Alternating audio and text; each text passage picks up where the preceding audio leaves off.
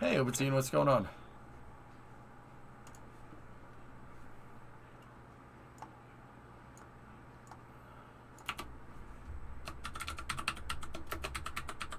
Okay, the crew and the ground teams confirming 4 good suit leak checks. They're all functioning properly for the approach. Leak checks on the suit are good. I'm going to boost the NASA streams audio because it's terrible.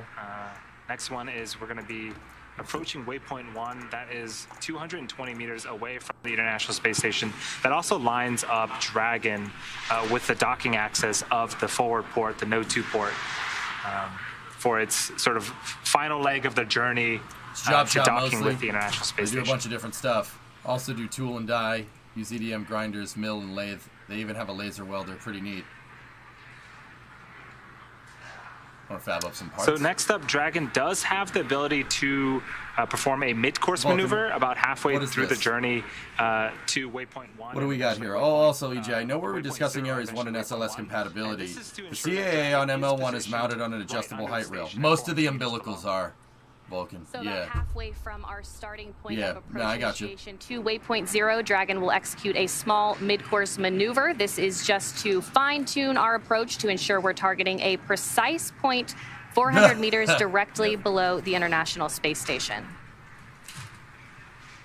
That mid-course is expected in about 14 minutes if they need to execute that.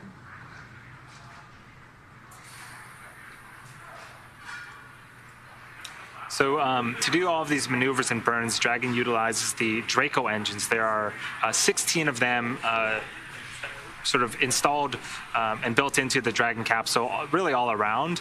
And each of them can produce about 90 pounds of force in space. And if we do get views of Dragon as it gets closer and closer to the International Space Station.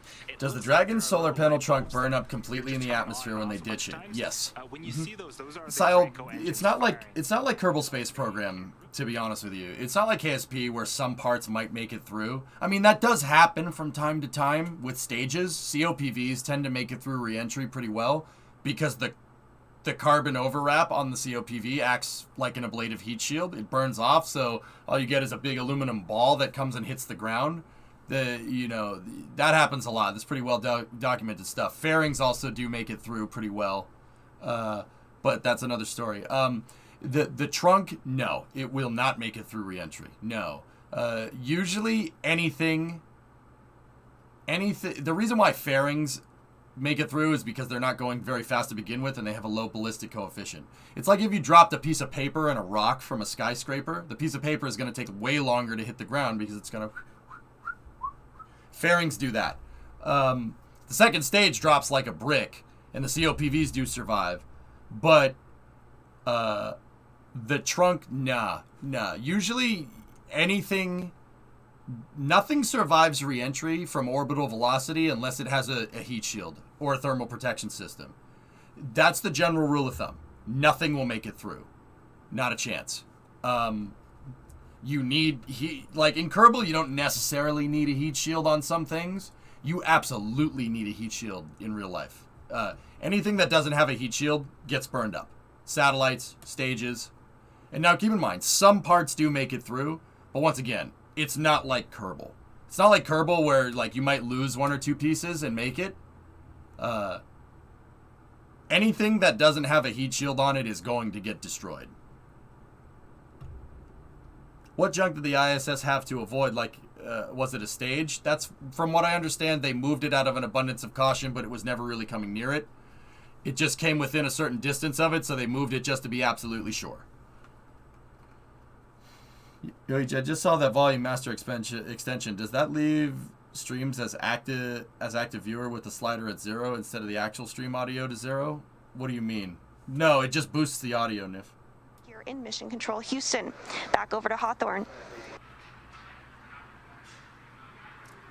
Thanks, Sandra. We're happy to hear that everything is going well over there as it is over here in Hawthorne, too. Again, the crew just going through these milestones so quickly, running a little bit ahead of schedule. Jim says, would you require a heat shield when going the other way? Say if you spin launched something. What do you think? Jim, what do you think? I'm interested. And I don't mean to answer a question with a question, but what do you think? You think you need one on the way up? Any sort of fine tuning that we need to have happen on Dragon, we can do as part of this mid-course maneuver. And right now, Dragon is approaching the International Space Station. It's going from about 2.5 kilometers. Nice pictures from Stephen Clark. The International Space Station to about 400 kilometers. I was kind of thinking about it, Nerd. And that mid-course maneuver happens about halfway through, if it's necessary. There will be some heating, Jim. Yeah, absolutely. You have to worry about that. That's the reason why nobody's like shot rockets out of a cannon into space. The Air Force tried it in the 60s. They literally put a missile on top of a cannon, on top of an artillery piece, and the cannon fired a blank shell, right? And it shot the missile up in the air, and then the missile acted as the second stage. It's called HARP. And yeah, you absolutely need a thermal protection system. Oh yeah, big time. No, it's real, Crafter. They have a functioning prototype. The Spinny Boy is a functioning prototype. It works. It chucked a mass simulator payload to 10,000 feet. Yeah, absolutely. It's absolutely a thing. I'm not exactly sure of the details on HARP, Synerd. Here, let me look it up.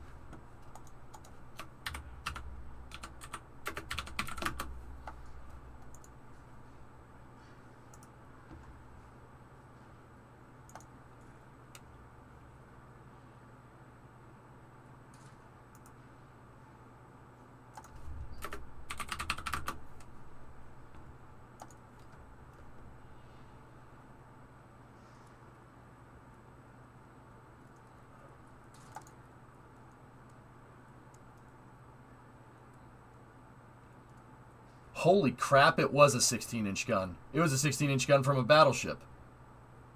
Wow.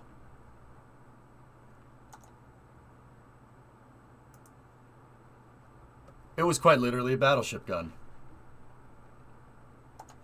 I know about the V3 Cannon Zero, yeah. It was two of them welded together.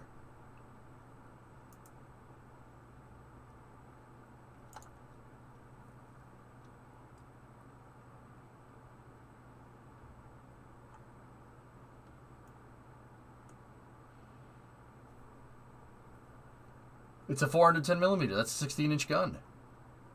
Huh. What, did they just... The first attempts to improve the performance of the 16-inch gun at Barbados were made in 1964. Now, keep in mind, this is off Wikipedia, so take it for what you will. Primarily by increasing the gun barrel's length. In 1962, the Ballistic Research Laboratory increased the length of a 5-inch gun by welding a second section of the barrel to the first barrel's muzzle, lengthening the barrel to 8.9 meters. The resulting gun system demonstrated higher muzzle velocity at the muzzle exit. Generally the case. That's why sniper rifles have long barrels. And why it uses a bolt. It's a breech-fed bolt action. The higher muzzle velocity with the longer barrel. That makes sense. The longer barrel allowed the propellant gases to push the projectile on for a longer period of time. Yep. Pretty straightforward physics right there. In September 1964, a 10 caliber extension was added to the 16-inch gun based off of BRL's experiment with the 5-inch gun. However, while increased velocity and altitude was recorded for its test flights, the extension failed in December after the 11th shot. In 1965, a successful extension to the 16-inch gun was established after enlarging the gun pit to accommodate the equipment's larger size. The extension almost doubled the length of the gun to 120 feet and it weighed 100 tons, making the 16-inch Barbados gun the largest operational artillery piece in the world at the time. Huh. Wow.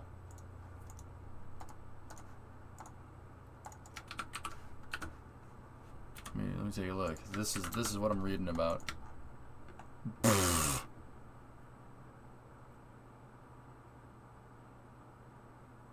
Look at all the reinforcement that they needed to do.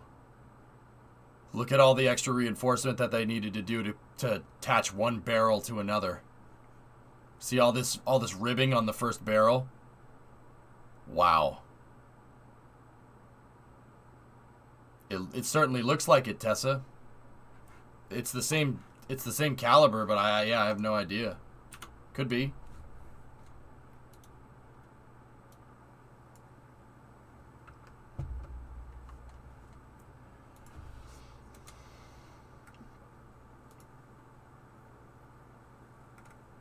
fixing.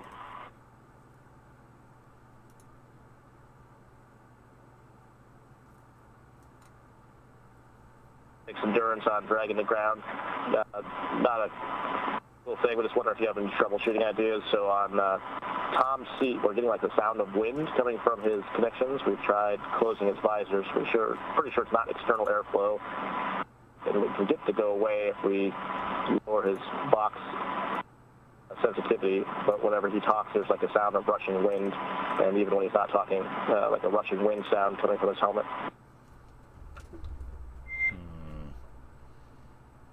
And copy that, Dragon. So C3, you were getting the sound of rushing wind consistently, and adjusting the box levels did not resolve that issue, so we will take a look at what we can do here on the ground and come back with any recommendations. So, seat number 3. So, who's seat 3? It's Raja. And SpaceX Endurance, just to clarify, everyone gets the very loud wind sound, or a loud wind sound. In C3 itself, it is mild, but it does appear to be coming from C3. Does it go right to left or left to right? Tom, I heard the same when we were just chatting there a second so yeah, ago. it's Tom. It's not Raja. I do want to you heard the request if you think like that this is a bearable level of wind noise for the remainder of approach.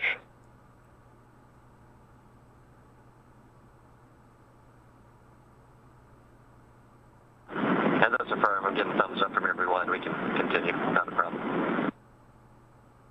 Of course, Epivas. Okay, copy that, Tom. We'll put that in work and come back to you with our thoughts. Okay. Raja's 2. Okay, so Kayla's 1, Raja's 2, Tom's 3, Matthias is 4. So there's a wind noise coming from C3, coming from inside Tom Marshburn's spacesuit, from what I understand here. The reason why they have the suits on is because the suits are necessary. You wear them just in case during docking operations, in case of a cabin depressurization. Like say they dock and they open up the hatch and they find a leak somewhere. They have the suits on just in case. It's better to do it during docking operations, especially when you're going to equalize pressure between the station and the capsule. So Tom, Raja, Kayla, and Matthias have their spacesuits on, and Tom is reporting a wind noise coming from his spacesuit. It was clearly audible during the comms there. Could it be something as simple as the HVAC blowing on the mic? Yeah, but why is it blowing on the mic, Synerd? Why is it doing that now? And what changed? What's going on all of a sudden? It sounds like there might be a loose fitting somewhere.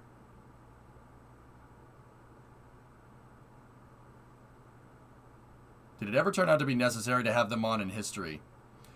Soyuz 11 probably would have liked to have them on. Soyuz 11 depressurized. The pressure vessel broke during re-entry and killed the crew instantly. So it does look like in about a minute, Yes. we are going to be beginning that mid-course burn. Just doing little shifting steps and pressing down hard on the umbilical connection to the suit. Just go away. Okay. And copy that, Tom. I thought it was a misconfigured valve. I forget what it was. Point is that it depressed. I did want to confirm with you that you did not disengage your umbilical during those troubleshooting steps. I'll copy. Okay.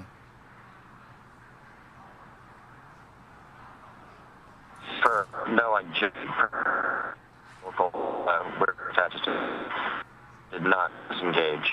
And had airflow and no problem.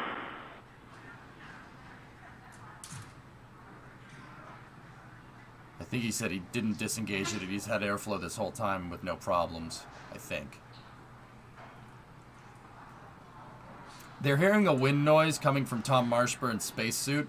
The crew put their spacesuits on here to get ready for docking operations to the ISS. And the Crew-3 reported a whooshing noise coming from seat number 3, the spacesuit. So that's Tom Marshburn's spacesuit. He's the pilot on the mission. The suit seems to be well, we don't know if it's leaking or not. And even if it is leaking, it's just leaking into the cabin. It's not that big of a deal. But you're going to want that suit to seal, especially during docking operations. It sounds like the quick disconnect could have, messed up a little bit. It's probably not seated correctly, Roughneck. That's probably why the crew operations readiness engineer, Core, which is the gentleman in the top left over there, he's the capsule communicator. It's probably why he asked, have you unplugged it at all? Did you unplug it? Because I don't hear it now. And he said, I think it was garbled, but I'm pretty sure Tom replied to him and said, no, it's been plugged in this entire time. I was able to kind of like push on it and it stopped. So this sounds like one of the suit umbilicals for Tom's suit is just not seated correctly. But it looks, I mean, I can see Core talking. He's clearly talking to everybody here. So they're on a closed... What'd you do? They're clearly talking on the closed loop. Also in the back... Dragon SpaceX on the big loop. Nominal mid-course maneuver completion. The trajectory has converged on waypoint 0. And Dragon SpaceX on Dragon to ground. We did copy partially your last call from C3. It sounded like to us that you had not disengaged your umbilical and that the airflow noise had resolved itself, but wanted to confirm.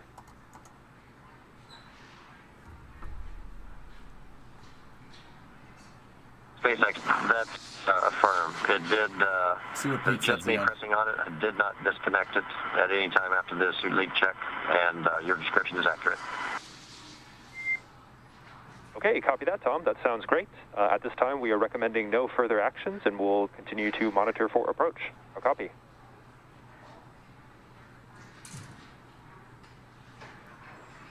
Copy, thanks.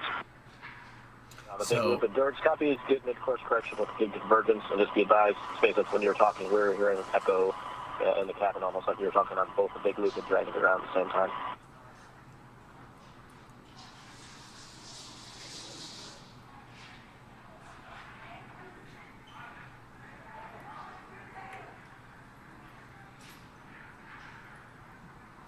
So it looks like Tom pressed on the attachment fitting for his spacesuit, and it seated whatever valve they have in there correctly, and it stopped leaking. So the Core communicated that to the crew. So a couple of things happened. It looks like we did with them, indeed and they said no further get action a nominal required, so we're mid-course good. maneuver burn, which is great. Dragon is now did a slight adjustment and is on course for its rendezvous with waypoint 0, again, which is about 400 meters away from the International Space Station. We also heard some back and forth between the crew and the Core here about some communications issues. Looks like they were hearing some loud wind and also maybe some echoing. So the teams are working through that and troubleshooting that right now, again, as Dragon continues its approach to the International Space Station. So Dragon now headed to that 400-meter mark. Once Dragon arrives at that 400-meter mark below the International Space Station, it will be at what is known as waypoint 0 and will be the first checkpoint during our approach. The vehicle can... And Dragon SpaceX on Dragon to ground, can you go ahead and repeat your last?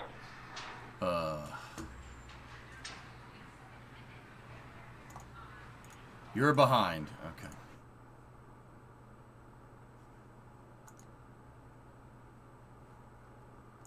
Raja, it appeared that, or we echo to both ISS and to Dragon on the big loop. I don't think so, Synerd. And copy that with the echo. Can you please confirm on your audio settings page that you have configured the endpoints correctly and that you don't have 2 selected for any of the seats or the cabin audio?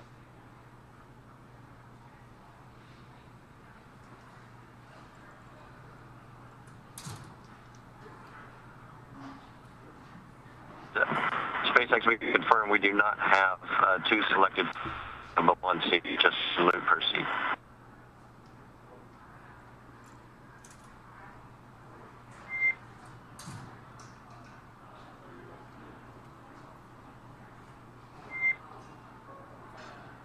And Tom, can you confirm if this issue had existed before that you had taken the troubleshooting steps for remating your umbilical?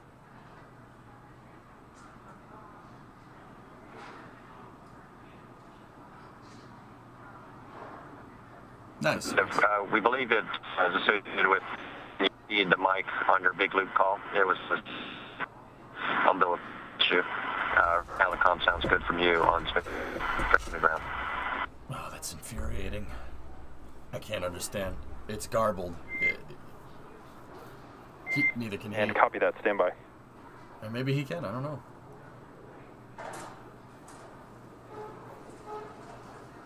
I'm good, Switchio. ETA on docking's in about 1 hour.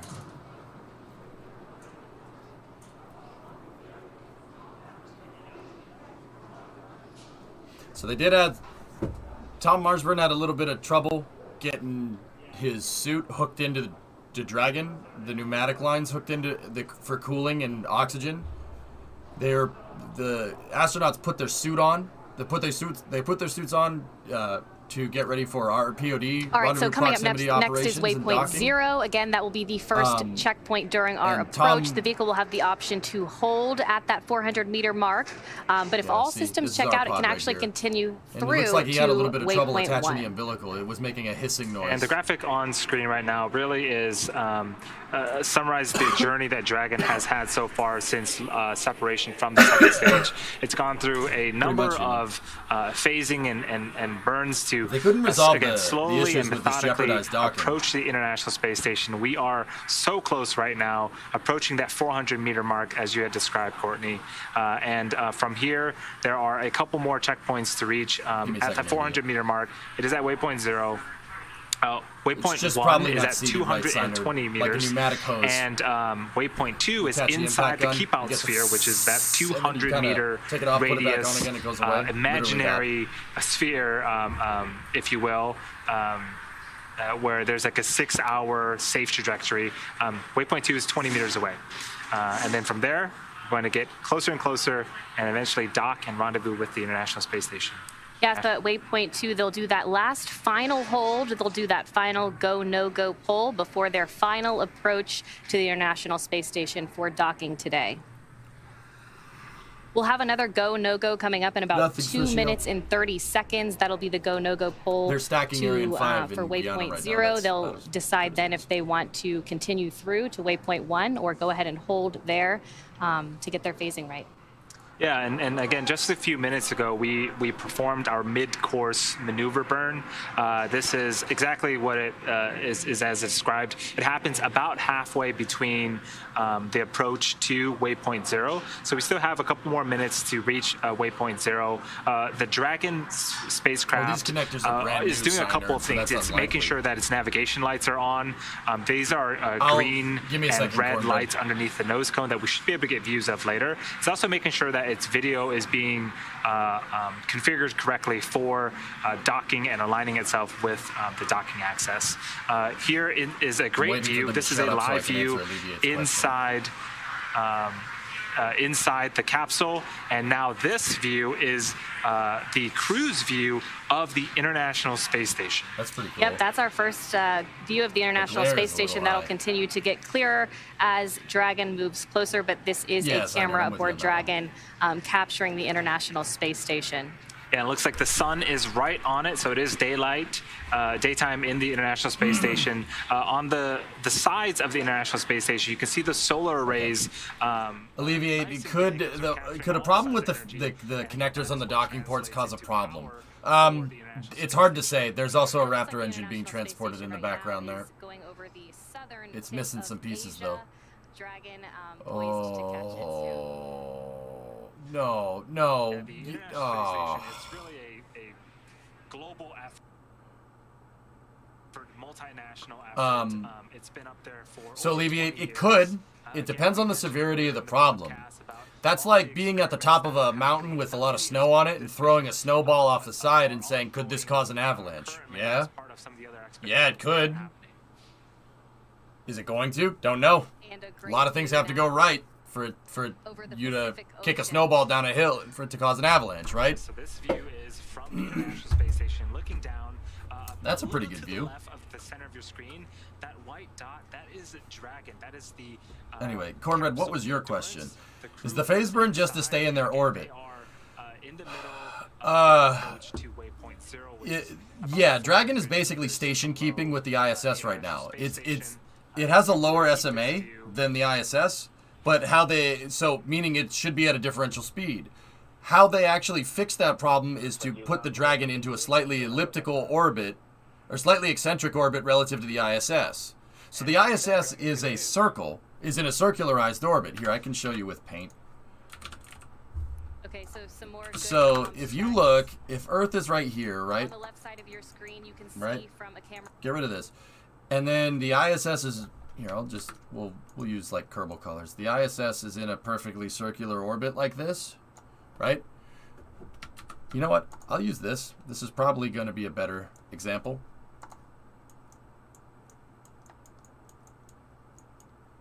Right? What they do with Dragon is put it into something like this. So they make the orbit slightly eccentric. So they change the orbital shape to an ellipsis. Like this.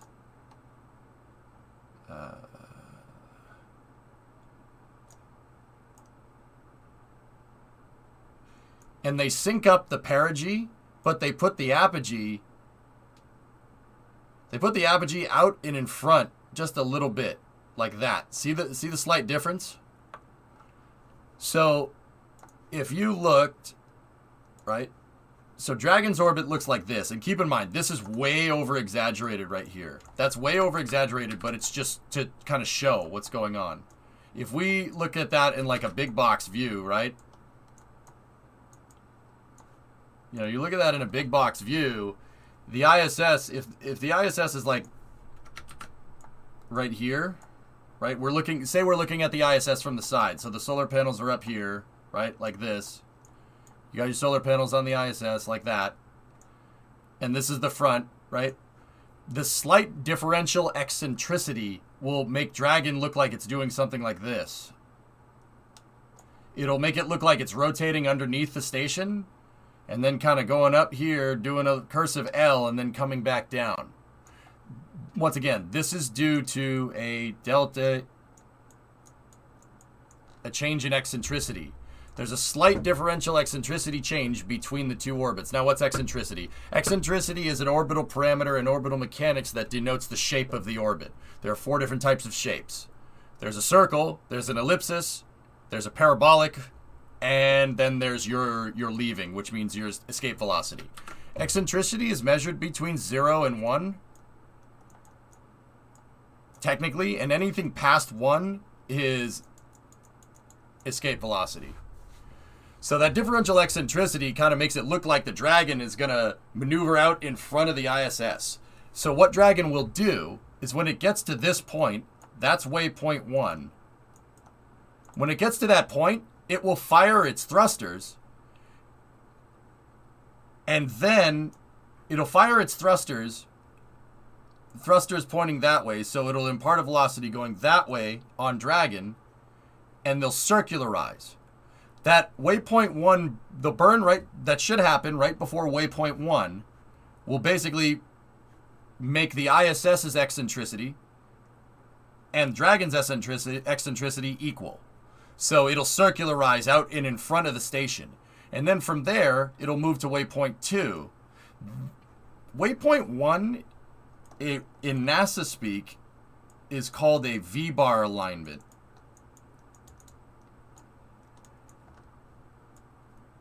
What's V-bar? Well, if you look at the ISS from the side, right? Once again, same as this. You're looking at the ISS from the side, like that. There's your ISS. There's your nice solar panels, right? And there's your radiators, right? The V-bar component is the prograde. So I'll use this for Kerbal players. I'll do this for the KSP players here. You'll understand this. Is the posigrade and retrograde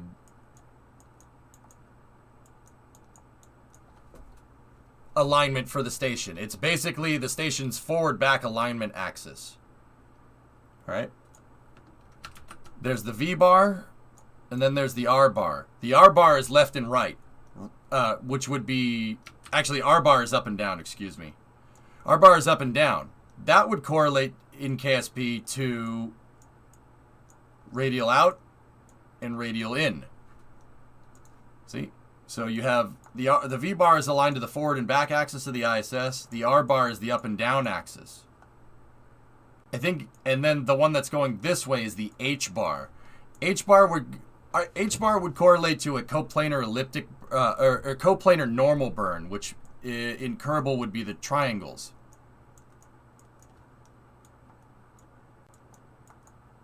Like that. That's what they're trying to do.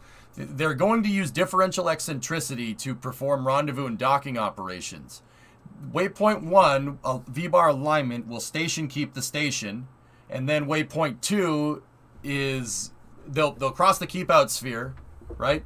And then waypoint 2 is just a final hold before they go and dock. Waypoint 2 is just a 20-meter alignment here. Well, Dragon is going from waypoint 1 to waypoint 2. What type of burn is it going to be doing to station keep with the ISS? Let's see who's paying attention. When Dragon is going from waypoint 1 to waypoint 2, so out in front of the ISS right here to waypoint 2 right there, it's going to need to do a burn. Now, obviously, it's going to do a burn in this direction to go backwards towards the ISS. But in order to station keep correctly with that station, to stay aligned, they're going to need to do another type of burn. It's not just going forward. Which one is it? Would it be up and down, or would it be left and right?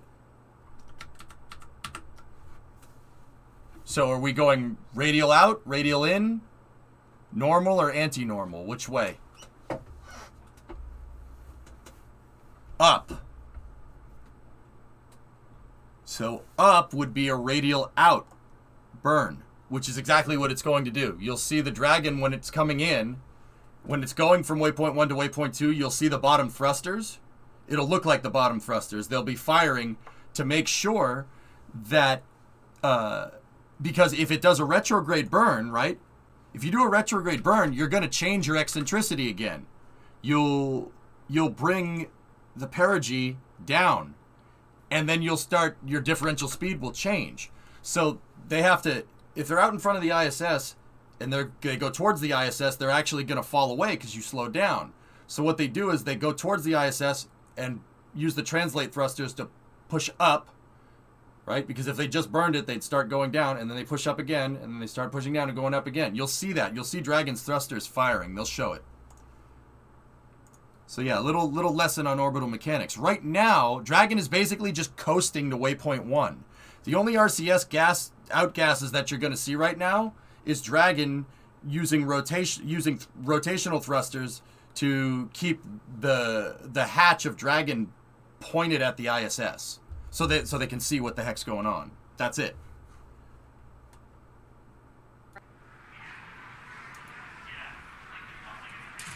That's basic orbital mechanics right there.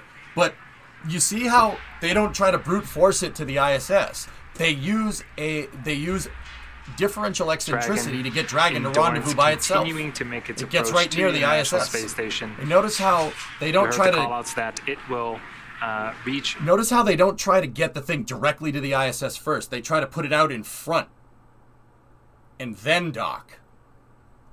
It's just being clear and it's being clear and concise. This is being very deliberate in your actions and trying to minimize the amount of fuel that it takes to get to the station. They use that differential eccentricity to make it look like Dragon is actually turning and aligning to the station and then docking. In reality, all Dragon is doing is just using rotational thrusters to stay pointed at the ISS. Its natural orbital mechanics is going to make it float out in front of the space station. The natural orbital mechanics that happened from one of the phasing burns. That's the right way to say that. Also, that picture's sweet. Maneuvers these cameras to get these views they never that we see now They never of Dragon. explained that. They these high definition so views people think from a that camera Dragon just aboard kind the International of flies Space up Station. and thrusts right up to the docking port. No. Dragon's engines aren't firing right now. It's just kind of Dragon coasting. now flying over Australia. Now, which you want to get really crazy. You don't see the RCS really firing right now because during one of the phasing burns, they probably imparted a slight on Dragon. During one of the phasing burns, they probably fired the thrusters for a slight rotational velocity component, and I'll bet you that RPM is correlative to the RPM needed to just stay pointed at the ISS. So when they did one of the phasing burns, they probably started rotating the capsule like this. They probably initiated a burn to impart a force on the capsule, a part of rotational force on the pitch axis of the capsule, to make it slowly do that, to make it look like it's flying like this. But in reality, it's not. It's just how it's moving around relative to the ISS due to differential eccentricity and differential RPM on the pitch axis. It's really smart, dude. Really smart stuff. Again, Courtney had mentioned, but these include the soft capture ring. This is what will make No, they're not initial at waypoint 1 contact yet. No. with the International They're getting Space close. Station. They're coasting to Sort waypoint of 1. reel it in place and get the Dragon Yeah, there you go, capsule and the Sushio. International Space I Station. thought that small white closer dot in the together middle of the black for those area was the 12 window. hard capture hooks to drive into place The lights and inside form are that flickering. nice tight connection. It has Dragon has strobe lights on it. Flykin, you ever take a flashlight and hold it up to something that's glass? What does it do? The light refracts through the glass and it lights everything up, right? You could have the hatch and it has a window in it, and they could have a bunch of LEDs that are blinking on and off that are inside of the glass, and it'll look like a strobe light. That's why the window appears to blink. You're not big dumb, Sure. I'm just explaining it. That talk would be awesome in a VOD clip. Okay. But long story short, And we have confirmation they're that trying to Dragon just passed waypoint 0. And the idea is that, you know, the more fuel that you have to take up with you, the bigger the rocket you need. You have to try to minimize that. You have to try to make the vehicle as light as possible, and you have to try to figure out the least amount of ways to use fuel. Because the less fuel that you need to get to the ISS, if you can use orbital mechanics to your advantage, right? You don't need as much fuel. You don't need as big of a rocket. You can use that extra mass that you would need for fuel. You could use it for other things. But keep in mind, if you do add other things, you're eventually going to need to add fuel. That's the delta V equation. What I like to tell people is that, you know, the less rocket that you have on your rocket and the more fuel you have on your rocket, the further the rocket goes, right? Dragon is mostly rocket and not a lot of fuel tank. So it doesn't have very long range unless it has a Falcon 9 attached to it.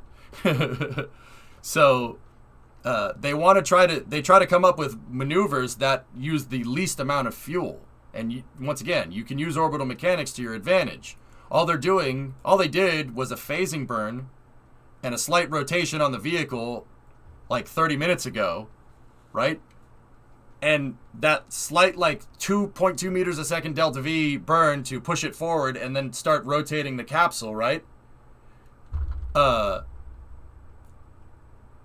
long as they did that in the right spot, it's going to make it look like Dragon's going to come up to the ISS and then come out in front of it. Right now, it's underneath the ISS, but you can see that Dragon is slowly moving this way. This camera that you see on the left screen is pointing down. And Dragon, once again, is doing this. It's going to appear to just float out, up, and in front of the space station. And once again, it's going to align to the station's V-bar. See? Look at the ISS from here. It's gonna look like it just comes out from underneath the thing. Velasco is ready to take manual control. I was waiting for you guys to catch it. I'm glad you like him, Swishio. We did our best, Raja. Dragon is in approach 0 and is proceeding nominally to waypoint 1. Okay, we're moving to waypoint 1. So like I said, Dragon's going to appear to just kind of float out. All right, so everything's still proceeding nominally. Coming up, Dragon's see the move loop? from There it waypoint is. 0 to waypoint Look at the 1 nav will screen. swing it up and out in front of the station, pausing at a distance Whoa, of approximately Sandra. 220 no, meters. Courtney, At you this point, it will Bro. be on what we call the docking axis, just said that. which essentially means it is directly in front of the docking port. Did you see the loop on the nav screen on Dragon? It's exactly what I'm talking about. See it right there? To correct some of those onboard See? And then go there's through some waypoint 1. Resets for the See? increment filters Pretty cool, for huh? the Dragon Eyes. It's cool that we can see it right on the console. That makes me happy. I'm sure you guys were aware of that. The endurance copy. They fixed it, Person. Tom basically pressed down on the connector and it seated it right. There's no hissing anymore. So the Dragon Eye system mentioned is an optical navigation system, and that measures the vehicle's relative position for precision, approach, and docking. He performed some So the data percussive teams are maintenance. receiving Dragon's See? distance from Right the there. station and its rate of approach, partially coming from those Dragon Eye systems. And if you look, watch, the loop will change. When the loop changes or it highlights, that's when Dragon fired its thrusters to do a little bit of station keeping. Station keeping are just little pulses of the thrusters to make sure that Dragon is on the most efficient trajectory to the ISS. Once again, it's called station keeping. Literally flying in formation in space. You know, like if you think like Blue Angels or the Thunderbirds or whoever your favorite jet demonstration squadron is, right? They fly in formation and they kind of just do slight changes to the flight stick to stay like kind of in formation. In space, that's called station keeping, and that's exactly what Dragon is doing right now.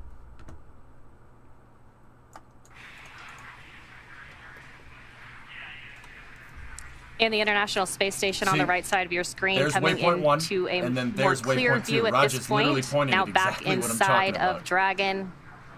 The crew working on those displays. Waypoint 1 is right monitoring there. Dragon's Waypoint 2 approach. is right there. ISS is right there. There's the checklist right there. See, they're talking. They're talking about it. They're talking about Tom and Roger are talking about the flight trajectory to the International Space Station. How far Dragon is away. They're probably like, damn, that's cool. And it looks like we're monitoring telemetry right now on that middle screen as well.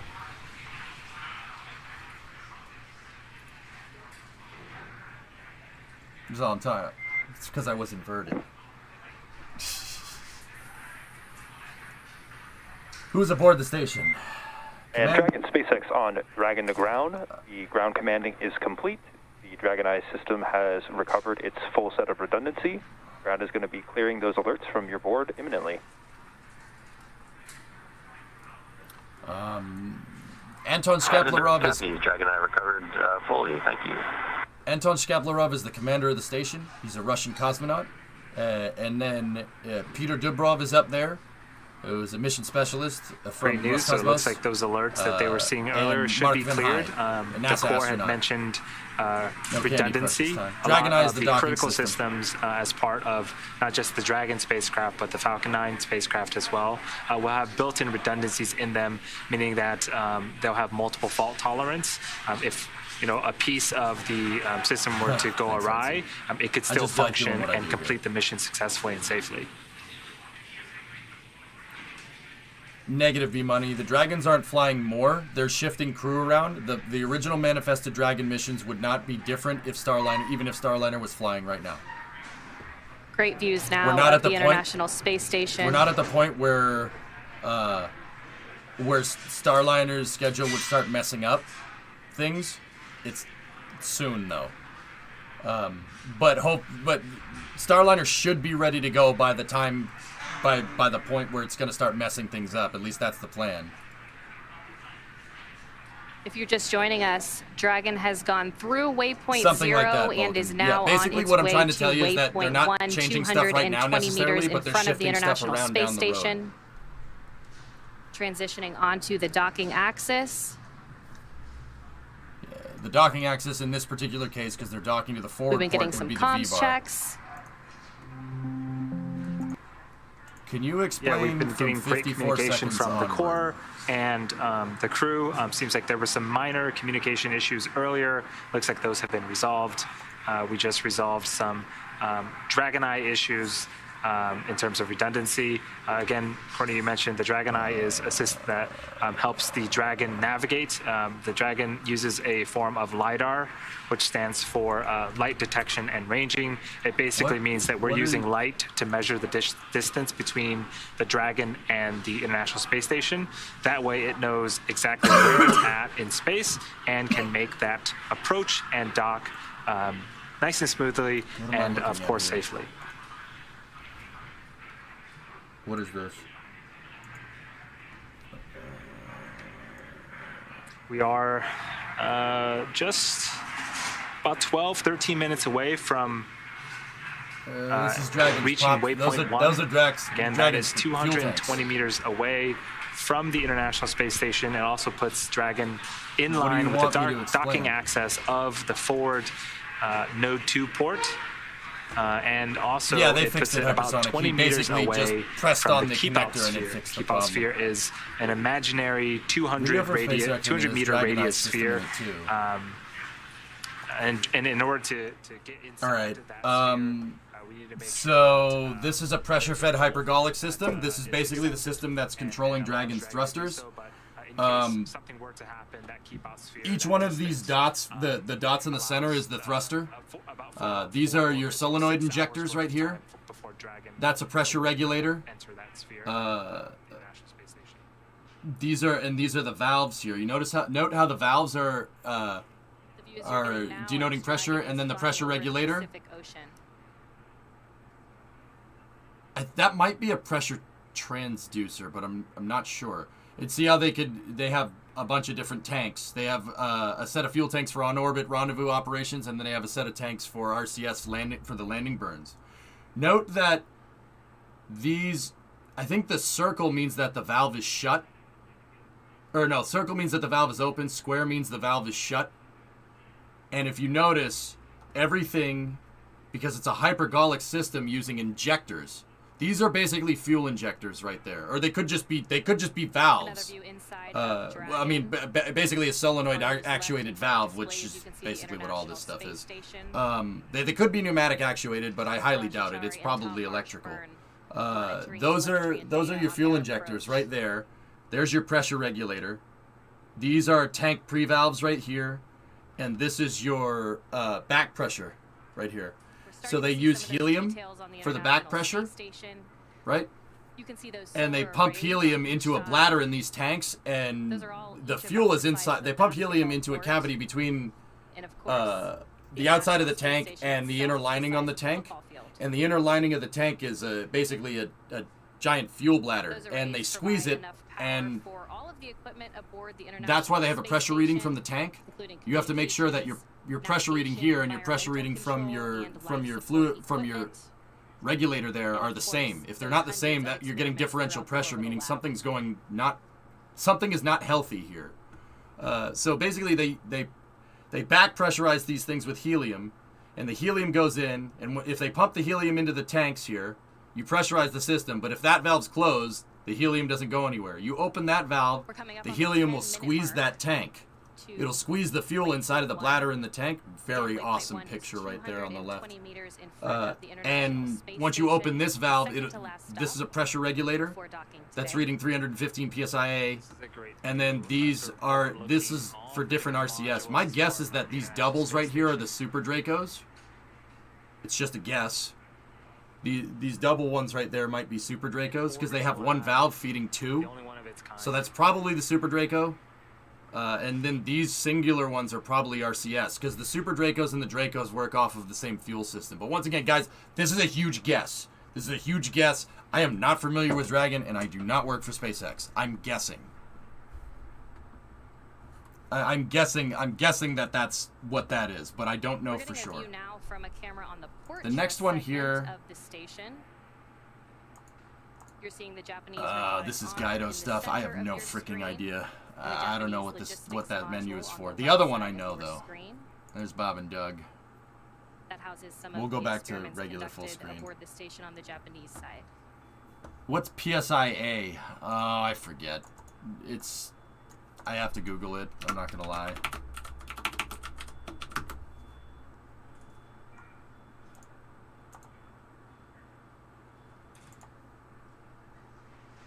Absolute pressure, excuse me.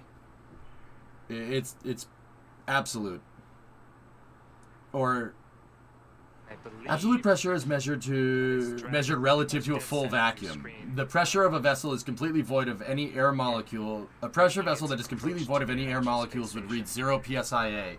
Well, the average atmospheric surface pressure at sea level is 14.7 psia. Got it. Yeah, okay. Yeah, they're gauging. That's a pressure gauge against vacuum, not against atmospheric pressure. That's what psia means. Sorry, I knew that, but I had to refresh it. I had to Google it. Sorry. Dragon and the International Space Station still over the Pacific Ocean. Discovery. Going Ciao, 41-month resub. Thank you.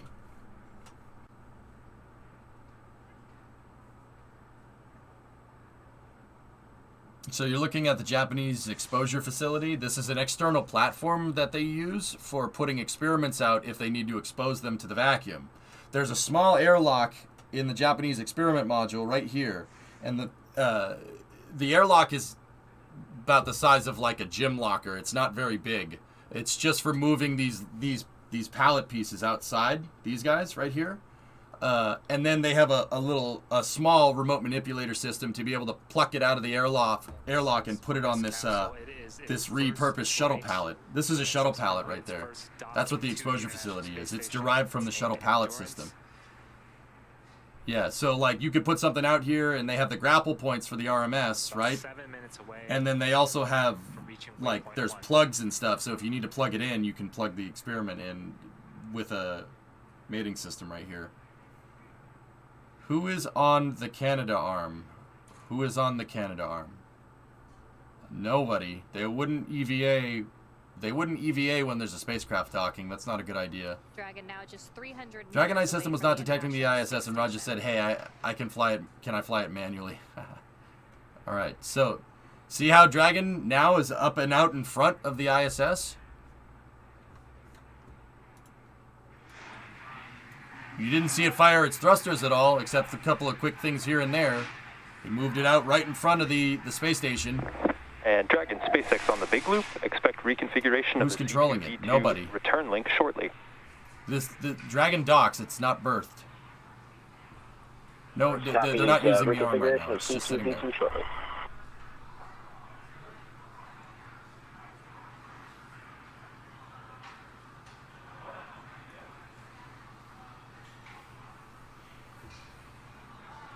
How are they fastened on there? Just some Velcro? No, they use the RMS grapple points and special plugs. So a couple of things are going to happen as we reach waypoint 1.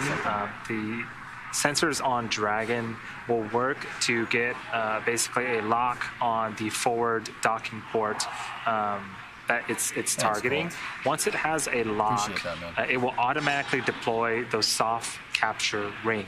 And again, that ring is composed of a ring and 3 pedals that will help with soft capture. And what that means is initial contact with the International Space Station. It sort of inserts itself into the docking port and is effectively locked into place. Exposure facility. So that way Japanese exposure facility. 12 hard capture hooks can do their job and sort of seal and tighten that docking. Something like that, Stormy.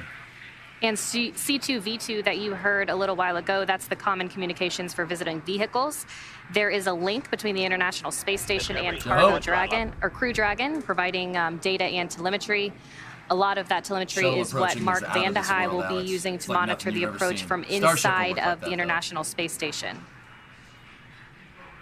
Yeah, and the shuttle didn't have an automatic docking system. You had to fly it. You had to dock it by hand. They had to. Dragon now just under 280 meters from the International Space Station. They had to initiate coming low up on Z waypoint thrust 1 and then at modulate 220 meters, right in front left, of right, the up station. And down, that to milestone will put it right in line with the docking really cool. axis. What is the difference between docking and berthing? Docking requires a sophisticated system that allows the spacecraft and the station to communicate in real time and guide the craft in, like an ILS for a runway. Berthing, you don't need any of that. Berthing, all you got to do is get the spacecraft near the space station with a grapple fixture on it, and the arm can grab it and then attach it to the station. Yep. Docking, now, like in Kerbal, it seems like berthing something is a lot more complicated, right? In reality, in real life, docking stuff together is Once difficult. Once Dragon reaches that docking axis, it has about 20 hours of power, so it could actually hold there for quite some time and could reattempt to dock if necessary, but everything is proceeding well and on track for docking today. Basically, Dragon needs to be able to see the runway, like how an ILS would guide a plane to a runway, same kind of thing. Docking is a little bit more of a complicated operation. Don't get me wrong, it could be done manually, but why add extra steps? Why bring humans into the loop like that when you don't have to? Not that an astronaut is going to make a mistake. That's not how that works. Trust me, I know pilots, and Raja and Tom are both aviation nuts. The two guys that are flying, that are in command and piloting that thing, they wouldn't do that.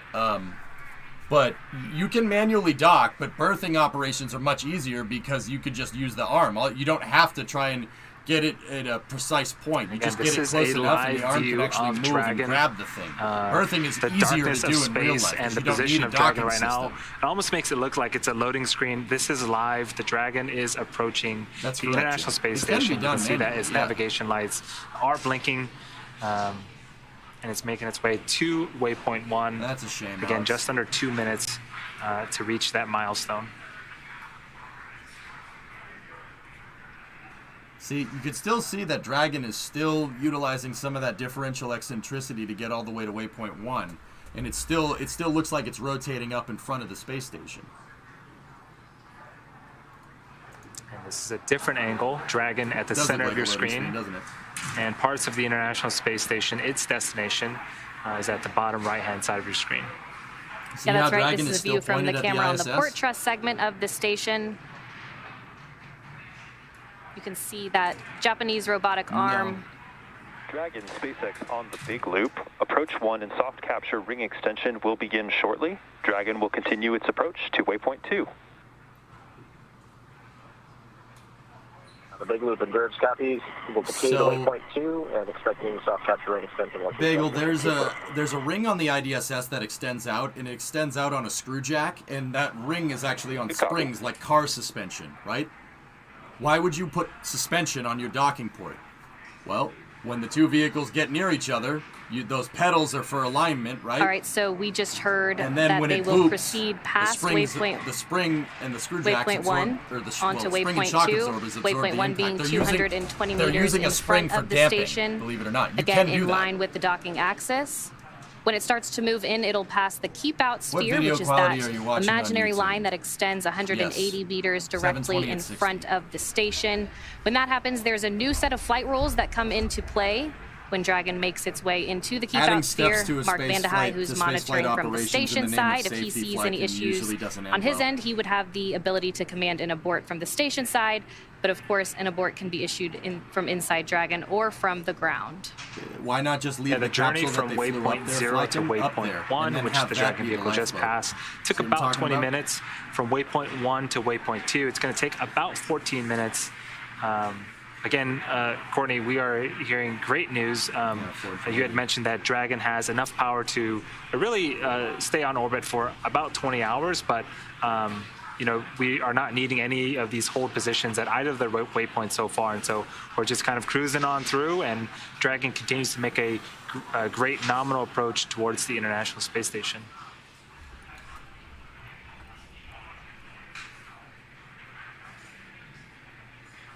How fast is it moving? Dragon and the ISS relative to the ground are moving at 17,500 miles an hour.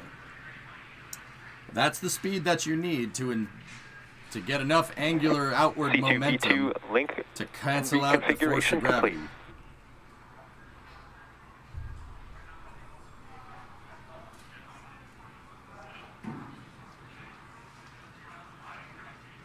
Uh, 17,500 miles an hour, I think, is 28,000 kilometers an hour for the metric folks. But it doesn't look like they're moving very fast because the ISS and Dragon are both flying at the same speed right now. Their orbital velocity is very similar. There might be a slight difference in it. But now that Dragon's at waypoint 1, their orbital velocities are going to be basically the same. That's why they have a waypoint at waypoint 1. That's why they put the waypoint there. Because that's the point where Dragon matches the velocity of the ISS. But it matches the velocity of it And we're hearing that the when it's a soft little ways capture out ring in front. deploy is So in if progress. something weird is going on, it can just kind of sit there out in front of the ISS for a little while. A view That's now why of that's why Mission it's a Control strategic Hawthorne. waypoint. And as we continue to make our approach from waypoint 1 to Popsicle, waypoint 2, they moved forward and, on the make our timetable, final approach, a couple of things targeting also a need to happen. The 6:30 visors docking, so about on 20 all the minutes. spacesuits They moved will it forward. come Everything down, is going fine. and then really the Dragon vehicle will sort of take over from there. It's been doing most So of our the bulk naked eye work in can't terms see of it moving navigation, fast. but there's a In the night sky, with the right light conditions, Sea-Dog, you can see the ISS. Oh yeah, you can see it. You can even make out its solar panels if you have a freaking telescope. Or I mean, you can kind of look at it and see the shape. It's just a little blurry, but you could see it with your eyes. You see it fly over. It goes over real quick. But because it's so far away, it doesn't look like it's going incredibly fast. It just looks like an airplane that's going kind of quickly. But yeah, oh yeah, you can see it. With the right lighting conditions, you can see the ISS with Dragon flying behind it. Somebody could look up right now in the proper lighting conditions and see both of them flying with each other. There's a bunch of space fans that capture that stuff on Twitter all the time. When Dragon is catching up to the ISS, they take a picture of the ISS with the capsule behind it. Oh yeah, happens all the time. I'm sure they're very excited to be just 20 minutes away from docking. And don't get me wrong, you don't need a telescope to see it. You can just look at it. It'll just look like a speck going across the sky. The crews at the International Space Station vision, and the crew inside Dragon right now vision, you should be able to say hi and meet each other. You should be able to see. So far things have gone really smoothly, and it's huge. Even at the beginning of this broadcast, we knew that we were going to be slightly ahead of the anticipated timeline. That's awesome, Joe. While they did go through waypoint 1, they will stop at waypoint 2, 20 meters away from the International Space Station, before they could get that final go, no-go to go in for their final approach and docking to the International Space Station. Yeah, there you go, Limprod. Yeah, a lot of you guys have seen that. Not soccer, football. Yeah. Sure. So again, we are going from waypoint 1 to waypoint 2. There is the keep out sphere on screen right now. This is an imaginary sphere. It's 200 meters in radius, and what the sphere means is if Dragon were to somehow lose control of its thrusters, it would be at least 4 orbits or 6 hours until it goes inside that keep out sphere. And so we do checks along the way, not just at the keep out sphere, but there's a larger approach ellipsoid that measures 4 kilometers by 2 by 2 that also needed a pole to make sure that things were safe for approach.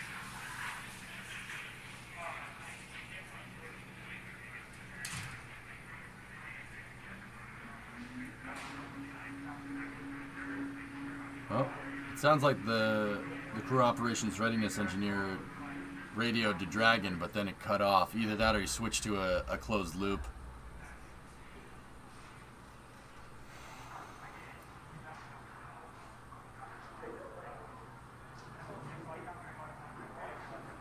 Oh, Badger, that's...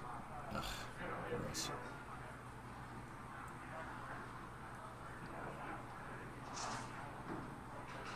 Pretty much chaos, yeah. SpaceX Endurance on the Dragon to ground. We believe you called. And to disregard, Tom, jump the gun a little bit on the soft capture ring extension. So you see the 3 pedals right there?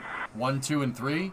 That ring that those pedals are attached to is on a screw jack, so it can actually the soft extend. capture ring extension is underway. We are expecting that's what to they're get a doing call right that now. it is and that ring is on a bunch fully of springs. Deployed. This is what will first make contact with the International Space Station. It'll absorb the soft capture here in about 17 minutes. And Dragon is actually now inside of the keep out sphere. They're about 120 meters away from the International Space Station. That next milestone coming at waypoint 2, about 20 meters away from the space station.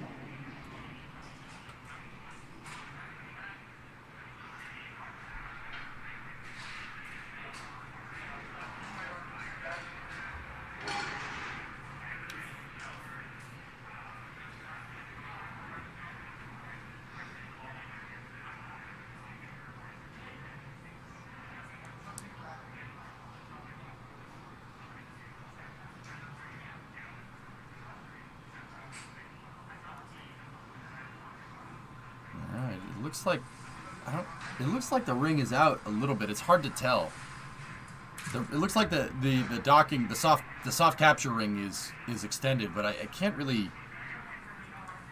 This is a weird angle to look at. Dragon is going to soon be crossing that 100-meter threshold from the International Space Station. We started off with just a blurry dot of Dragon a few hours ago, and now we're getting some really... On the big loop. Soft capture ring extension complete. There we go. Okay, so it is. See the ring? Right there? On the big loop, we see the same. And then it's really hard to tell, guys. It's hard to see. Okay, so it. that soft capture ring extension is complete. As you were saying, we can really start to make out some of the features on Dragon. Yes, if you look very closely underneath the nose cone, right on the front of Dragon, there are 4 holes. Those are where the 4 forward bulkhead Draco engines are mounted. And if you look between those holes, there's another dot. Those are the umbilicals that we were mentioning earlier. That is what will plug into the International Space Station. Yeah, one of you guys was asking about, will Dragon use its onboard solar panels? No. There's plugs that are ancillary to the docking port system. When the docking port, that soft ring captures, at this point, right? Dragon is and they retract the soft ring and go for hard capture, it basically plugs those docking things in. target of the International Space Station Yeah, with LiDAR those things and some get of its plugged other in sensors. when they retract the soft. So again, when they retract it the ring. knows You'll see where it's at in space. It knows where the International Space Station is at, and the crew inside. We saw them navigating through their screens and getting some great information, but they really can just sit back and relax. The Dragon is really navigating pretty much everything at this point. There are 2 mainstream media reporters when it comes to space news that I really trust, Seinert. Bill Harwood at CBS News and Mike Sheets from MSNBC. Bill Harwood, that guy's been covering space for a very long time. He knows what he's talking about. And then Mike Sheets at MSNBC, yeah, he knows what he's talking about too. Those guys know what they're doing. Marcia Smith, yeah, but that's not Marcia Smith isn't mainstream. Endurance, just for your information, we saw an object look like a knurled knob, although difficult to tell with distance in our centerline camera view from upper left to lower right from our view is not visible anymore. Huh. And copy that, Tom. You saw a gnarled knob in your centerline view going from the upper left to the lower right. Is that a good readback?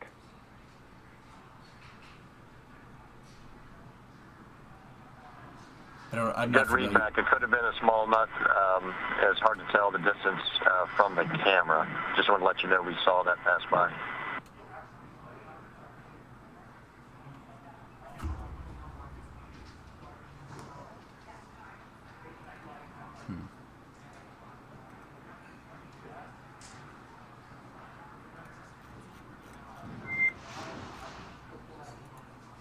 Knobbers. Interesting. It could have been, yeah, the ISS shadow. Here it goes. And SpaceX copies all.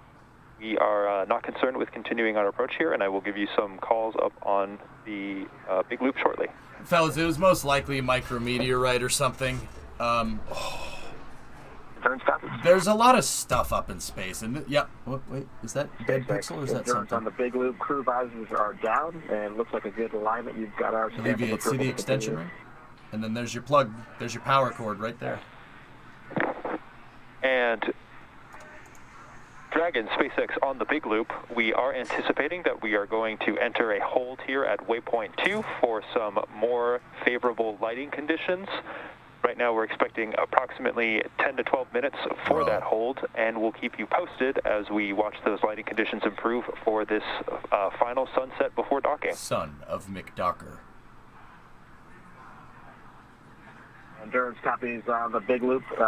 Fellas, I'm going to shut up for a little while. I'm just going to enjoy this. Otherwise, we're happy with lighting, but you guys obviously have a better estimate of what it's going to look like in a few minutes.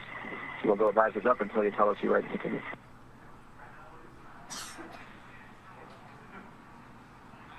And we concur with that. You do not need to have your visors down until we have entered the approach to prep when we are leaving waypoint 2.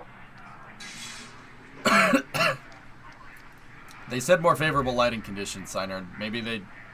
yeah, I don't know exactly what that means. I would assume it means daytime, but I'm not sure. There's the plug alleviate right there. See? No.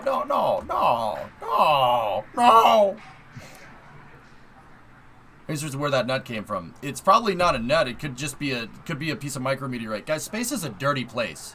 There's a lot of junk floating around up there. Not naturally occurring. There's chunks of ice. There's rocks. There's dust.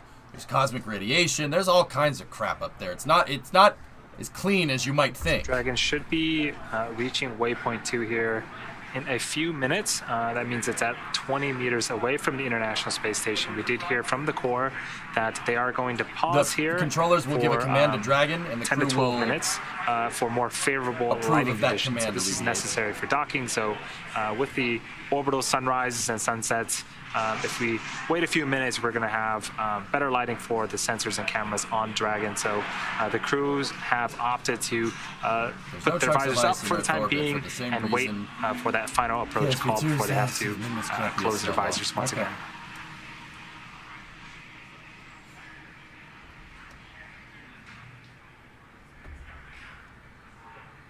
So wait, do we need to have a cleanup space crew? Yeah. Thank you for streaming all these things. No problem, Hypersonic. I'm glad you like it, guys. What is the chance of it being pretty much on the same inclination, though? They would only be able to see it at relatively low velocities. Micrometeorite impacts happen all the time, Doc. There's tons of stuff out there. There's tons of naturally occurring satellites. There's just junk everywhere. It's like looking at an ocean, right, with a sunken ship, you know, at the bottom and saying, "Oh, yep, this is clean." Just because you can't see it doesn't mean it isn't there. Hey, Twitchling. All right, and we have confirmation that Dragon has arrived. On the big loop for approach. Oh God, I hope not, Insanity. Astronauts have been quarantining, though. They always quarantine before they fly. Not because of COVID. They've been doing that for 50 years. One time an astronaut got a cold in space. I don't think I need to tell you how much that would suck. Can you imagine the post-nasal drip in 0G? That would be just horrible. Oh, God. Can you imagine a sinus infection in space?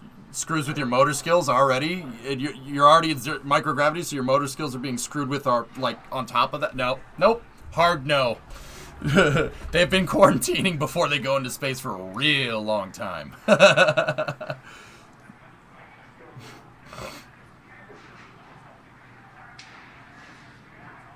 Yes, but that would fly at thousands of meters a second. But if they were able to see it on the camera, it means it's flying in the same orbit, so it's pretty likely that it's something from the station Dragon or no. It's possible, Jock. It's possible. I mean, it could be. As I was saying, we have confirmation that Dragon has arrived at waypoint 2, 20 meters away from the International Space Station. They'll hold here and conduct a final go-no-go poll before final approach. Jock, I'm fairly confident pretty much you don't really understand, and I'm not trying to be a jerk. Right outside the front door. Pretty sure you don't understand how much crap is up there. We are waiting for more favorable there could lighting be something in conditions the for same that final orbit. approach. Sure, why not? That's how much junk there is. That's like walking through a desert and being like, oh, it's really unlikely for there to be sand by this palm tree. Well, it's unlikely for there to be sand here because it's near a palm tree. You understand what I'm trying to tell you? Like, dude, there's all kinds of stuff up there that you just can't see. It's too small. Well, the sand can't occur near a tree. Yeah, of course it can. Why wouldn't it? Or it could be aliens. That's what you guys want. That's what you guys want to hear, right? Or part of the station just flew off during Dragon operations, right? Is this what we want to hear?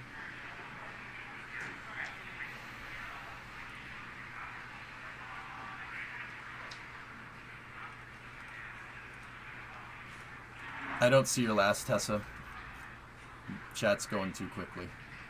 It's the Hydro Spanner. Yeah, they did lose those in the asteroid field where there was a lot of debris at Tabamery. You're not wrong.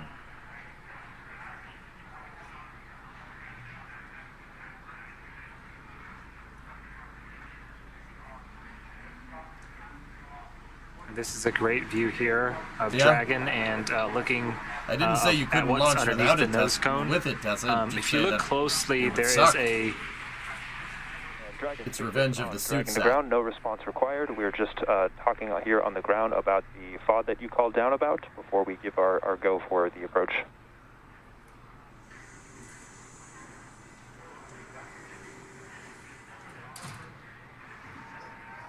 Okay, again, that was the Corps checking in on the FOD, or foreign object debris, that would be pretty cool. The crew had Doctor, called out during their approach. They had noticed cool. a knurled knob. So again, just make sure everything is clear before final approach. I've never heard them say that before. But again, on screen right now is a view of Dragon. It does happen. There is a gray ring with 3 too. petals on it. That is the soft capture ring that has been deployed. This will make initial contact with the International Space Station, attach itself to the International Space Station, and it was aliens. That's what chat wants. Big loop. Ground has pulled go to resume the approach. Please confirm that your readiness for the final approach and that your visors are down. If so, ground will be commanding resume shortly. As a reminder, once Dragon is inside the crew hands-off point, retreat and breakout are not permitted. And one final item of note is that we do anticipate that we may have some less than favorable lighting conditions until approximately 3 meters away from the docking adapter. How copy? Okay. Put your train seat backs in the upright. Copies all. We've got the crew visors down. We're expecting lighting conditions may not be perfect until about 3 meters, but honestly, we're happy with what we can see currently, and we'll avoid actions inside the shop. And SpaceX copies. We will be commanding resume. Yeah, I got you, Gaffling. I don't want to talk while the astronauts are talking. I mean, Jock, So it could be a leftover part from another approach EVA for, that they lost. final I mean, that's docking. entirely possible, The cruise too. visors are now The point I'm trying closed. to make to people is that there could be a lot And of it does there's a look lot like of at stuff about up there 3 that we don't know what meters, the frick it is. they are but going it's to get mostly a rocks and bit stuff. more favorable lighting conditions, which is great news. And Chop, as you heard, that crew hands-off point, meaning if there were an abort scenario, It's a it would great need to view. be done autonomously by Dragon. A duck, exactly. Yeah, as I was mentioning earlier, that soft capture ring makes initial contact. Once it does make initial contact, it effectively pulls the Dragon into place for the hard capture hooks to drive into place. There are 12 of them in total, and they are actually faceted around the. You didn't need to also. In a The shuttle's docking rig was on the airlock. a little bit wider than the and soft the capture bulkhead rings to that the we just airlock saw was on closed screen, on the back of the those shuttle's 12 hooks pressure vessel. will, You didn't effectively need to keep have your Dragon suit in on during place. docking. Station. Does that make sense? Hey, from Station Houston on the big loop, you can commence monitoring steps 2 and 3 in 1.104. You're slightly behind like 2 seconds. I don't really care, Klein. I don't want to skip a moment here, because then you might miss something.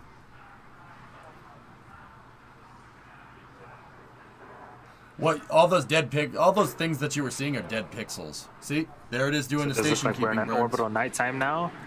You can see the firing of the Draco engines.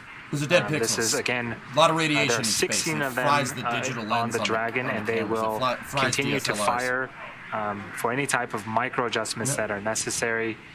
There are green and red navigation lights on the outside of Dragon as well. Then also that centerline camera in the middle. Again, all of these sensors help for Dragon to autonomously dock with the International Space Station. Even that's a tall Dragon order, now is what just I heard under from NASA the 14 other meters day. from the International Space Station, Well, aren't you just an expert, Synerd? making that slow Then why and did they call methodical it dead approach pistols on the to NASA the stream, International then? Docking Adapter. Professor? Huh? Not entirely stable. I'm glad you're here to tell us these things. Chat, take the professor downstairs and plug him into the hyperdrive.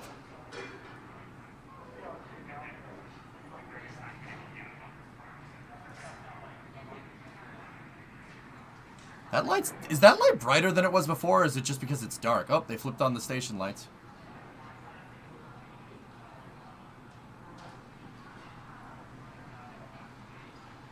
And meters. Copy 10. Okay, close to a capture here. Pretty much on time. They scheduled capture for 33 past the hour. We're at 30 past right now.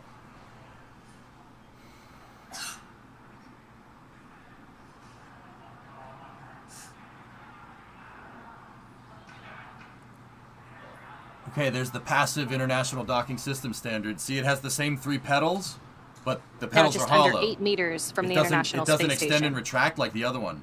Now, Alleviate, if you're still here, you want to learn a little bit more about docking. I know you were wondering. This is what That Dragon does is not seeing. extend. That's a What you passive see on screen IDSS. is the There's International active and Space passive Station IDSS. and the forward, Meaning the IDSS, one can node dock 2 to the port. other. or vice versa if they're both active. You can see there are a This bunch of gets lines docked too. Understand? around that frontmost ring. It's a That is passive where the international hard docking system capture standard. And then hooks will drive there's into your power place. plug. There's your power plugs right there. Right in the and center there. of that is the docking target. Copy 5. Yep, there's your targeting reticle. That's what Dragon's computers are looking Docking target is at. what That and Dragon that. is using to, again, help navigate it towards the International pretty Space dope, Station. dude. We just heard the call out that we're 5 meters away. This is a freaking amazing shot. Holy shnikes, this is cool. Bro, we're watching Dragon dock to the ISS like in first person view. Like I just want to point out the absurdity of that. Stand by for final dock. Copy, chop. Hands off point. Meaning don't touch anything. You're too close to the space station to screw with it. Watch. You'll see the springs on the ring absorb the boop. 3, 2, 1, and there's the springs. See the springs absorb it? There we go. There we go. Capture confirmed. Capture. Slightly ahead of schedule by about 30 seconds. Not bad. The big loop we see the same, soft capture 10 to 18 progress. Okay. So now they're going to retract the ring on the IDSS, the soft capture ring, and they're going to bring the mating surface of the docking port on the Dragon and the ISS together, and then they'll latch it. Contact confirmed at 3:32 Pacific time as the International Space Station and Endurance were flying 263 statute miles over the Eastern Caribbean. Now, we still have a few steps to complete before Dragon is like securely attached to the space Maybe station. actually a little less than that. Ring retraction in progress. Okay. Ring retraction is in progress. Call out of soft capture ring retraction. That should complete in about 4 minutes. And then about 2 minutes after that, the hard capture sequence will start. This is where the 12 hooks around the outer ring will drive themselves into place and really secure Dragon to the International Space Station. And then hard docking should be complete in about 10 minutes from now. It's a screw jack. That's right. Those 12 hooks will drive 6 at a time in 2 parts. And then to form the that end of it hard is on mate springs between Dragon and the International Space Station. I have a serious dumb question, Lol. So what's How is happening speed right now calculated with the for the soft capsule capture launch? ring Does it only retraction is calculate those pedals as part of the soft capture ring. They were extended, and again, that's what made contact with the International Space Station. They're effectively being pulled back into the Dragon, and because it's attached, the Dragon is now getting closer and closer with the International Space Station. Again, so those 12 hard capture hooks can set themselves in place, and then we have a nice docking procedure completed. They show us ground speed, boo. In reality, what they're using is accelerometers. It does look like we're over a handover period. We can't bring you guys the views, the amazing views of Dragon and the International Space Station. The telemetry that we're showing is ground speed. Trust me, we're going to get them back very soon. For now, this is a view of Mission Control in Hawthorne. We're working in tandem with Johnson Space Center in Houston to make sure that, again, these sequences, we're bringing the crew safely to the International Space Station. That's right. And again, if you're just joining us, contact was confirmed at 3:32 p.m. Pacific time as the International Space Station and Endurance were flying 263 statute miles above the Eastern Caribbean. Once hard capture is completed, I mean, boo, it's not like Dragon is firmly affixed to the International Space Station, but not quite able to exit the Dragon quite yet. There are still a couple of things that need to happen. The space between where Dragon's hatch is and the International Space Station hatch is known as the vestibule. Because they bring the two flange. It is unpressurized right now, so we got to make sure that we put air into it, pressurize it. That way it's safe for both the folks inside Dragon and the folks on the International Space Station. And there are a couple of procedural things that need to happen before we can open up the hatches on both the Dragon and the International Space Station side. That's right. So right now we have what's called a soft capture. Again, we won't have hard capture until those 12 hooks are fully driven in those 2 parts. 6 will drive at a time. Maybe The hooks kind of work like a. You ever put a tire on a rim on the tire super machine? eager to get out of Dragon and get, the things that latch to the rim. Enjoy the International Space Station and start their work. Kind of. They've been in space for about 21 and a half hours. The rim so on the hub. They separated from Falcon 9 yesterday night, but have been in orbit and going through a number of phasing burns to make sure that they can rendezvous safely with the International Space Station. In reality, the folks in the International Space Station themselves. Docking sequence is holding for MCS reconfiguration. Okay, they've retracted the soft hook. So they bring the two docking flanges together. So this is Dragon, this is the ISS, right? Now, if we go back a little bit here, let me go back a little ways.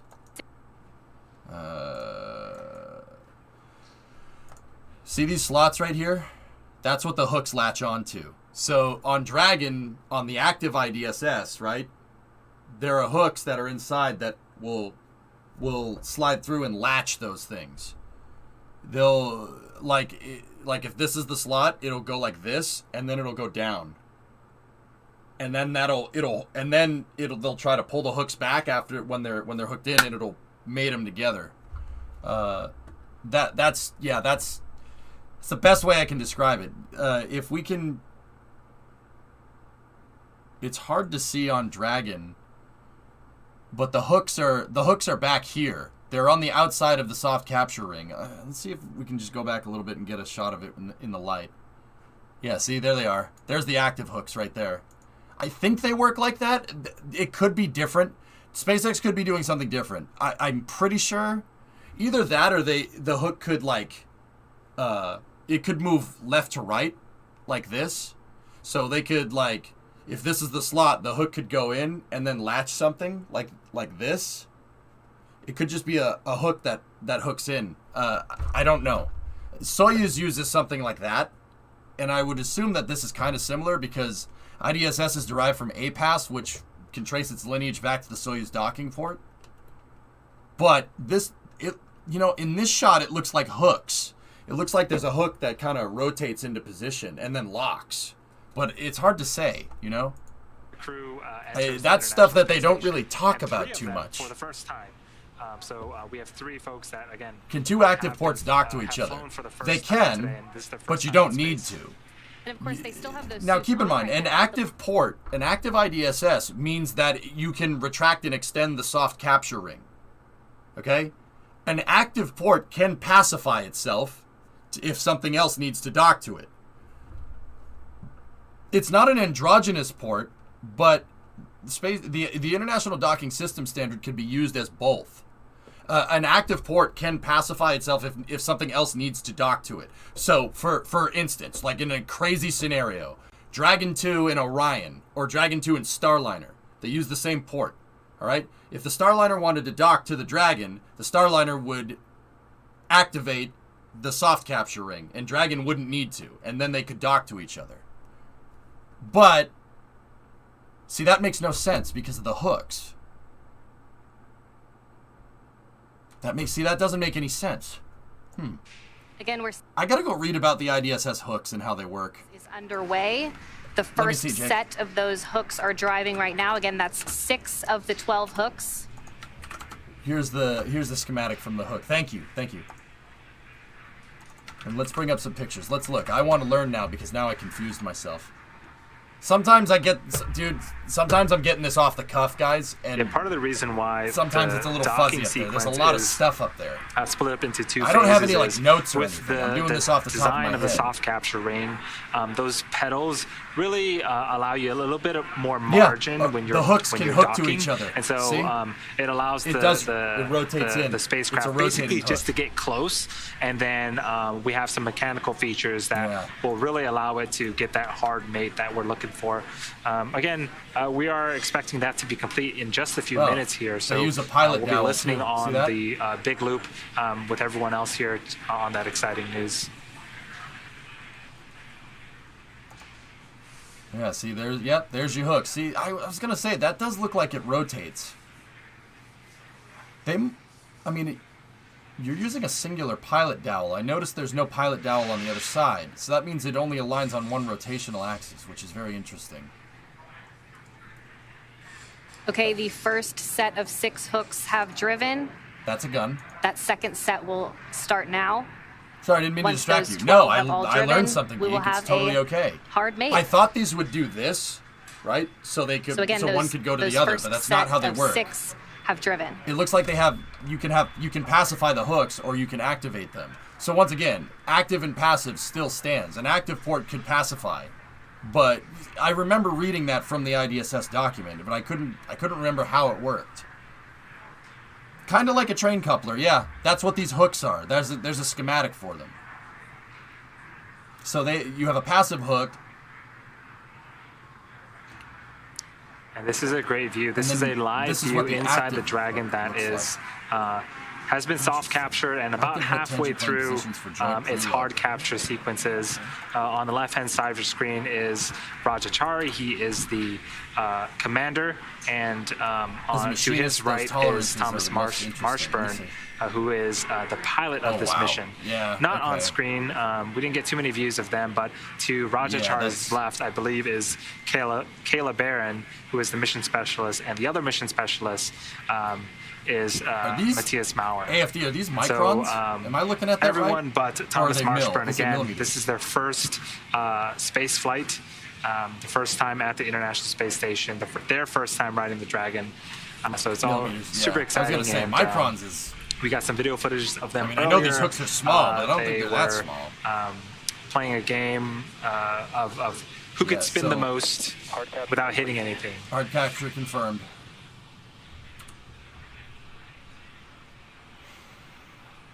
Tech drawings are in millimeter. Yep. Okay. So the big loop copy is hard capture complete. Crew visors are up, and we see soft capture stow and fires. All right. SpaceX copies. Let me see, Hired.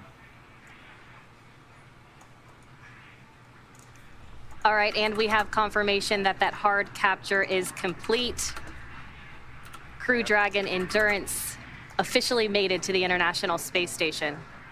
So now that Dragon has completed the docking sequence, the spacecraft must undergo a handful of checks before we are able to open the hatch. The crew on board Dragon will now get a chance to get out of their suits before moving on to hatch operations. Yeah, that's right, and things will be picking up inside the station too, so as NASA's like Mark Vandehei gets the hatch on the station side ready to be opened and starts pressurizing that area known as the vestibule between the Dragon and station hatches. So for now, let's go to Sandra Jones for a refresher on what's ahead now that Dragon is officially docked. They can do that. All right, sorry, Sandra. They can do that. Yeah, Dragon and Starliner can dock to each other. One of them would have to pacify its port. Basically shut it off. So yeah, they can dock to each other. Now, keep in mind, so I was remembering that correctly. I didn't get the hook mechanism right. Now, the one that's on the international docking adapter, which is this thing right here, IDA, which is what that docked to. This is a picture of that thing. This thing, ironically, was delivered by Dragon 1, which is kind of funny. This is a passive one. This doesn't have the soft capture mechanism on it. This is just designed to receive active ports, and that's it. That's what these schematics are looking at with the passive hook. But I don't see why two actives couldn't latch to each other. That's totally doable. I don't see why it couldn't happen. Because the passive hook would be over here, and then the active hook on the receiving port would be over here. So you can have a receiving docking port right here with an active and a passive hook, but no soft capture mechanism to save parts, right? Because the ISS isn't going to go fly and dock to something else. Most likely it's going to have stuff docked to it. So they probably made a passive version of it. That's the soft capture mechanism right there. See, it's on jacks, just like I was saying, and that's how they extend it. And these jacks are shock absorbers.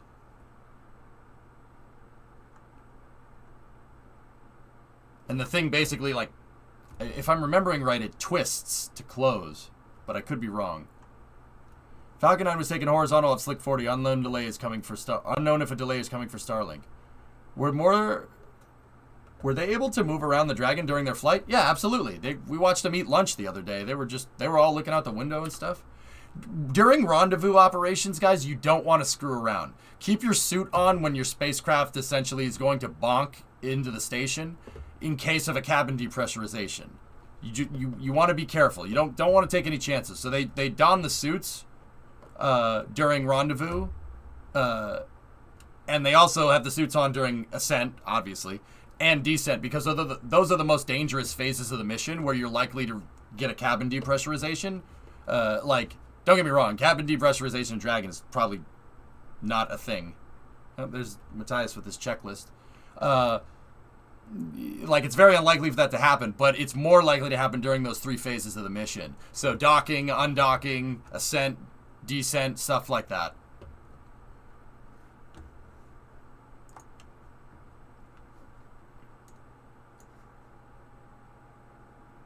Oh, how the docking system works. Yeah, there you go.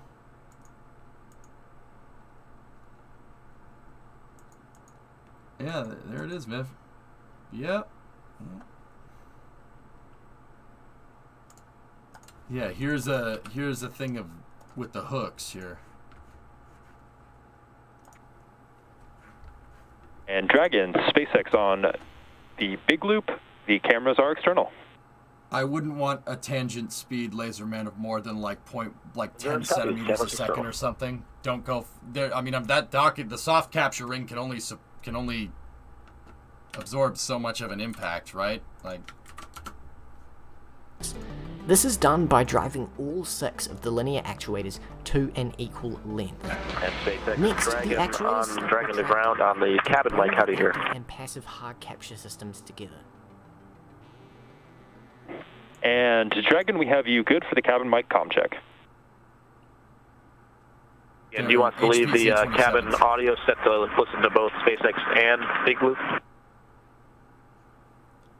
Here's a close-up cutaway look inside a hard capture latch pier. We can see one latch... And that is affirmative. Leave them both in that configuration. And the other latch made up of an opposite active and passive hook. And they latch like so, pulling together, and importantly, compressing the elastomeric seal between the 2 sides of the docking system. Yep. Yeah, there's basically an O-ring on the docking flange.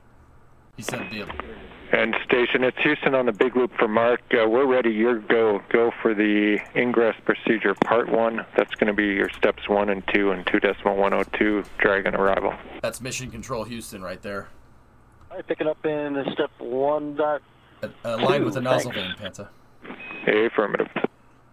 Each one has an active and a passive crownless, so you need active and passive hooks on either side, but you can have an IDSS with a passive soft capture mechanism. It's almost like this stuff is complicated. And those words between NASA astronaut Mark Vande Hei on board the International Space Station and Capcom Joshua Kutrick. Vande Hei is going to use a small valve on the station to introduce air into the vestibule, and teams on the ground and mission control will monitor the pressure and temperature to make sure everything is leak-free before we get ready to open up the hatches. We expect it to take about 2 hours to get everything pressurized and check out before we open up the hatches. Vande Hei has also already deployed umbilicals to connect power and data between the spacecraft in anticipation for hatch open. Is there a chance that the hooks could cold weld?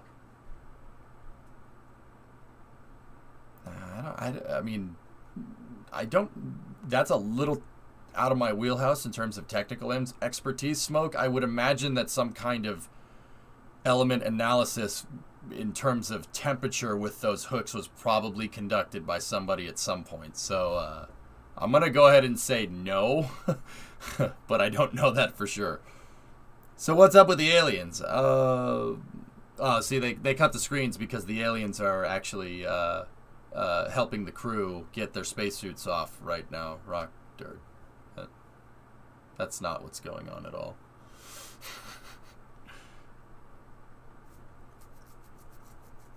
Anodization prevents cold welding, and most things in aerospace are anodized to achieve a certain hardness and roughness.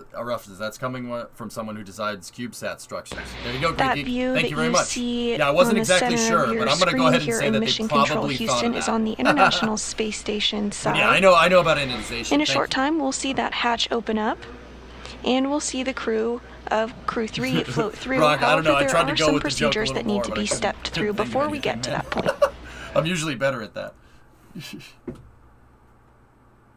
There was a TDRS handover, Crownless. NASA was handing over between relay satellites. That's when the screens flicker off and on here, guys, like that. That means they're reestablishing connection after they hand it over through NASA's tracking data and relay satellites, or TDRS, or TDRS for short. You'll probably hear them talk about it. It takes like 5 to 15 seconds, depending on which satellite it links up with. Basically, their satellites are in geostationary orbit. They're triangulated, so there's one every 60 degrees at geostationary altitude.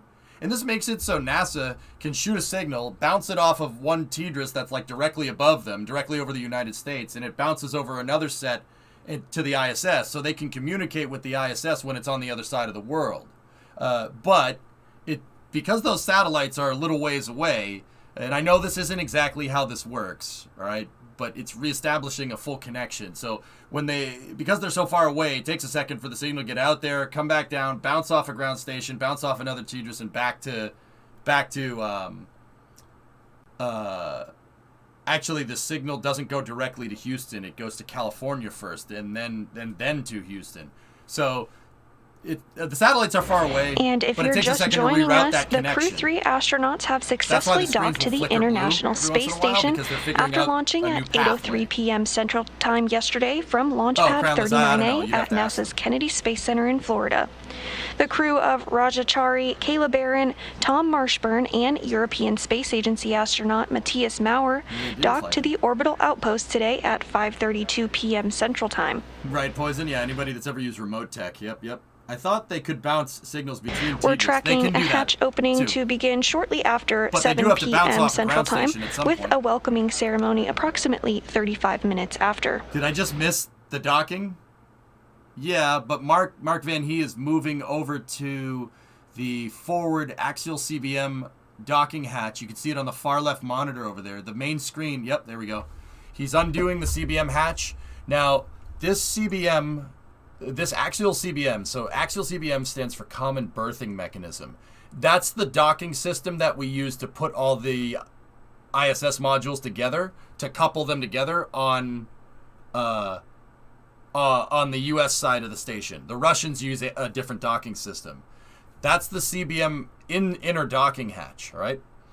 The outer CBM hatch is covered actually by this right here, right? There's a little tarp in the way. They covered it up because it has something attached to it. What is attached to it is what's called PMA2, Pressurized Mating Adapter 2. That's this thing right here. That's through the doorway. PMA2 is an adapter, pressurized mating adapter, that is pressurized, and it's designed for mating between axial CBM, or ACBM, and APAS 95, Androgynous Peripheral Attachment System. The APAS 95 port is the docking system that the shuttle used. Straight up, it's a shuttle docking port. Attached to the end of PMA2 is IDA2, International Docking Adapter 2. IDA2 converts APAS 95, the shuttle's docking port, to the International Docking System Standard. IDSS for short, which is the docking ports that we were talking about with those hooks a second ago. Now, why put adapters on adapters on adapters? It's more complicated to take it off and put a new one on than it is to just attach another adapter. So that's what they do.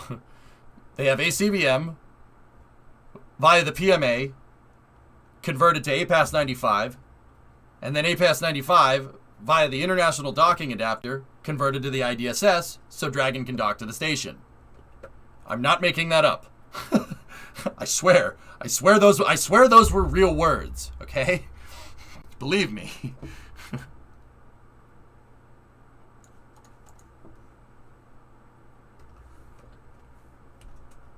Yeah, I know, You cut out Zuna. halfway through the transmission. You wanted some live or something? And repeating my call, but if desired, you can monitor some of the vestibule pressurization actions that Mark is performing on the other side of the hatch in Section 4 of 4.400. The pressurized mating adapter, the one that converts CBM to APAS, is pressurized, so you can use it for storage. 4.400, Section 4. That's usually what they do. There's nothing in it right now because Crew-2 was just attached to it the other day. It had a Dragon dock to it less than a week ago. A totally different capsule with a totally different crew, and then now they brought up another one. Now, the international docking adapter has a vestibule, and that vestibule is a little area between the APAS port and the IDSS. The IDA is basically a ring. It looks like a donut. See, it's hollow. So this pressurized vestibule area right here, see that? Or unpressurized vestibule area, they have to pressurize it. And that's what they're waiting on. They're filling this area up with nitrox. And then, once they fill up the nitrox, and they figure that the pressurized mating adapter pressure, so the pressure inside of the ISS, the pressure inside of the vestibule, and the pressure inside of Dragon, once they confirm that all three of those are the same pressure, and on the right-hand side of your screen is a view of mission control in Hawthorne, where flight controllers will look after the Endurance Dragon and its system.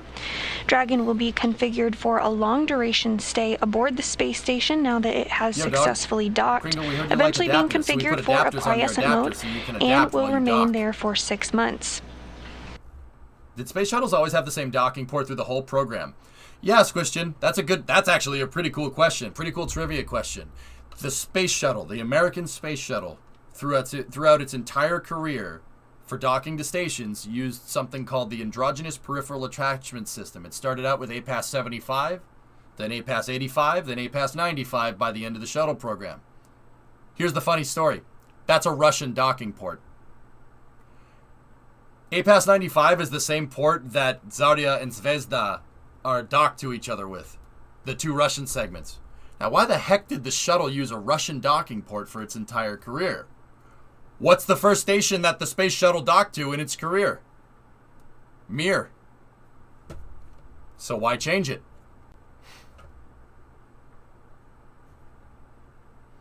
Yeah, they literally copied the American space shuttle used Buran's docking port for its entire tenure. An APAS 95. That's what Buran was supposed to dock to Mir with. Station on 2. They just, after the Cold War, they just said, you want to dock to our station, just use this. And NASA said, all right. Houston copies 11:58. Thanks. We'll call you when the leak check's complete. They're doing the leak checks now. The American space shuttle flew its entire career with a Russian docking port. Yep. Every station that it ever docked to used a Russian docking port. It's a good question, Squish. Vanda High has successfully opened up the large hatch at node 2 forward, giving him access inside the pressurized mating adapter, which you see on the right-hand side of your screen there. He's working to pressurize the vestibule, which is the small space between the hatches on Dragon and the space station. That's not the only time because this was exposed to the vacuum of space prior to docking, he'll need to fill it with air to make sure the pressure is nearly equal to that of the International Space Station and the Dragon. The vestibule is behind that hatch right there. He's using a small valve on the station to introduce air into the vestibule, and teams on the ground in mission control will monitor the pressure and temperature just to make sure everything is leak-free before we get ready to open up the hatches. See, they're using this area for storage. See all the stuff? On the ISS, because it's in space... We'll likely hear some of those calls from the ground to the space station as vestibule repress continues. There's no ceiling, so you could just... Every surface is the floor, so you could just put stuff all over. You put stuff all up the walls. You can put stuff on the ceiling, right? Put it everywhere. Much more space when you can utilize all the surface area of the volume that you're in. How many times has the Russians tried to do a barrel roll with the ISS so far? Yes. Hey, Louis, what's going on?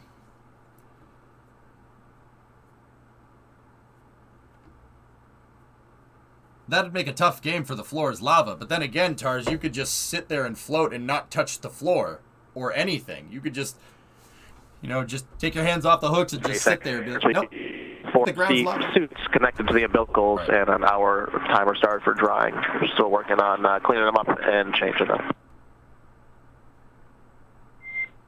And copy that. I have started a 1-hour timer myself. One request while we are in this configuration for Tom and Seat 3.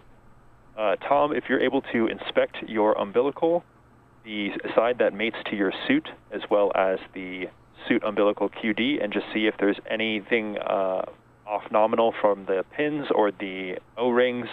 Just trying to do a little more troubleshooting from the wind noise earlier during the approach phase. Tom's suit attachment system to Dragon was acting up a little bit earlier. They're trying to figure out why. Copy on Dragon to ground. We'll take a look at both sides of the connector. He attached it and it went. Copy. Thanks, Roger. And then he kind of pressed on it a little bit and the hissing stopped. So they're trying to figure out why that hissing happened. It wasn't any cause for concern. They docked to the station just fine. How many orbits did Baran's test flight complete again? I think it was 2. How you been? I'm good, Louie.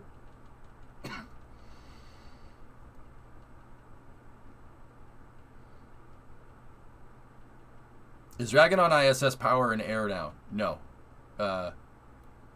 Not yet, Flecken. Not yet. Power, maybe. I'm not sure at which point the IDSS, when you dock the IDSS, does it pick up on the power? They probably have to do some manual configuration for Dragon to shut off its solar panels and tell it that you're plugged into the ISS now. But knowing SpaceX, who's obsessed with automation, it might just do it automatically. It really depends. I mean, if it was me, I'd probably have it do it automatically, and then I'd probably have a step on the checklist to have the crew ensure that it's, you know, the solar panels on Dragon are in fact off.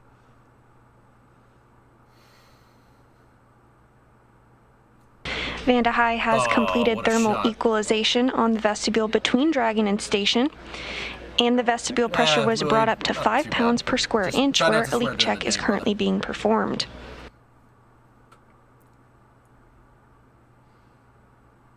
Well, Louiso, the docking port has actually plugs attached to it, which is these things right here. See? It's an outlet. So when the docking port attaches and the hooks attach, it plugs the capsule into the station. It's just a byproduct of docking. That was, I mean, not a byproduct. That was designed like that on purpose. See? That's a plug. See how one's longer than the other? One's sending and one's receiving. At least I think. I think that's how that works. I'm learning a lot about the IDA today, I'll tell you that. I won't get this wrong next time. We've been pretty lucky with our external camera views so far. This view is from the Japanese exposed facility pointing at the forward end of the International Space Station, where Dragon is currently docked with the Crew-3 astronauts on board. I wouldn't know anything about that, Synerd, but yeah. Then it can have a relay to switch power. Pointing your time. Yeah, maybe. Who knows? I don't know. I'm not sure. Like, once again, knowing SpaceX, I wouldn't be surprised if it was automated. But, knowing NASA, I'll bet you it's automated, but the crew has to double check just to be sure. I'll bet you that's how that works. that sounds right. But, and you know, Occam's razor and all, I guess. Who told me to see their last? Sorry, I'm talking too much, guys. Will SpaceX do the same thing that Soyuz did in orbit before docking? No Soyuz has ever docked on the first orbit, Gene. If you're talking about a quick rendezvous, they have to prove that Dragon is reliable enough to be able to do a maneuver like that, and that's going to take time, so maybe someday. They use UTC on the ISS, Elak. Yep, I'm just scrolling up through chat, guys. I'm making sure I got everything. I just came in. Why would you want the solar panels to be turned off? So you don't degrade the solar cells so the capsule can last longer? And the ISS has bigger solar panels on it. It's basically so they can put Dragon into a standby state, so they don't drain the batteries, dude. Nuclear. Think about it like this. Here comes the car analogy. SpaceX Endurance on the Dragon and ground. We've inspected both the umbilical side and the suit side, and also the other ports as well. Every O-ring is intact. There are no cuts. There's no FOD. And the electrical pins as well. We don't see any damage to those. And so to describe a little bit better what I at the time was that when I leaned forward when we were having the wind problem, I felt the wind sound cut out. So I pressed down on the umbilical mate on my right thigh, and that went away. I did not feel a click or any change, however, but it did go away at that moment. Yeah, it just didn't seat right. That's all. It's not a big deal. Okay, copy, Tom. So you inspected all the umbilicals, pins, and O-rings and identified nothing off nominal. And from the event itself, when it did occur, when you leaned forward to press your umbilical to your suit QD, that's when the noise went away. And then when you got back, it did not, the noise was confirmed to go away. Is that a good readback?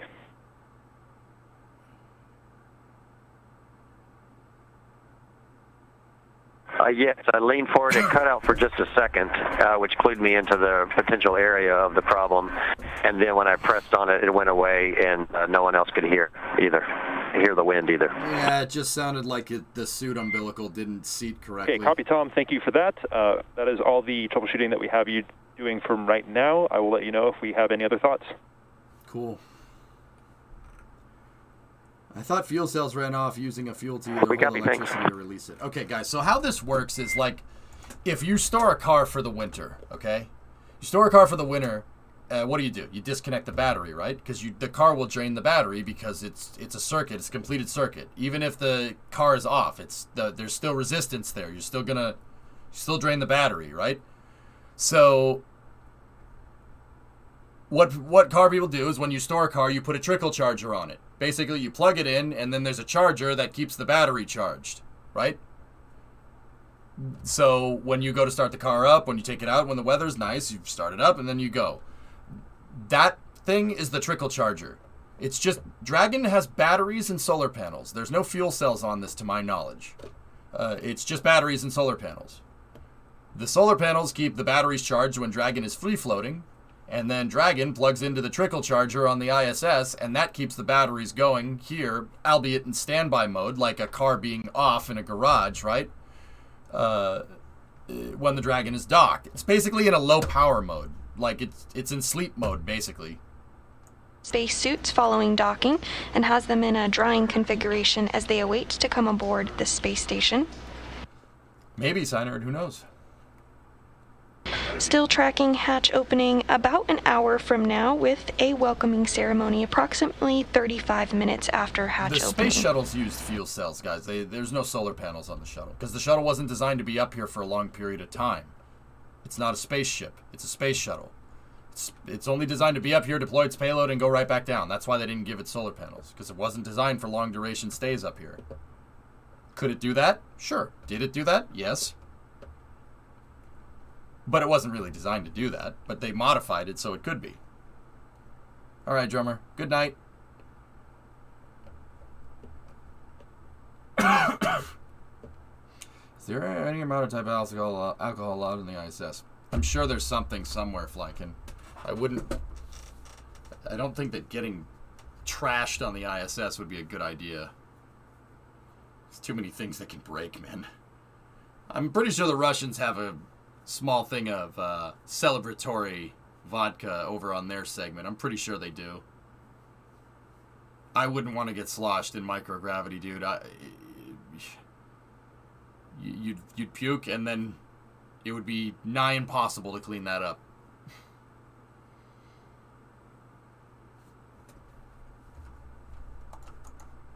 Yeah, and then it would get into the air filters, and somebody would have to go clean puke out of the air filtration system. Yeah, let's just not do that. Because that would suck. That would just be terrible. Oh, we got an interior shot. There's Mark. Mark. Sorry. We just had a great shot of NASA astronaut Mark Vande Hei as he continues to step through Mark, where are you procedures ahead taking of us? hatch opening. Mark, put us down. Mark, put me down.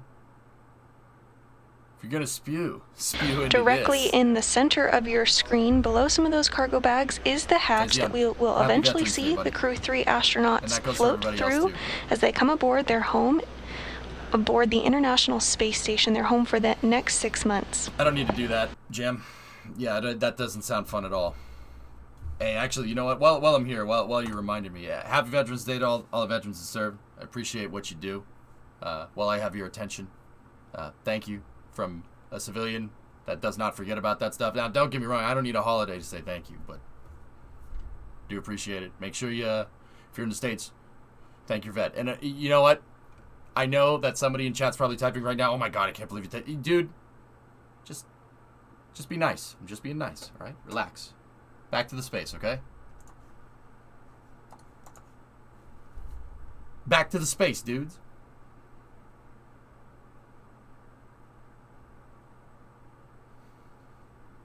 Yeah, Zuna. Yeah, getting sloshed on an airplane is bad. Can you imagine in microgravity? That would be horrid. I don't... No. I'm getting nauseous thinking about it. Work continues to pressurize the vestibule, which is the small space between the hatches on the Dragon and space station.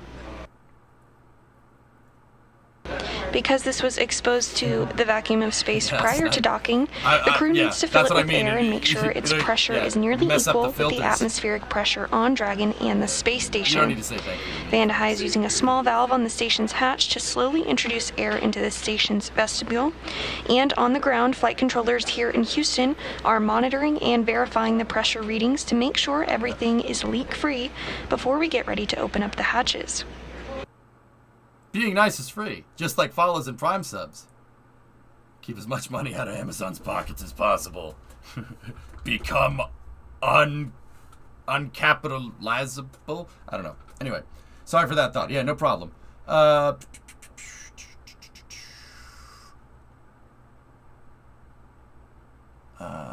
Squishin, the international docking adapters were brought up by cargo dragons. Yeah.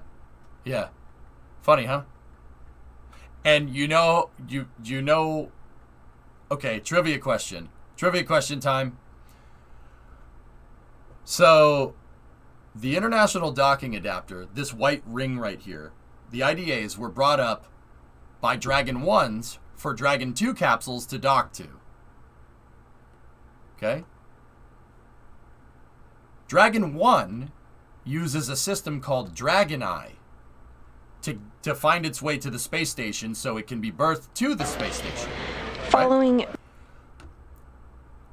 What rocket delivered the Dragon Eye system to the ISS to be installed on it so Dragon 1 could get to the ISS?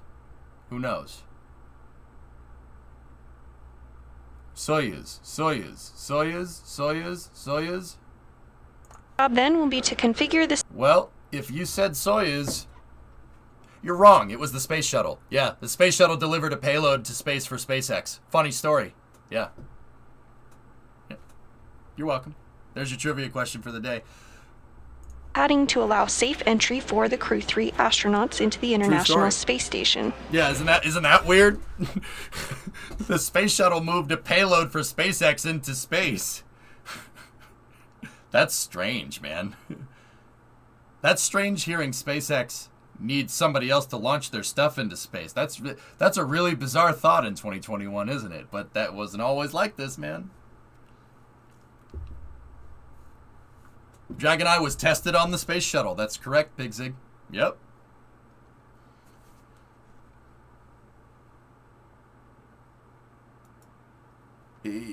From what Charlie Dukes said when I talked to him, Jackery, you adapt. E.G. Yep, there you go.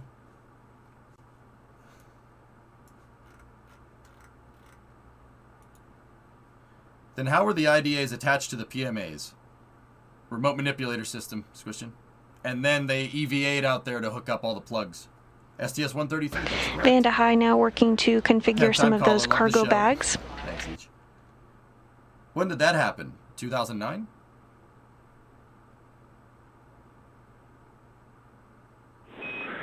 And Endurance End Station, Houston, on the big loop. No reply needed, but just be advised we're configuring hardline, so we'll be down big loop audio just for a few minutes here as we get hardline in place.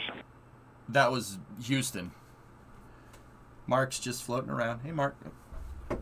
Mark, Jesus Christ, man. Distancing. I'm moving over here. I'm over here now. Get away from me. Expedition 66, Flykin, the 66th crew to rotate off of the on and off of the ISS since perpetually 24/7, 365 human presence in space since 2000. Chat is on the screen. Why, chat? Why you do this?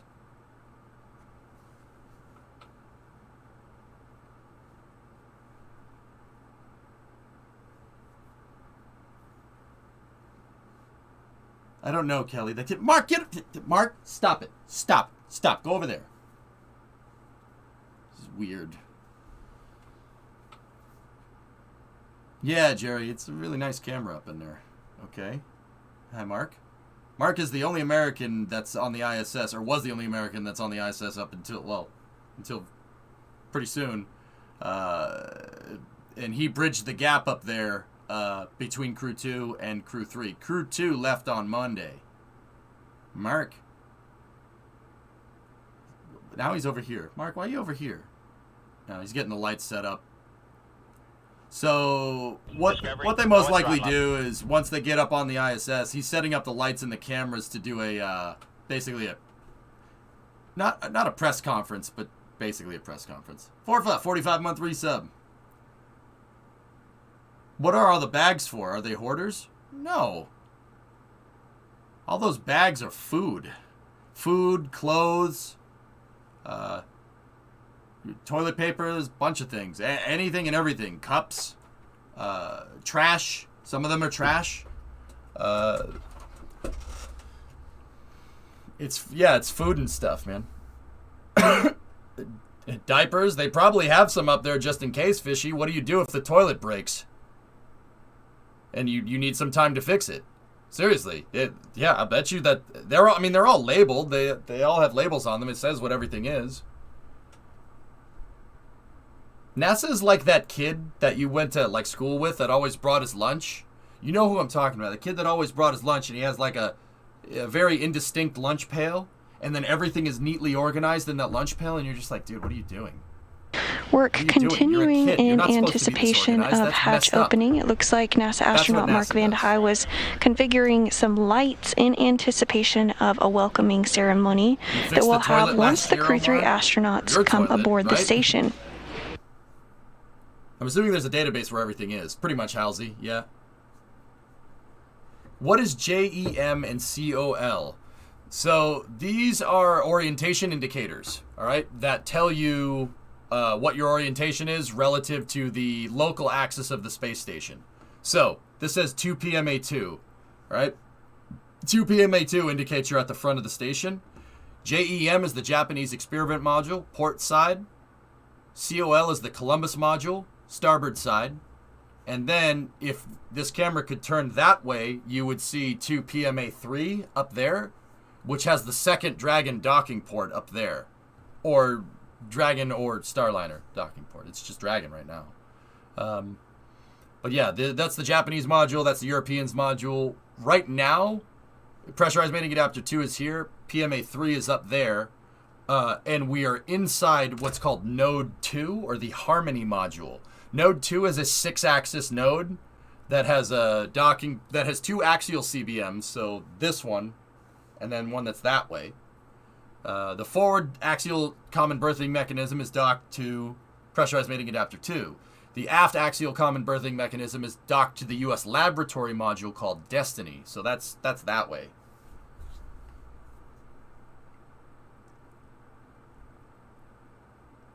Interesting, Crownless, yep. What's at the Harmony Nadir? Down there, I don't think there's anything docked down there right now. But that camera, it was over here, pointed this way. This is PMA2. That hatch that said 2 PMA2 is right here. We're looking at, this camera view was looking this way, and now we're looking at Dragon from the side. Docked to the orbital outpost, which happened PMA2, a short time ago IDA2, at 5:32 p.m. Central Time. Endeavor. Or Dragon Endurance, excuse me. Endeavor just came back down. Inside the space station, NASA astronaut Mark Vande Hei is making incremental steps toward hatch opening, Not yet, now slated for a little under an hour from now. PMA2, Mark, what is that? Okay.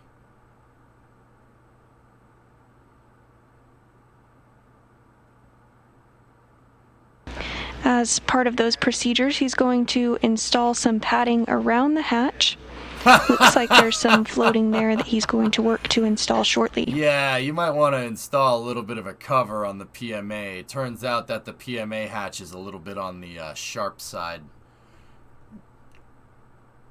The reason why they did this, the reason why they installed these covers on the docking ports, during DM2, when Doug Hurley came through PMA2 up into the ISS, he bonked his head and cut the top of his head open on this thing. Yeah, don't get me wrong, he was fine. Yeah, that's why they put the cover on, so you don't bonk your head on this thing. Hey, to his credit, the PMA wasn't, the hatch wasn't all the way open. It was like 98% of the way open, so he couldn't see it. How sharp is it? Well, boo, it's sharp enough to cut you if you bonked into it like that. Hatch mating surfaces and airlocks and doors usually are very sharp. There's usually very small tolerances involved there to ensure a clean mate between the two surfaces. Basically, you don't want anything getting caught in there, so they're usually really sharp and really clean. Yeah, that's right, Hellfish. Yeah, bleeding in space is not ideal. You don't want that. So he was like, during the press conference, he was like, hey, yep, nope. I'm good. Yep. Hey, how you doing? You know, like... BJ gifted a sub. Thanks, buddy. Forfa had a 45er in there, too. Thank you very much.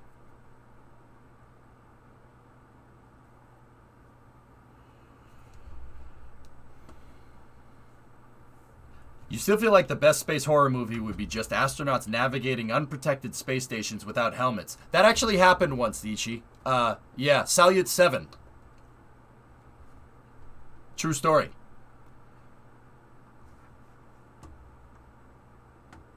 Yet another safety procedure written in... Yeah, that's right, Jim. Can this hatch open from the exterior if there's nobody inside the ISS? Yes. How do you think they got into the space station? They didn't launch people up on the modules. Well, that's not entirely true. Long story short, you can. Yeah, they didn't launch people up inside of the space station modules, but they did launch the modules with the pressurized mating adapter attached to it. Endurance and station, Houston on the big loop. We've reconfigured for hardline audio, requesting a comm check. Let's go with Endurance first. How do you hear?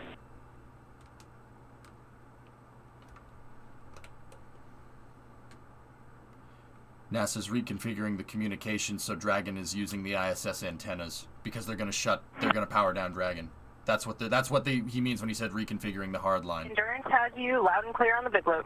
Either that or NASA is controlling some people inside and the Endurance, Matrix. Houston has you loud and clear as well. Station Good to hear you. Loud and clear on the big loop. Hey, Mark. Station, we hear you loud and clear. Everyone's 5x5 on the hardline big loop. Thanks. Odd question. What do you think the next advancement And SpaceX has station and Endurance 5x5 on the big loop. Most likely more automation, Hellfish, if I had to guess. Basically making something routine and normal. It's not that... There's only so many ways you can dock two spacecraft together, right? It's like playing ball in a cup. There's only so many ways you can make that happen, right? My guess is that the next thing would be automation. So something that you could just... It'll lock in and it'll handle everything for you. I mean, which is basically what they're doing now. Basically what it is now. But I'm talking like when you see two spacecraft dock in a sci-fi, it's like the thing immediately attaches and then immediately pressurizes, right? The like the pneumatic noises and all that. Probably something like that if I had to guess. If I remember right, doesn't the Japanese HTV birth to the Harmony module? The HTV and Dragon 1 Squishchin both used common birthing mechanisms at the top of the vehicle. Dragon 1 used CBMs. Dragon was basically a space station module with a heat shield attached to it, with RCS. Yeah, it used the CBM. So does Cygnus and the HTV as well. They all use CBMs. Well, now what's a common birthing mechanism? Well, common birthing mechanism is basically just the hooks. That's it. Remember, we showed the IDSS a second ago, and the IDSS has the active system, and then it has the passive system, and then it has the hooks on top of that, right? CBMs are much more like this. They're just... Work continues to pressurize the vestibule, which is currently at vacuum. It was exposed to the vacuum of space and needs to be pressurized before the crew aboard Endurance can float through the hatch. You use the arm to kind of align the pedals, and then the arm just holds the two modules in place, and then they you can see the A-Pass hatch, which is the androgynous peripheral assembly system in your screen there. It's surrounded by some cargo bags, pretty much dead center. K-Mir, the reason why they take so much time to pressurize such a small area, the vestibule is like not very big. You ever go to like a barbecue or something and they have all the cold snacks inside of one of those big buckets that's like maybe a meter wide and like maybe a meter tall, like, you know, those big buckets? Looks like a trash can that's cut in half almost. That's about the size of the volume of the vestibule.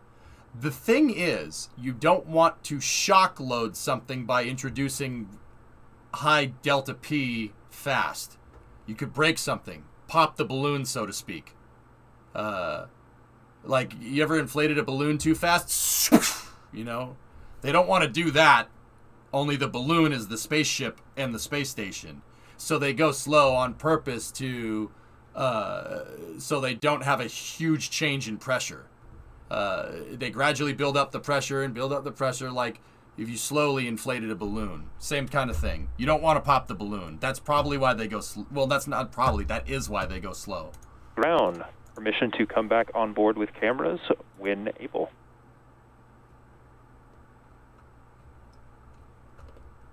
Expansion on the metal, rubber O-rings, sealing mechanisms, hammer. Literally, you don't want to pop the balloon. 2 more minutes, please. And no rush, Kayla. Yeah, just wanted to check in. That's cool.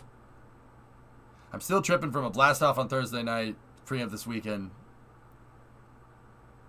Yeah, dude. The frequency of launches is high. SpaceX already has another Starlink mission ready to go. They did static fire it this morning, and the static fire seemed to be okay. But they did take it off the pad, which usually means that it wasn't okay. But we don't know. We haven't heard an update from them yet. Throughout our coverage, we'll be taking your questions live and answering them on air. If you have a question for us, use the hashtag AskNASA to submit it. We did get a question from Steve who wants to know over which area of the Earth will docking take place. Well, as you can see, Endurance is already docked to the International Space Station. That docking took place at 5:32 p.m. Central Time, while the International Space Station was flying 260 statute miles over the Eastern Caribbean Sea. Yeah, you don't want to increase it too fast. Exactly, Hammernails. Yeah, it's called shock loading, but you're shock loading with a pressure change. Yeah, that would be bad. Don't do that. I guarantee you that none of that stuff in there is designed to do that. It's designed to be inflated slowly or pressurized slowly, not inflated. I'm still on my balloon analogy.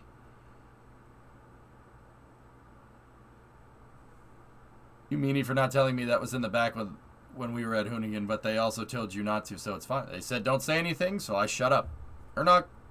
When people tell me to not say something, and if you're wondering where the International Space Station is currently flying, it is flying off the southern tip of Australia, 269 statute miles high at a velocity of 17,500 miles per hour. That means... Anybody know what these are? T275W, T041W, T174W. What are those things? What are those? Anybody? That's TDRS. That's NASA's communication satellites. The numbers that are next to those indicate their latitude. 275 west, 41 west. Wait, no, that can't be right. That could be its slot. I'm not sure though. Now that I'm thinking about it, nope. EJ's misremembering again. I don't think that's what that is. It could be though. And then all those yellow circles up there at the top are Russia's ground tracking stations. Those are all the tracking stations up in Russia. I forget if that's correlative to its slot because they're in geostationary. I know that satellites that are up in geostationary orbit, there are different orbital slots around there. Like there are different parking spaces for satellites, and the parking spaces are correlated to longitude, the longitudinal axis system on Earth, right? Hey Badger, what's going on? So I'm not exactly sure. See, the reason why is it doesn't make sense. The numbers don't make sense. One of these would have been in the Eastern Hemisphere. So it should have been T041E, right? Like, they all had a W prefix on them, so I'm not 100% sure. Can we see them on stuff.space? Yeah, sure. Of course you can. Down here is the South Atlantic anomaly. That's a spot where Earth's magnetic field starts to hit the atmosphere. The SAA's shape does fluctuate over time. Sometimes it's small, sometimes it's big. You can see the ISS tracking location over here. Obviously, there's nothing else. There's no Dragon because it's just the ISS. Downlink. All right. And words backwards. That's perfect, Mark. Thank you. Okay. So we're coming up here on repressurization. They should be opening up the hatches sometime soon here. And with those words, we did just get confirmation that there was a good leak check. So next up, the pressure will be brought up and equalized to that of the pressure inside the space station. Anyone know if they're using Microsoft Windows at the control station? Mission Control, I think Additionally, they do use we Windows. heard some words about some slight Linux. camera adjustments for an upcoming welcome ceremony that will have about 35 minutes after hatch opening. Naz! Discovery, go at throttle up. Gifted some subs there. Gifted 2 subs. Thank you. Mark is still floating around in the station there. Discovery, go at throttle up. Yeah, it looks like they got barometers there. It's probably a good thing to have around. Manual barometer. There's the IDA control panel right there. You can tell it's the IDA control panel because of the way it is. Discovery, no, International Docking Adapter You're free to come back on board. Control panel. Hey! Egan gifted out 1 sub, and then Predominant Grim, you gifted out 10. When we're back Thanks, on board. man. Hey, that's a lot of subs right there. See if the weather's going to change. That's right, Opie. I mean, there is space weather, but it doesn't really have much to do with pressure. I mean, it kind of does, but they're mostly worried about getting fried by radiation. Yeah. Or meteor showers. Yeah, that also would be bad. That's a lot of subs. That'll be $8, baby. You want fries with that? I'm sure it's a NASA proprietary program that's running on Windows, long live. I don't think they're using, like, Microsoft SAM for text-to-speech or something, right? Like, John Madden. Don't forget the lizard people. I don't know what you're talking about. Thanks for those gifted subs, dudes. I really appreciate it. It's their own software, but it was designed for Windows XP. Can we just, Nasman, can we just pretend that at least they're on the most current version? Can we just pretend?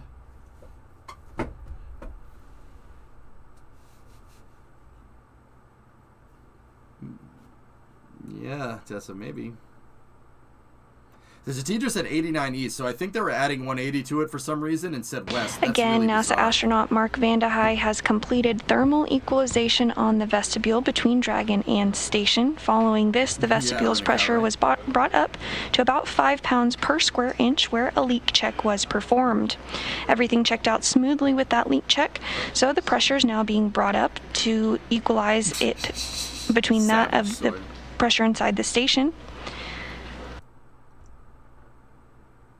Once pressure is equalized and after a couple more checks, Vande Hei will be given a go to open up the station side hatch, the A-Pass hatch. Once that's open, he'll be able to see the crew inside Endurance. That's the pressurized mating adapter. It's bent down. His main job then will be to configure the station side hatch, which is currently configured with a docking target, which is just a small rod with an X on the end that provides guidance for the Dragon during its approach to dock with space station. He'll remove that target and provide padding to allow safe entry for the Crew-3 astronauts into the space station. If I show you the, like, I can We're sit here and still explain targeting it, or I a can just show hatch you the opening picture. shortly after 7 talking p.m. about? Central Time, as well as a welcoming ceremony to begin approximately 35 Why is minutes only one after guy hatch doing all opening. this? He's the only American that's up there. Mark is the only American up there, and he's up there with 2 Russian cosmonauts, Peter Dubrov and Anton Skeplerov, who's commanding the station. Anton and Peter will head over, and they'll help him out. But during docking operations, they usually shut the sides of the space station off. compartmentalize it out. They shut some of the hatches sometimes. I don't know if they did it this time. I know they did it last time, but yeah, if I could, yeah, that should make sense why it's bent, so the shuttle could see the docking port. You can see the docking port down here. The shuttle has 2 more windows inside of the payload bay. They could actually watch it. They could actually look physically and see the thing dock, and then look at the space station at the same time. The docking port operations panel is literally right behind this window. It's right there, kind of in the center, and it actually yells center at you, which is funny.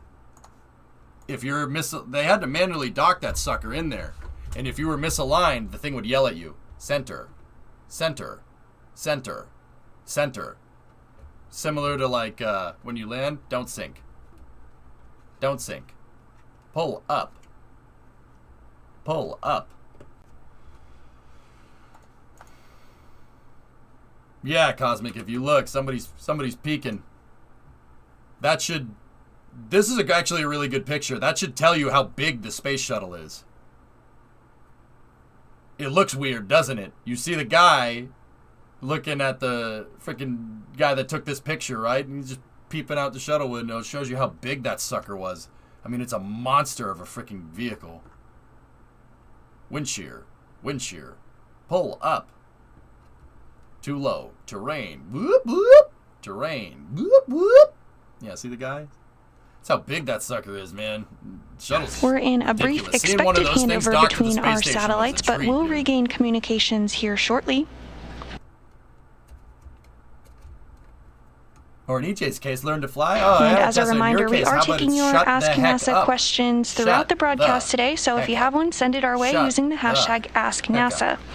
Our next question comes from Carrie, who wants to know, do they get to watch any TV shows or movies on their downtime aboard the space station? This is a They great should, question, Kristen. Carrie, I and agree. yes, indeed, the crew members do get to watch TV and movies. They can be sent up from teams on the ground. In fact, last night, NASA astronaut Mark Vande Hei stayed up a little bit past his bedtime so that he could watch his crewmates launch A lot of to the coffee space gets station. consumed in this room, So if you Kristen. watched our broadcast last night, you were watching it alongside an astronaut. coffee. Now those crew members have successfully arrived to the International Space Station, and we're looking forward to hatch open in less than an hour from now. How far do you think we can fly out to and come back? Rock, the furthest that humans has ever been from Earth is the far side of the moon on Apollo 10. That's like, I don't know, 280,000 miles away from Earth's surface. That's a long freaking way. Those guys came screaming back. Can you imagine falling from 200 and, like, I don't know if it was 280,000 miles. It may have been 280. It might have been more than that. I forget. Apollo 10 was the furthest people have been away from Earth in terms of straight distance. Can you imagine falling from 280,000 miles? Because that's what they did. They hit the atmosphere going 25,000 miles an hour. The fastest humans have ever been. No one's going to break that record. No one has broken that record for 50 plus years. They were going 25,000 miles an hour. It's the fastest people have ever been relative to like Earth's surface. No one's ever gone faster. Soon, though.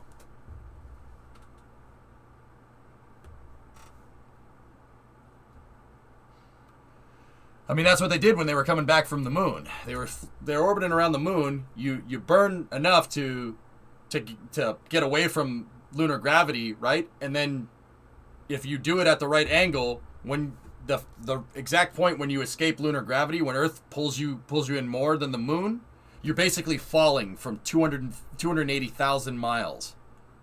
Yeah, Earth will just pull you back in. Yeah, it's crazy. Your potential energy is at a maximum up there, and all of it gets converted to kinetic energy, and then you hit the atmosphere. Yeah, a lot of G-forces involved. Hey, Mock, what's going on? License plate 25K club. There's only 3 dudes that can have that license plate, geek. 2 of them are gone. John Carmack's take on spin launch ender. I can see that link. What do we got? And Dragon, no response required, but cameras are internal. Okay, they have the cameras in the capsule on. The reason why we haven't seen much interior for the capsule is because they're taking their spacesuits off. Nobody wants to see that. Endurance copies. Well, I'm sure somebody does, but NASA doesn't want to show that. Out of astronaut dignity. Go at throttle up. Hey, Stormy, what's going on?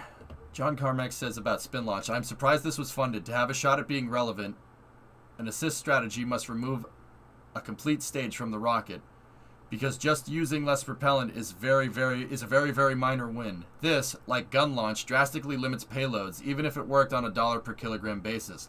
It's basically what I said yesterday, Ender. Again, with that call, we may be getting some internal views inside Endurance here shortly. It's a great picture. The crew has doffed or taken off their spacesuits as they are no longer needed for this portion since they've arrived to the International Space Station. Bad hellfish. How far away is Mars? Oh. Discovery, go at throttle up. A couple million miles away, Rock. Keep in mind that distance changes because Mars is in a higher orbit than we are relative to the Sun. Mars is altimeter. This is not how it's said in orbital mechanics, but For tracking purposes, Endurance, we're on partway through section 5 of 4.012 for the docking, and then in 4.400 we're working on section 3 now. 4.400.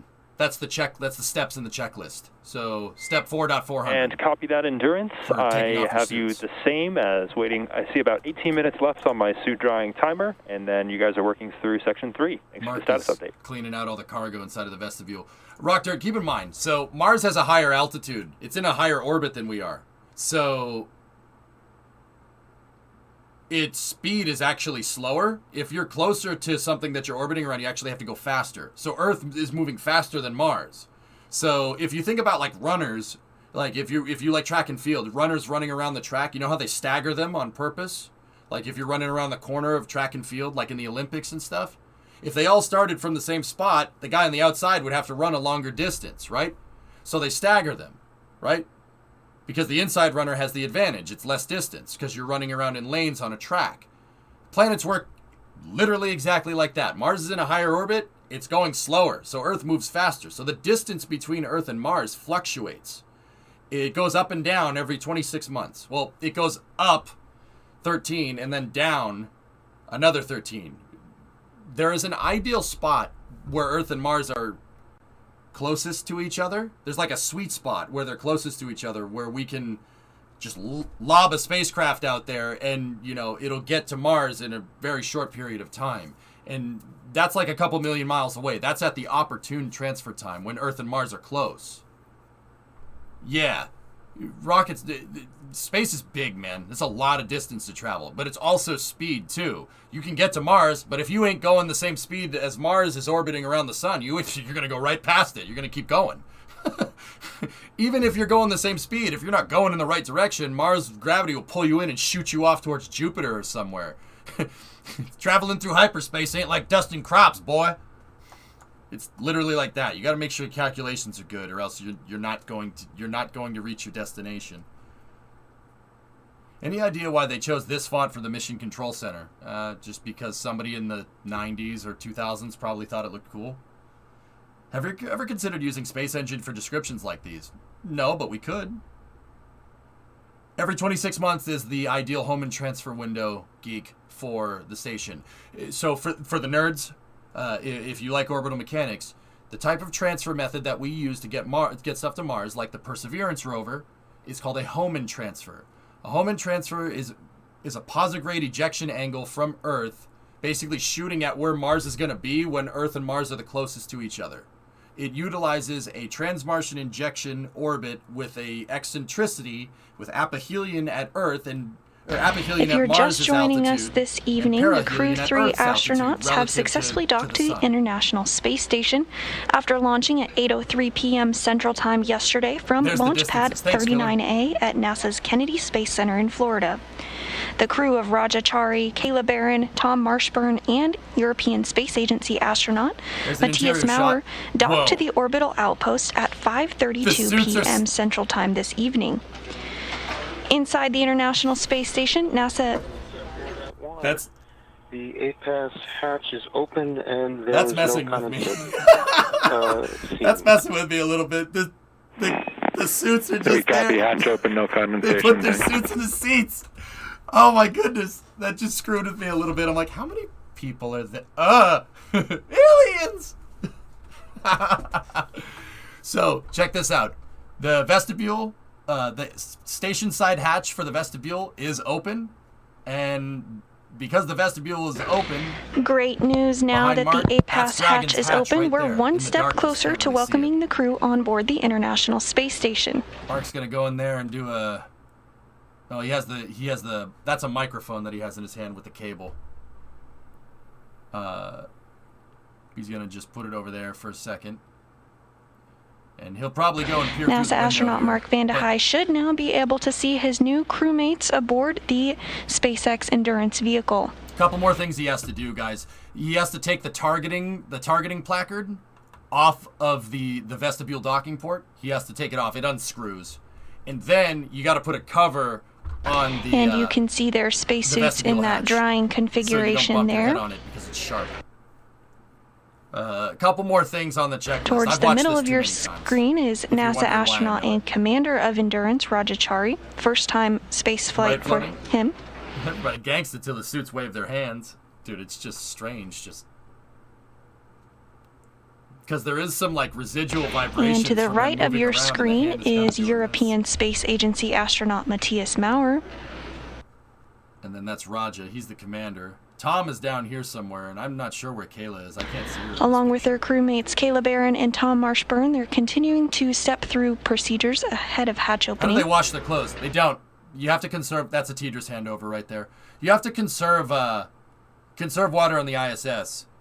Keep in mind, there's no dirt up there. It's a very clean environment. And we so your are clothes in don't a brief get dirty expected as quickly handover as they period do up between our down satellites, but we'll regain video and communications But, here shortly. They like all those packages have all their clothes on it. Yeah, it doesn't make sense to wash them. What they could do is with the dirty clothes, they could put them in basically a gym bag and have them ride back down on a Dragon or something.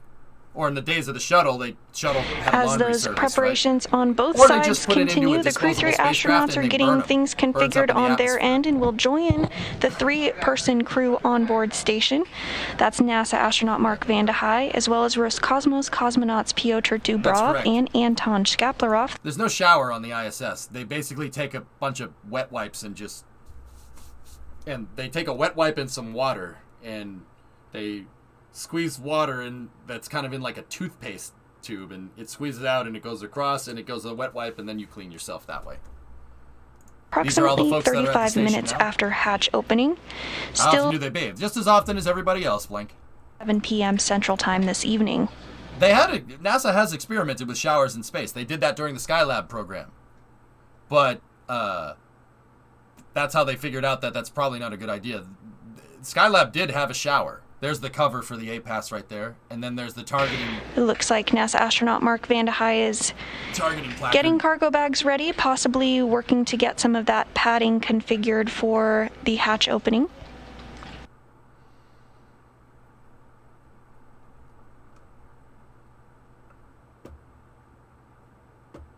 That's right, floating. Yep, you got it right. The shuttle, they could bring him back down on the shuttle back in the day, but that was only once every so often.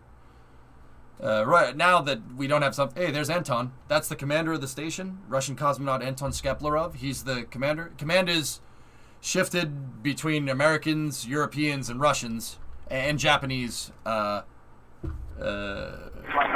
time to time. Tom check. Anton is the current commander of the station. He's been to space a bunch of times, dude. The Russians And endurance, I have you fly to space a lot. I would say about 4x5. How many? Dude, nice wrench. He's going to take off the docking placard. Have you loud and clear? I have some inventory notes for you when you're ready to copy. Yeah, they maintained a positive pressure inside of the shower, Hellfish. Basically, it was a giant vacuum And tube I am with ready to water copy, and Kayla. air being pumped in on one side, and then a vacuum sucking it out on the other side. Yeah. We worked on replenishing the daily bag. Nothing We rusts took up one there, Jake. bag of disinfectant wipes from bag 107 and moved it to bag 110. We also took one large outer bag pack from bag 108 and moved it to 110. Would you say that they're just rushing to get back out there? They ain't rushing to go anywhere. The Russians stay up there for long periods the of time. disinfect flight from 107 to 110, and then the bag from 108 to 110. Chris Hadfield was the ISS commander on his final stay. Yep. It's a good copy, Mike. The inside of the ISS sort of looks like the back of a massive ambulance. Yeah, it kind of does have the same vibe, doesn't it, Liv? Yeah. Also, you don't just turn off the 80s, man. Long live the 80s. I was born in the 80s, man. You just don't turn it off. The 80s are never. Those words between the ground and NASA astronaut Kayla Barron as they work to make sure everything is configured properly before hatch opening. That's kind of sharp. And on your screen now to the... That's the targeting reticle on the APAS port. You got to take that off. You don't want to hit your head on that. It looks kind of sharp. Oh, okay. Now he's going to install the passive plate. So there's a plate that has the stick on the end with the crosshair, right? And then there's a flat plate. He'll install the flat plate with those wrenches that you saw him taking it out, and then he'll I think he just installed the flat plate. And then he'll take the cover. Yeah, see, Anton's saying I put the bag right there with the cover and everything. He'll put the wrenches and the targeting reticle in there, and then he'll take out the docking cover here. Excuse me, while I stand on the ceiling. Russia helping us on the station is just amazing to see. Well, we help them on their side too, TJ. It's an international station, man. And once again, you know, I'll say it once, I'll say it again. The Russians know what they're doing. I wouldn't want to work on a project with anyone else. The Russians know what they're doing. And European folks, don't take that the wrong way. You guys know how to space too. But I trust the Russians. They know how to space correctly. You know, there are other people that I'd be like, Europe, not the Europeans though. Europeans and Japanese are good too. I would rather basically this is the dream team of spaceflight right here. Who bonked their head on demo 2? Doug Hurley. Is everyone bilingual? Bilingual. If you launched on a Soyuz, you need to know Russian, and if you launched on a Dragon or the space shuttle, you need to know English. With that being said, we have kind of some there are some safety rules regarding operations on the ISS. There always should be a native English speaker up there and always a Russian English speaker up there. Because the two controlling sides of the station are the US operational segment and the ROS, the Russian operational segment. The Russians are kind of doing propulsion. They have the service module for the station, so they boost this. They're in charge of boosting the station and moving it around and maneuvering it. And the US side is power, telemetry, life support systems, stuff like that. Now, the Russian modules do have their own redundant life support systems as well, because it's better to have two up there than just one and have it go wrong, right? You don't want that to happen. So it's controlled. The ISS is controlled primarily by two mission control centers. This one in Houston, and then there's another one in Moscow. And that's why you need to have a Russian and an American up there at all times, because you don't want a Russian. You don't want there to be no Americans up there and have something go wrong with this side of the station and then have a Russian who's not the best at English trying to solve a complicated engineering problem, right? In their non-native language. I don't want to do that. Do you want to do that? Do you, like, if it was me, do I want to go to the side of the Russian segment and be like, hey, your station's leaking something, and then have somebody on the end be, Privet, как дела, gas, he's leak. No, he's not leak. Click. Like, no, I don't want that to happen. That would be not good. So you have to have an American and Russian up there, and that's why they mix crews, so that they make sure that there's always somebody that speaks English up there fluently as their first language, and same with Russian. Configured with a docking target. It's a small rod with an X on the end that provided guidance for the Dragon during its approach to dock to the space station. Yep. He'll remove that and provide some padding to allow for safe entry for the Crew-3 astronauts to the International Space Station. No, it's no leak. Click. Shut up. Shh. Click. Damn big dog. He's not French. Sorry. How good is the internet on the ISS? The ping is okay. It's not like they're far away, Raw, but I've heard the bandwidth is not very good. That's just because that's from me talking to astronauts about this, you know, different astronauts that I've talked to. They don't interact much up there. Yeah, of course they do, Blank. They work on stuff together, but the Russians do their thing on their side, and the international segment do their thing on our side. But we're working together right now. Anton is the commander of the station. He oversees the whole shebang-a-bang. So yeah.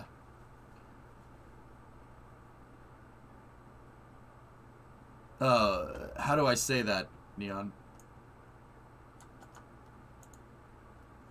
Let's see. Zatknись. Заткнись. Zatknись. Zatknись. Нет. Click. Нет. Click. As NASA astronaut Mark Vande Hei continues to configure the hatch for hatch opening, we'll likely see him taking some photographs. Part of that is a procedure to survey the hatch itself and inspect for any foreign object debris. He's putting the cover on right now. This is one of the last. Oh, Mark, hello? You all right, buddy? He's putting the cover. Matthias, I am ready for inventory. Anton's like, is he okay?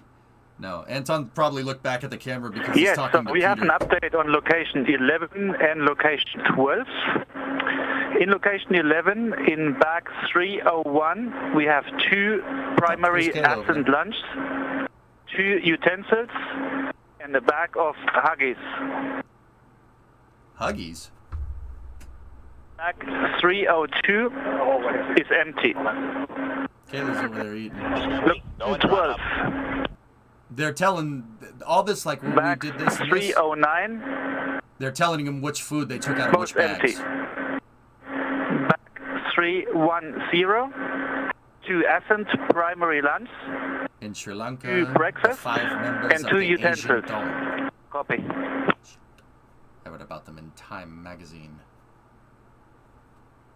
Hey, Okay, Steve, Matthias, 4 month I copied resub. that. Thank you. Bag 301 has 2 lunches, 2 utensils, and a bag of Huggies. Bag 302 is empty. Bag 309 and 311 are empty. German.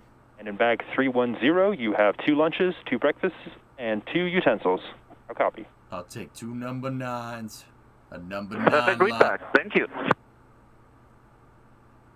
How cool would a 9 drive and through 10 space after station? when we started the suits. Okay, they're good in their work. No worries. I know that space can get a little bit crowded with the suits in there. I don't know, Ichi.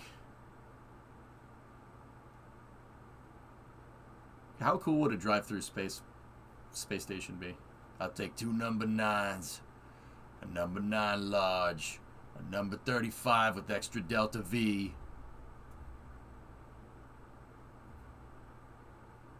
We saw one at the end of Spaceballs. What did he have? He had the soup. That's what I had. I'll take the special. Well, he's from Saarland. They changed between German and French. As so a many reminder, times, we they're almost continue to bilingual. take your Ask NASA Okay, questions, and we'll answer them live on air. If you have a question for us, send it our way using the hashtag AskNASA. Check, please.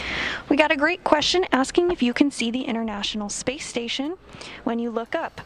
You can, in fact, see the International Space Station when you No, look Major, up. I like the orange If you suits, check but out the SpaceX's website suits are cool. spotthestation.nasa.gov, you can enter in your location and see when the International Space Station is flying over you. It's pretty neat to see it fly overhead, and I recommend checking it out if you haven't done so already. Yeah, if you look up at the right time, you can see an ISS. You know it's an ISS because of the way it is. And that's pretty neat. Yeah, I like the orange suits, Major, just because I'm biased towards the space shuttle. The space shuttle's sweet. But with that being said, SpaceX nailed the aesthetic for how somebody would think 21st century We're spacesuits killing look an hour like. on our suit timer, so we're starting to get the bags out and work on stowing the suits in the storage bags. Yeah, Scroat. Yeah, that's why I trust the Russians, man. We're on the same team when we're up there. Something And to ponder. copy that, Dragon. I'm with you in 5 Alpha 6 of 4.012. Is this port open the whole time Dragon is docked? They could close it if they wanted some peace and quiet, I suppose, Blank. But yeah, they usually leave it open. I wouldn't close it now that I'm actually thinking about it. They could. They probably don't though, because Dragon's life support systems are shut off. If you watch in a little while, Anton or Mark will take a tube. They'll take what looks like an air vent, right? An air vent tube, and they'll drag it into Dragon. Drag it into Dragon. Yeah, okay. I said that right. They'll drag it into Dragon, and that's the HVAC. Dragon will... Oh, see the tube? Dragon will basically use the ISS's life support systems. Yeah.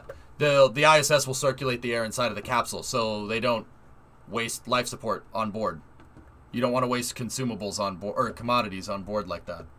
So yeah, they'll have air blowing inside of the Dragon capsule, and it'll make positive pressure in there, and it'll create a draft of air going back into the ISS. Central Time from the Kennedy Space Center in Florida, and docked just a couple hours ago at 5:32 p.m. Central Time. Yeah, dryer vent Now hose, we're just waiting for the hatch to open up between the Endurance spacecraft and the International Space Station for the crew to ingress or come aboard. Why is there a big jump from November 11th Following to that, November we'll have 16th? a After that welcoming jump, it's pretty ceremony consistent, same about day. 35 minutes after hatch opening. It was scrubbed. Still tracking hatch opening shortly after 7 p.m. Central Time this What evening. timeline is this? I don't even... What are you... Like, this... And I don't know what this is pertinent to. What are you talking about? That's the ISS sightings. Oh. You can only really see the ISS at dawn and dusk. During the day, it's really hard to see it. Why? Because during the day, the sun is usually behind the ISS. And when the ISS is backlit, yeah, it's really difficult to see it.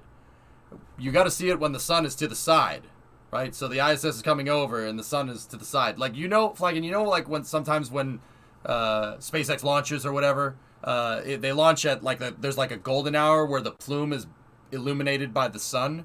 You have to. That's the time when you should try to spot like the ISS and stuff. That's why there's a huge gap, because the ISS is probably transiting during.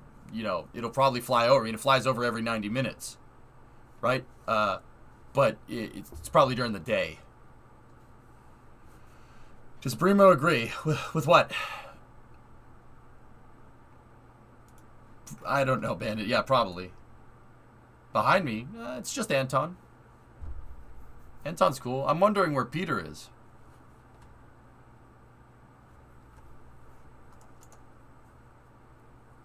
Oh, comms. That Endurance on the big loop. The station is ready for Dragon hatch equalization.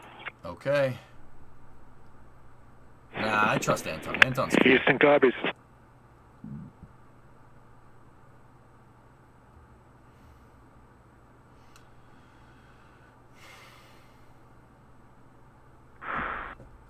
Well, the Russians speak Russian, but I'm pretty sure they're speaking English right now. I'm gonna turn on the fans, guys. It's getting a little warm. Endurance station on the big loop. Did you copy?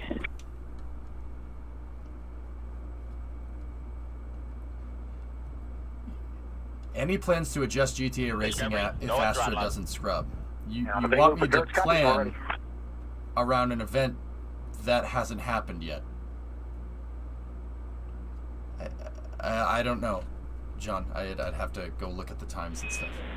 And station and Endurance, stand by for equalization. We expect it to take about 3 minutes. Okay. See that little dot right there? That's the window into Dragon. That's what was lighting up when Dragon was docking. That's the actual thing. Oh, you can see it right there. See it? It's sorry, it's actually not this. It's just right there. You can just barely see it. I think that's one of the and the equalization process has started.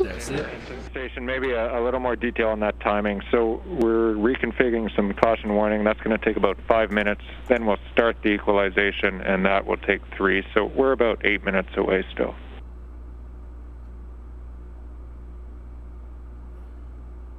Station copies.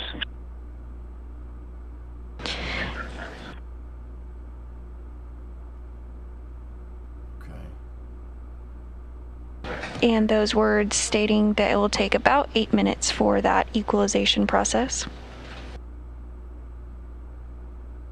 Yeah, G, we have movement. Anton's right, but why do they always? I'm gonna go over there and watch. I'm gonna go over here, and now Mark's gonna pop up over here. Watch.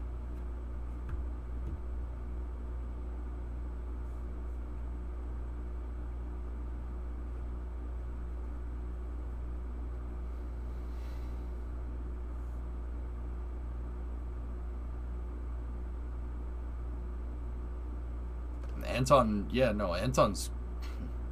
Tell you what, if I'm gonna be on a spacecraft with someone from another country, it'd probably be that guy. Anton he's a Russian fighter pilot. He flies MiG-29s. He's been to space a bunch of times, dude. Yeah, he's a cool dude. Either him or Sergei Krikalev, but Sergei Krikalev is retired. He doesn't fly into space anymore. He runs the Russian Cosmonaut Corps. Yeah, Sergei Krikalev's cool. I've met that guy. He's like, you know what? I met him, and I went, hi, and he's like, hello. I'm like, hey. Preparations continue to go smoothly on both the Endurance side as well as the International Space Station side for hatch opening coming up here shortly. That's a true story. NASA man was there. Yeah. I mean, hey, that was funny to watch. Yeah, like you weren't like, yeah, you were the same way. Don't lie.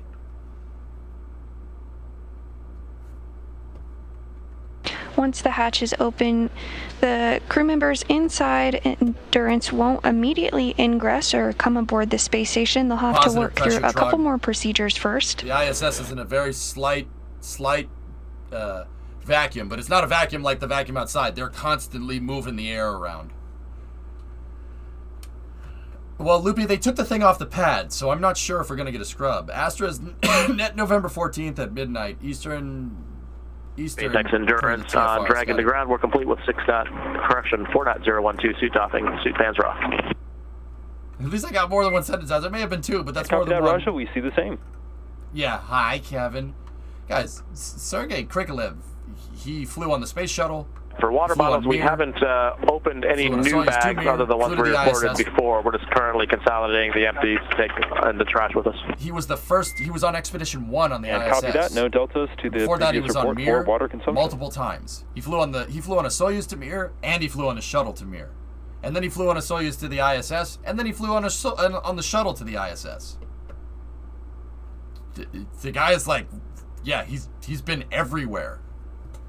If I'm remembering correctly, he was on a capsule that went to Salyut 7 and then to Mir. I think he was on that mission, but I could be misremembering that.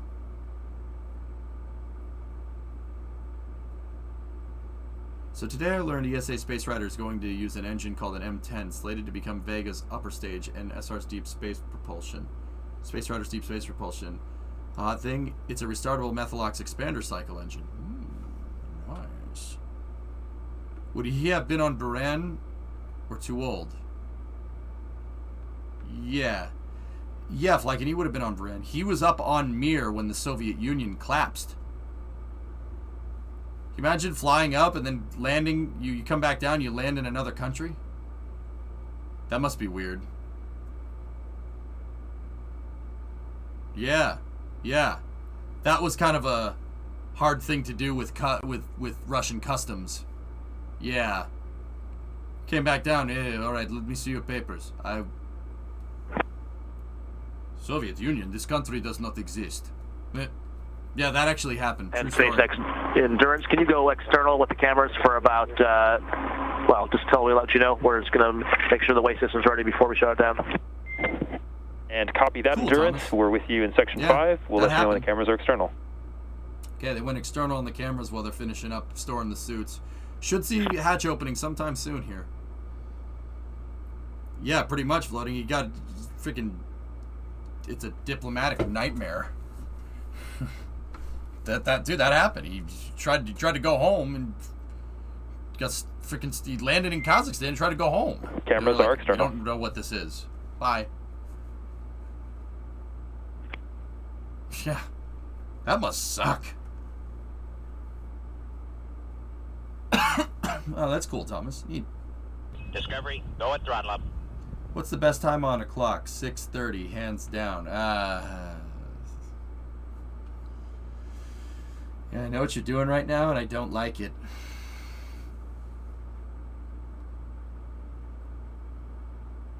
No, they figured it out, Flykin. He didn't go back to America. He launched from the Soviet Union and landed in Kazakhstan. That's what I mean, Hellfish. Automation would probably be the next throttle up. step. ESA article says the M10 is a 10-ton class liquid oxygen methane expander cycle engine intended to replace the third and fourth stage of the Vega rocket. What you did there, I see it. Just looked it up. He worked on the docking procedures for Salyut 7. He never went there, but was also slated to fly in Bahrain had the program gone along too. Yeah, no, Sergei Krikalev is cool, man. Cool dude. Hey, B-Money, 27-month resub. Sergei Krikalev should go to the moon. Yeah, that would be neat. So, once again, guys, we got a shot of mission control here. The Dragon has docked to the space station, but they're, actually, it's flying overhead right now. It's flying over me. If you're just joining us this evening, the Crew-3 astronauts have successfully docked to the International Space Station after launching at 8:03 p.m. Central Time from Launch Pad 39A at NASA's Kennedy Space Center in Florida. The crew of Rajachari, Caleb Barron, Tom Marshburn, and European Space Agency astronaut Matthias Maurer successfully docked to the International Space Station at 5:32 p.m. Central Time this evening. At this hour, we are awaiting the hatch to open so that those 4 crew members can join the other 3 crew members currently on board the International Space Station, which includes NASA astronaut Mark Vande Hei and Roscosmos cosmonauts Pyotr Dubrov and Anton Shkaplerov, who is the current space station commander. His name's Peter. Piotr. About 35 minutes after hatch opening, we'll have a welcome ceremony where all 7 of the Expedition 66 crewmates will be able to hug and why aren't astronauts hungry when they get to space? Dude, the first thing they did after they launched into space was eat last night. We watched them do it. We'll hear some comments and welcome wishes from leaders from each of the space agencies. Yeah, I doubt it, Spammer, but that's really up to them. They have lunar plans, but that's just it. They're just plans. The Russians have said they would go to the moon with us if they're an equal partner. So they wouldn't basically want to be, just put your cosmonauts on an Orion capsule on an American rocket that, flies out to the moon and lands in it with an American lander. They want to contribute to the space program. They want to be an equal partner. I understand that. That's fine. If you want to be an equal partner, build a rocket that's big enough to go to the moon, please, and then we'll talk. I agree. If you wanted to be an equal partner, you would build something that rivals SLS, but I don't think they can do that. Maybe. They might be able to do that in the future. And that's why they said, they left it kind of open. They were like, maybe, I don't know.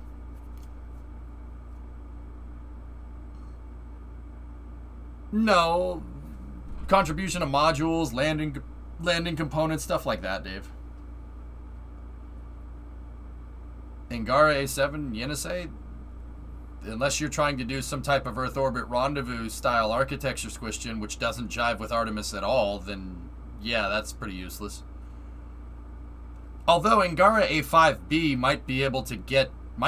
could probably get something out to Gateway if you gave it a good enough transfer stage, yeah.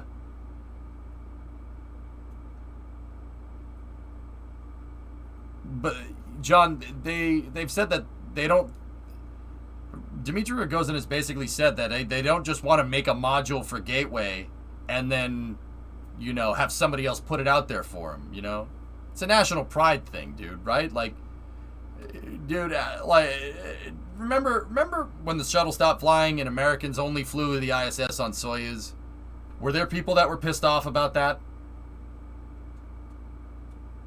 Yeah, absolutely. Me, I don't really care. Soyuz is fine. It's a great spacecraft. The problem is, I didn't really have a problem with Americans flying on Soyuz. They've been flying on Soyuz for freaking almost 30 years. Well before the ISS even existed.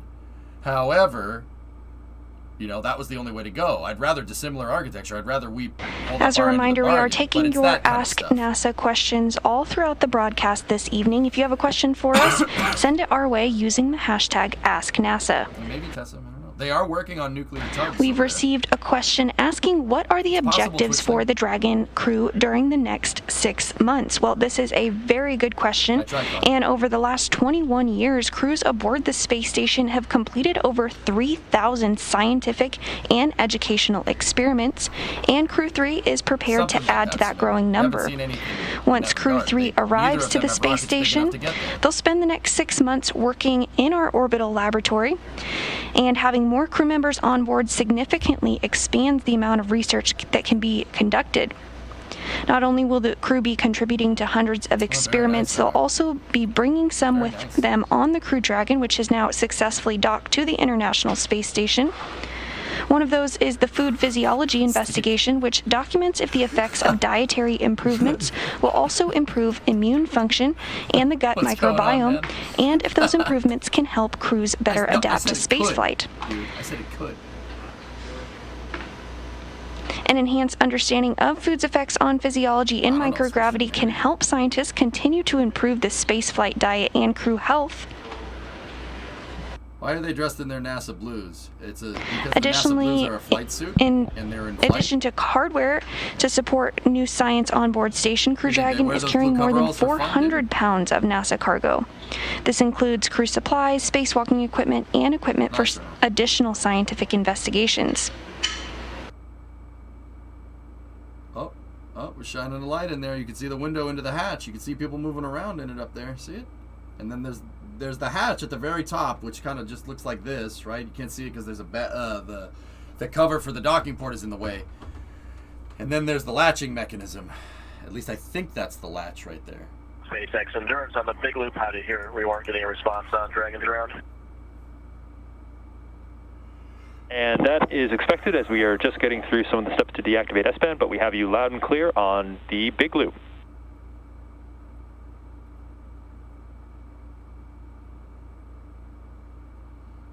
You're welcome to come back internal and just let us know when you're ready for Dragon to ground. We can give you the rest of the water inventory.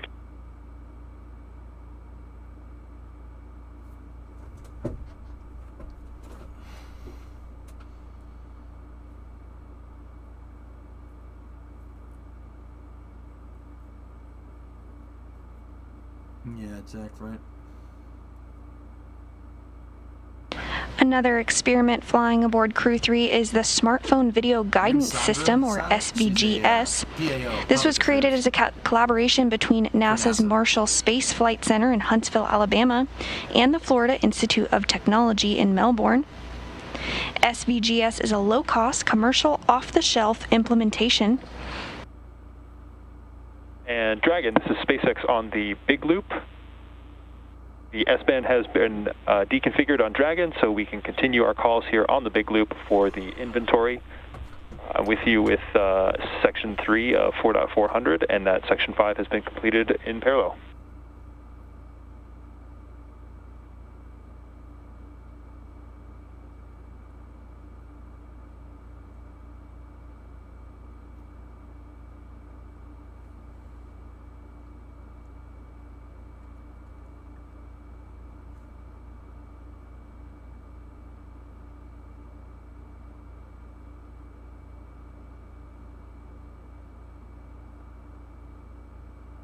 Again, SVGS is a low-cost, commercial, off-the-shelf implementation of advanced sensors designed for automated rendezvous and capture of spacecraft. SpaceX Endurance for location 10, bags 206 and 207 are completely empty. We're complete with 5.1 of 4.400, and we're working on location 9 water inventory currently. Whatever they send to Mars in 2026, Merc, is not going to be like a full... Copy, 206 and 207 empty, through in the all the steps in 4.400, and then working through the inventory in 9 and 10. November, Mad Max. November 4th, 2000 is when Expedition 1 reached the space station. To learn more about these and thousands of research projects that have taken place aboard this space station, go to nasa.gov/ISS Science. Yeah, Kaz, it's docked. They're about to open up the hatch, though. They are taking their time. SpaceX Mission Control is powering down Dragon's systems because Dragon's plugged into the ISS power supply. And the guys on the NASA side of things on the left side of your screen are configuring the pressurized mating adapter in Node 2 for a press conference once the crew gets aboard. Space beer Cajun, I don't know.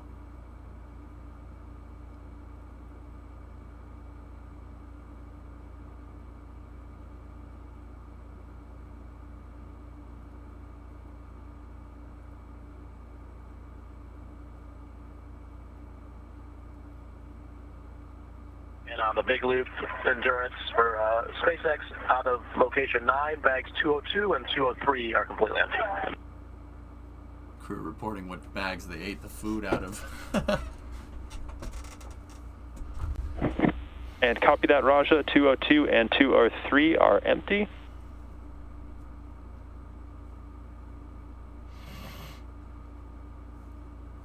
I'm sorry if you've answered this before, but how did they get O2 up there? SpaceX Endurance. With that, we will button up the panels here, and we show ourselves ready then for section 6 of 4.400. Justice, they bring it up on resupply ships, but they reuse most of it. Like 90% of it, of air and water up there, is reused. It's the scrubbers that they have to bring out, the CO2 scrubbers, the filtering system. That's the perishable stuff that they have to replace. So that's what gets brought. That's what gets brought up there. They got to replace filters and stuff like that, and it's not very often that they need more oxygen up there, but it does come up. Water gets consumed more than SpaceX on the big loop. You can follow along with us in step 6.2 of 4.400 as we configure Dragon to hatch open prep. But usually comes up on resupply vehicles. Okay, get to the sub to Rogue. We're following along on section 6, 4.400.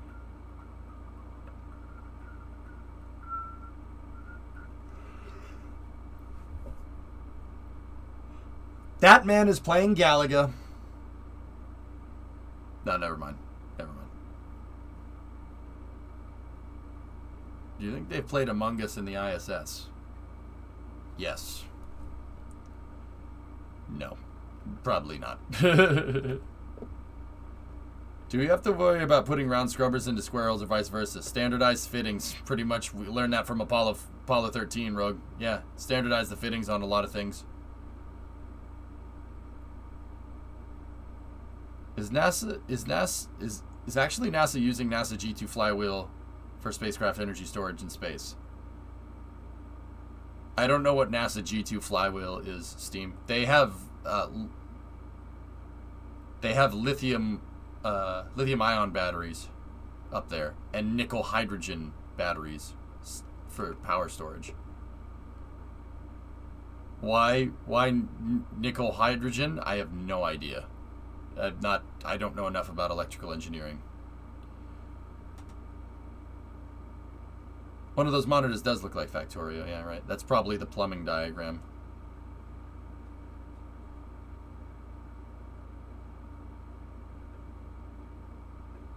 Would they ever tap from the liquid oxygen? Generally, cryogenic propellants are not really supposed to go near the ISS, Shady.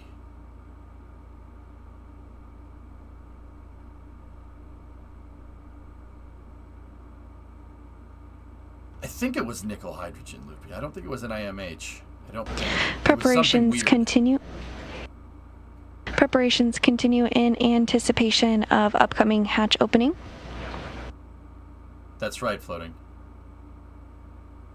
Cronus, I forget. Flacken, I don't remember. Nickel methyl hydride. Yeah, that's it. It was something strange came here. It's some weird alloy that's designed to work better in space, or some weird battery cell. It's a very strange one. Endurance, SpaceX on the big loop. You have a go for hatch opening per the decal, followed by the remaining actions in procedure 4.400, section 6. Maybe it is an IMH. I don't know. Somebody would have to go look. Section 6, 4.4. Okay, you can see the hatch opening. There it is. See the handle moving? Good readback. That's so We're monitoring strange. here on the ground.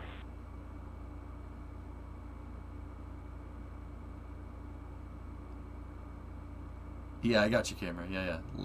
Yeah. Discovery, go and throttle And up. great news with that go for hatch opening. Okay, Jock. Cool. So it is nickel hydrogen. Yeah, it's something bizarre. It's not a regular We off-the-shelf should thing. be seeing the crew float aboard the International Space There's the Station hatch. here They're shortly. opening up the hatch. You can see it at the very top of the screen. They're working to open up the hatch on the Endurance side. That's not a lot of space.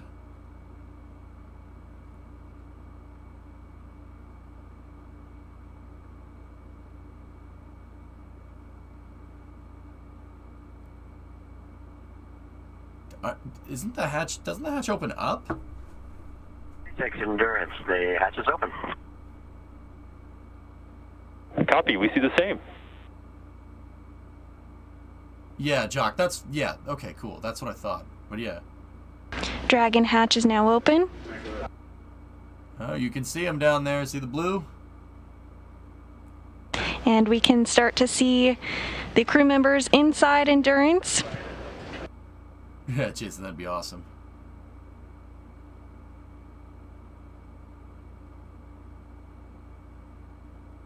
That hatch that we've been waiting for to open since 5:32 p.m. Central Time is now open. Hatch opening taking place just a couple of seconds ago. Okay, who's coming in first? The hatch is open, but the Crew-3 astronauts will need to work through a few more steps before they can ingress the International Space Station. 400 on the big loop, ready for hatch crossing if you are. Okay, hatch crossing. That means ingress. Ingress is a funny way of saying go inside the space station.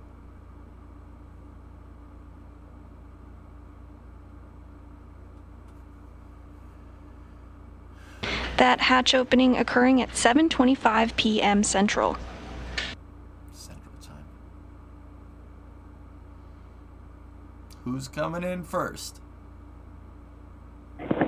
And Endurance, this is SpaceX on the big loop. You are go for hatch crossing. That's the HVAC tube that they're fiddling around with. Well, there's Mark on the right. Yep, Kayla's the first one And through. first through the hatch is going to be NASA astronaut Kayla Barron. Some hugs there. And you can hear the claps inside Mission Control. See that? Next Matthias. up is European Space Agency astronaut Matthias Maurer. There's Anton and Peter in the gray. Oh, he almost got stuck. He's like, no. And now we have Tommy. NASA astronaut Tom Marshburn.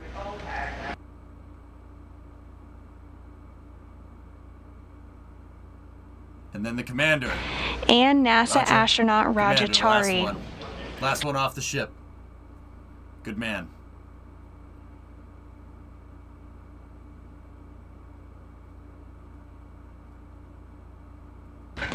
Lots of hugs and Come on smiles over here. Take a picture with me. Yeah. He doesn't sound like that. He's not Austrian.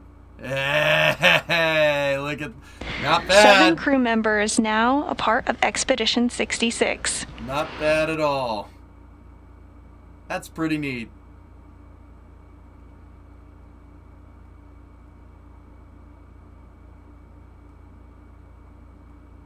Anton's trying to selfie it. And he's like, no. And you can really see and feel the excitement Go by the pro. looks on the crew's faces. Go pro, Looks like they're posing for no. some photos now. See, I told you they were in their NASA blues. That's a flight suit, Klein. Yeah, I believed you. Say cheese! Ah, alright, cool. Did he just, like, throw the GoPro? Welcome to Station Crew-3. You guys look great in that photo. Oh! I left the thing in the oven.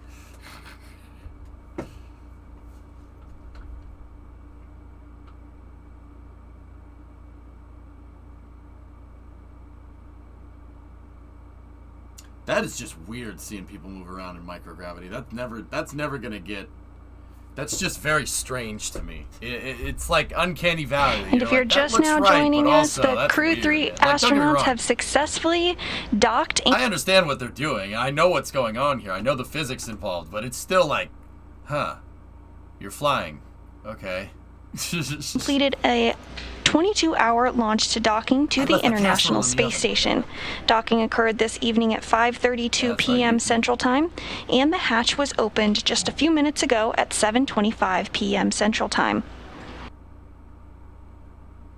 I'll do whatever I want, Henry. It's my stream. NASA astronaut Rajachari, Kayla Barron, and Tom Marshburn, as well as European Space Agency astronaut Matthias Maurer, have now successfully reached the International Space Station, and we see a pretty special moment happening right now for Kayla Barron, first-time space flyer, as she's being pinned as an official flown NASA astronaut.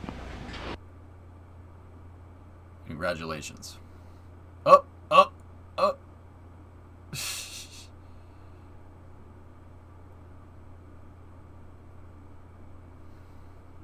Matthias got rejected. You see that? He's like, hey.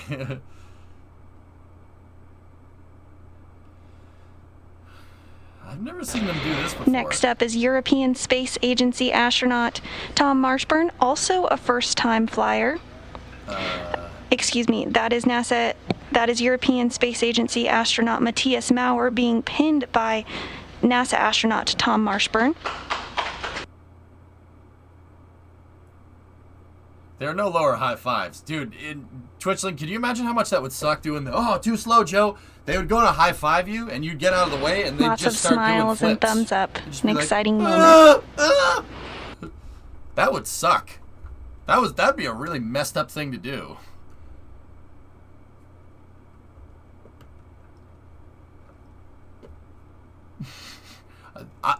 I'd do it. I'd do it so. And the third first-time space flyer, commander of the SpaceX Endurance vehicle, Rajachari, getting his pin. Raja. It's their first time flying into space. Kayla, Raja, and Matthias. Tom's this guy on the right. Tom. He's been up here. He's been up here before. He flew up here on the shuttle. Congratulations.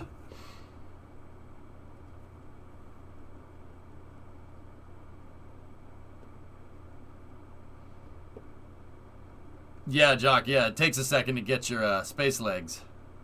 Why are the handshakes with the Russians always so weird? Checking for the timing of the PAO event.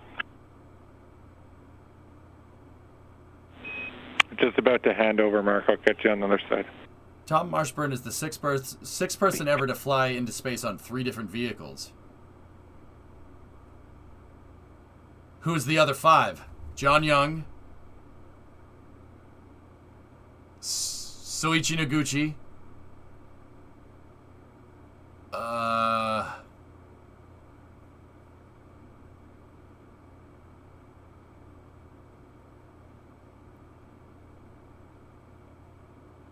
John Glenn only flew on Mercury. Mercury in the shuttle. Excuse me. Wally Schirra.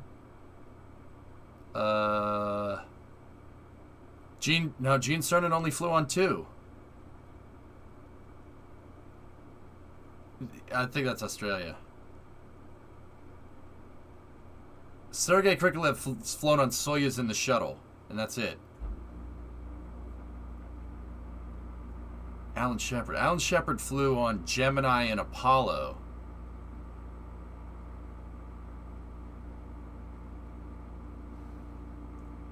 Doug flew on the shuttle and Dragon, but I don't know if he flew on a Soyuz. And we're in a brief expected handover between our satellites, but we'll regain communications here shortly. That's a good trivia question. Who Crew-3 has successfully arrived at the International Space Station after docking at 5:32 p.m. Central Time and floated inside the space station at 7:25 p.m. Central. Hey. Station Houston on 2, other side of that handover. Looks like we're going to target top of the hour for the PAO event. Top of the hour, and for Mark, we'll go for the scene and voice check at your convenience whenever it works. Shep flew on the Gemini missions. You're right. Yeah. Okay, I'll call you back. I'll copy PAO event in about 26 minutes, and I'll do the scene and voice check shortly. Sound right coming out of my mouth. Copy that.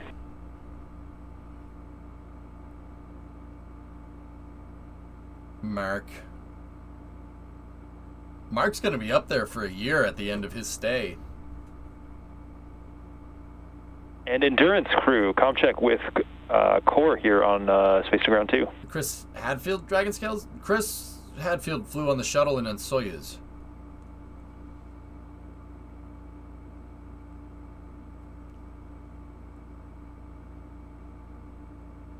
And SpaceX Endurance has you loud and clear on 2. Hey, it's actually not bad. Hey, Roger, I just want to say that everyone here was clapping pretty hard as soon as we saw everybody cross the threshold there. A lot of smiles on our faces. But we do have a few more steps in procedure 2.102 if you're able to do that. Jump back into section 6. Our main one is going to be sealing up that Lyo cube in section... yeah, I know that John Young is one of them. In that 2.102. And then Soichi Noguchi is the second one. Yeah, we'll jump into section 6 and get working on the Lyo. So Soichi Noguchi's flown on Dragon, Soyuz, and the shuttle. And that's the 2 I know for sure off the top of my head. And just for awareness, we're just looking to get that one done before the PAO event, before we hop back in at the top of the hour. John Young, Wally Schirra, Soichi Noguchi, Tom Marshburn. So we have 4 out of the 6. Who are the other ones?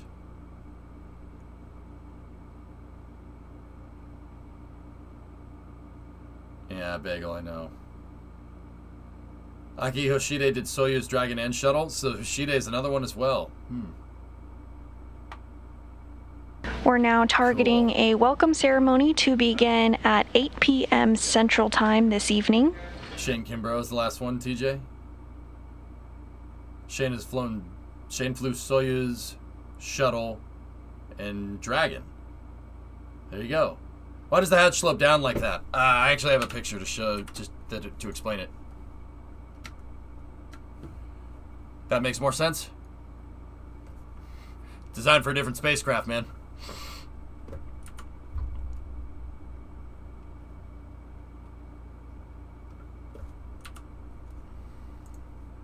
That's the wrong window.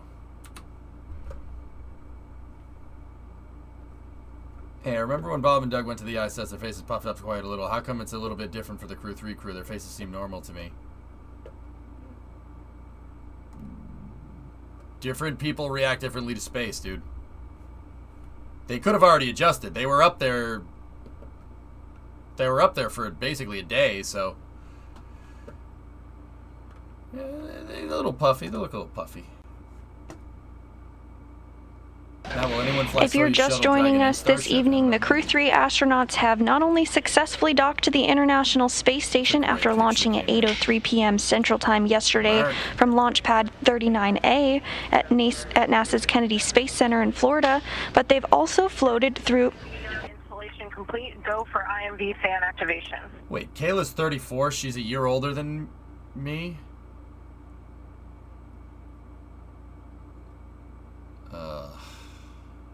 Crew-3 successfully floated through the space station hatch at 7:25 p.m. Central Time. Didn't like hearing that. Following a dock at 5:32 p.m. Central Time. At this time, we're waiting on a welcoming ceremony to begin at 8 p.m. Central Time. The crew on board the International Space Station is going to complete a scene and voice check to make sure everything checks out on the ground before the welcoming ceremony takes place. There you go. Why are you an astronaut at your age? Well, long story short, it's because I'm an idiot. Yeah, E.G. Kappa. All right, Cameron. Houston Endurance, just waiting on your go to open location 23. How old was Gagarin when he flew? Yuri was very young. We copy, standby one. He was like 26, something like that. Yuri was very young when he flew.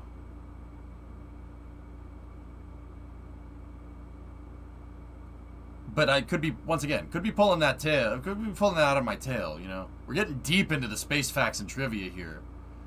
And once again, sometimes I get stuff wrong, guys.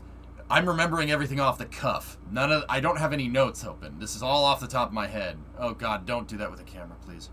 I'm like, is John Glenn the biggest flight gap for somebody? Yes. You still be an astronaut, it's never too late. Apparently all you have to do is go for a 3-minute up and down flight that never reaches orbit to become a certified astronaut. I I'm not interested in getting the title of astronaut, Jason, if you catch my drift. He was 27. Cool. Roger's only 44. He looks way younger. Good on him. Right on, right on. How do you pee or poop in space? JWAP, I'll spare you the details. Vacuum cleaner.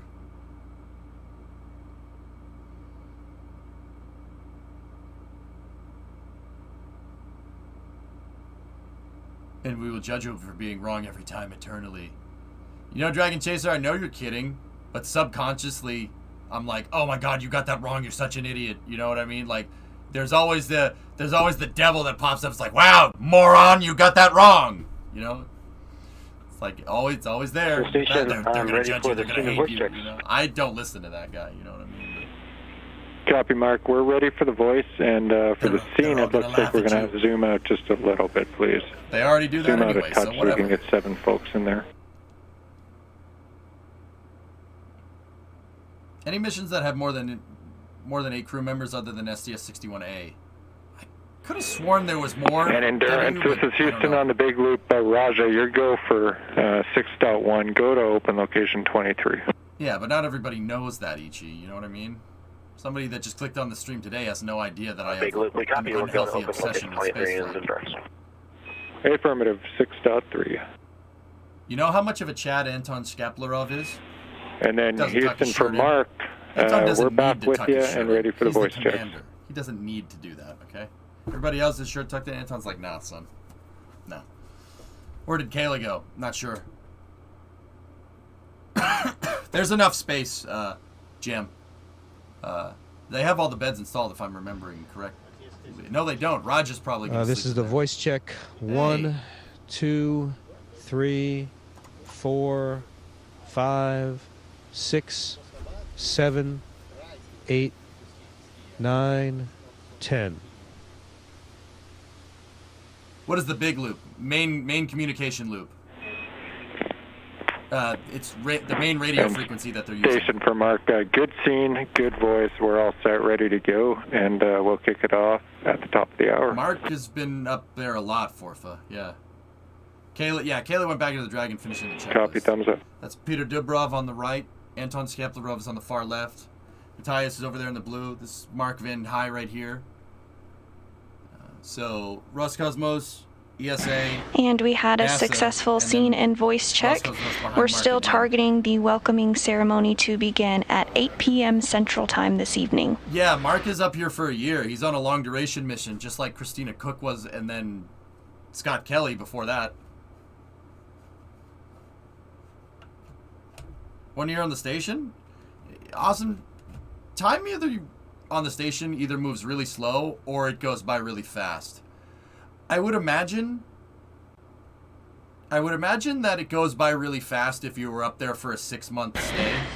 Or if On you were your up there screen, for you can like a second see in the and then came bottom back right down. is NASA astronaut Mark Vanda High. He did a lot of preparations ahead of hatch opening. But yeah. To the left of him is Roscosmos cosmonaut Piotr Dubrov, as well as European Space Agency astronaut and member of Crew-3, who just arrived to the International Space Station, Tom Marshburn.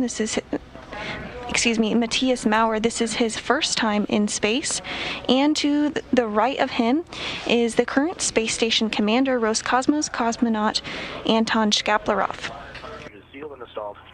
Yeah, 4 wheels. I would imagine that time goes by quick. Maybe not for a year in space, but for everything else, yeah. I bet you it flies by. I'd do it. That would be fun. I would enjoy that.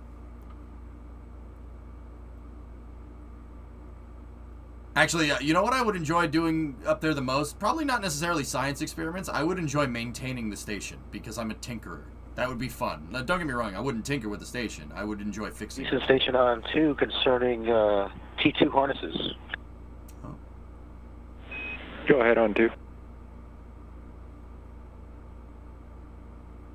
Yeah, I put the harnesses for the Crew-3 folks next to T2 this morning, except I did not find the harness for Marshall. Is there internet in space? They got internet up there, Jen, yeah. Bruins versus Oilers. And we're checking on that now. Not sure we're going to have an answer ASAP, but we're asking the question.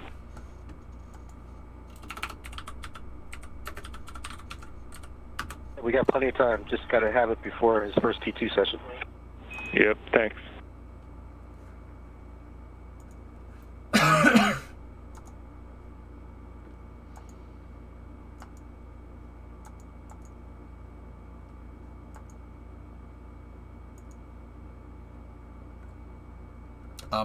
I'm flipping the game on now because you said that. But I can't put the sound on. Who's the youngest to be on the ISS? Yeah, for the third time, Ice Range, I don't know. I'm not sure.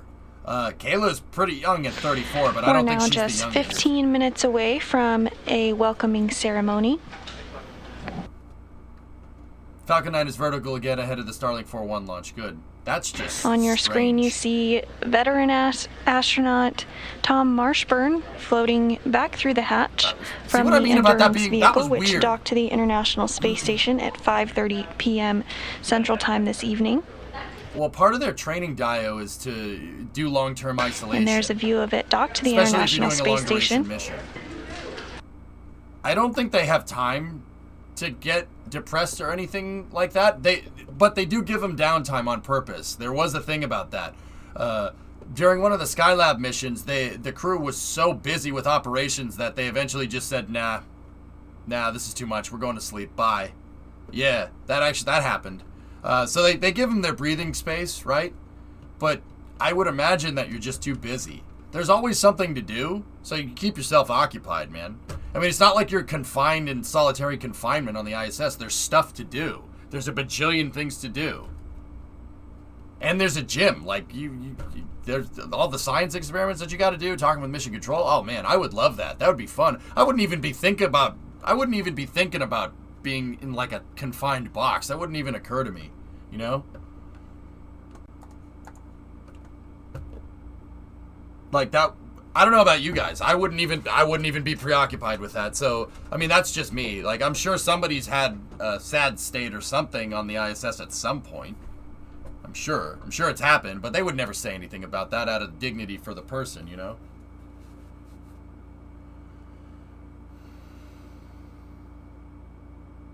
Nice, Loopy. You gonna show us pictures or you gonna keep talking about it? My Google Food says South African Mark Shuttleworth at age 28. Wow, not bad.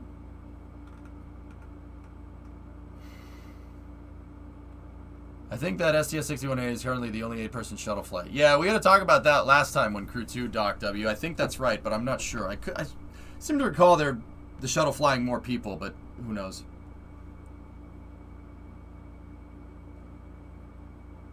No, Vin. Probably not. That's just strange. Is that not strange? Like, I know what's going on here. It's just... Their feet just up in the air. That's just weird, seeing them float out upside down relative to the camera. That's just strange, man. Falcon 9 is apparently vertical again. Yep. So I've been told. It's because he was inverted. Why is your screen upside down? My screen isn't upside down. You're upside down.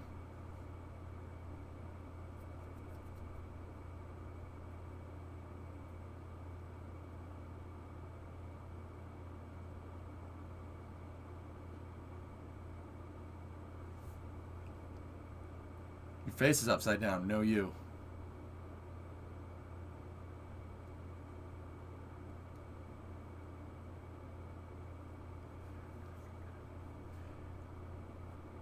You never win at Space FPS until you open your mind to the third dimension.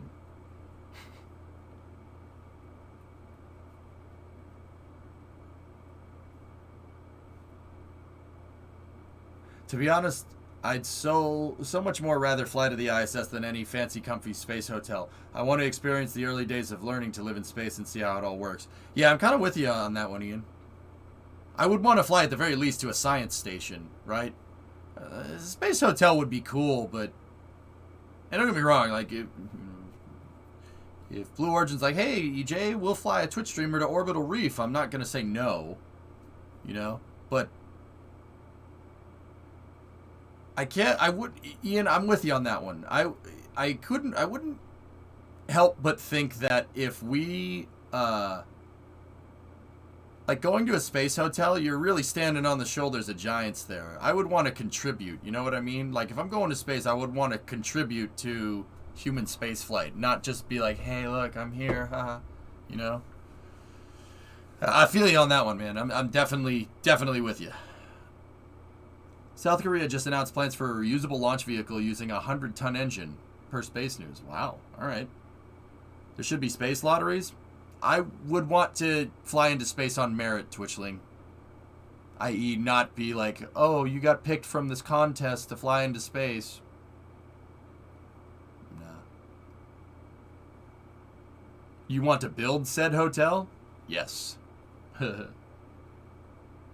space hotel seems like you would just sit by a window all day. Don't get me wrong, Spammer. If we were in a space hotel and there was a window and you could see Earth, I probably would just stare out that window all day.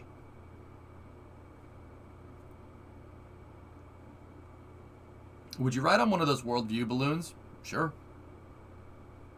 It wouldn't... I mean, that would be cool. I'd rather go to space, though. I take the lottery if you win and don't want it. Yeah, there you go. Corbin, my man. Corbin Dallas. The winner of the Gemini Croquet Contest.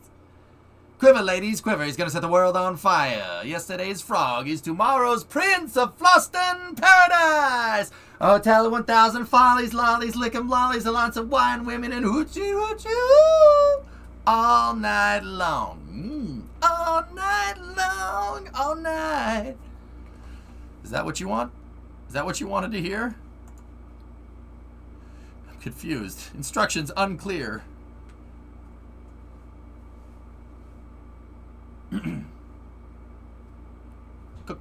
Corbin. Ah, shoot, Corbin. Three, Corbin. Corbin, my man.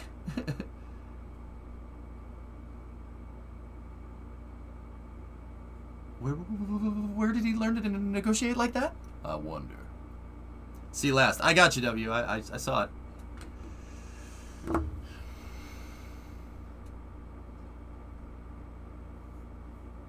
I really don't think I could take looking down at the Earth like that while knowing I'm floating around in a tin can in the void of space. Yeah. I wouldn't bother me, dude. What's your favorite space movie? Does October Sky count, Smib? If October Sky counts, then that's my favorite space movie. That doesn't really have so much to do with space, but more with rockets. But if not that, The Martian, even though the book is way better, Apollo 13 is up there. Interstellar's good too, but it's like a ripoff of 2001. It's like 2001. Like, I mean, that, don't get me wrong, I like 2001 as well. How many movies are better than the book? I don't know. That's a good question. Hunt for Red October. That's better than the book. That movie is amazing. Vasily, verify distance to target. 1 ping only. Captain, we are out of the lane. Captain, we must maneuver now. You're relieved. You're currently working and on as a reminder, we are project. taking your Ask NASA question. No, shut up, Sandra. Hold on. I didn't mean to say that. That's mean. Pavlik, you're working on Eclipse project? That's cool, dude. That's awesome. Very cool. Dune was better than the book. Okay. So new Fifth Element or old Fifth Element? There's a new one, and if there is not a new one. I don't. No. Literally staring at stars, relaxing in the desert, having a drink, watching your stream, and laughing my butt off. Keep up the great stream. I'm trying, Twisted. Pavlik, that's cool, man. It is very cool. Hell yeah, dude. Hell yeah, man. Which lander are we going on, dude? I'm not going to ask the mission, because that's too stripped. Which lander? Guys, Clips is commercial lunar payload services. Scouting landers for the Artemis missions. If it's Viper, I will lose my mind, Pavlik. Don't tell me it's Viper. Don't do that. Don't do it. Don't do it, man.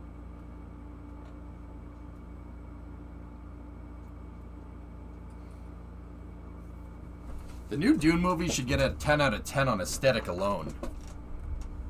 To be determined, not manifested yet. Right on. Right on. That's cool, though. Clips was one of the smartest things that I've seen NASA do in a long time. Lunar payload services to scout out for the Artemis missions is genius. I was so happy the day they announced that, man. And then Gateway Logistics too, but Pavlik, that's awesome. That's really freaking cool. So what are your thoughts on Dune? I thought Dune was cool. The aesthetic of it was fantastic, Liam. It was perfect.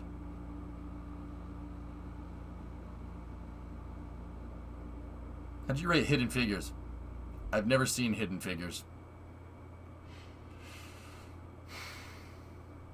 Sorry. I know the story, so I didn't ever bother going and seeing it. My bad. You said you have? When?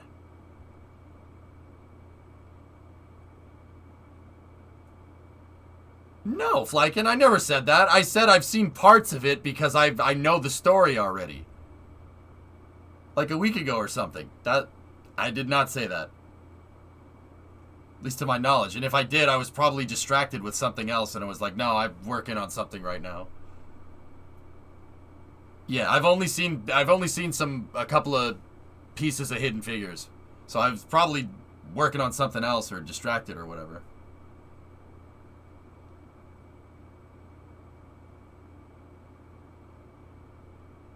Any new? No, I haven't heard anything about that. Boring. Bad AJ, go watch Hidden Figures. I'm sure it's a good movie. So I had a story in the clips you saw. Yeah, if like, and I liked what I saw, but I already know that story. I knew about Hamilton and Nancy Roman. I knew all about that. I knew all about the computers. Oh yeah. And it's good that they get the credit that they deserve. Straight up. So I know the movie's probably good. I just never saw it.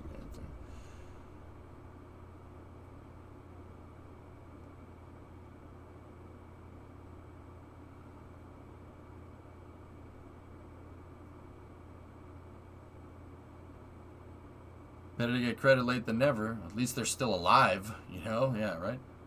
It's a good movie. I watched it 3 times now. Did you not also know the story of Apollo 13 before seeing it?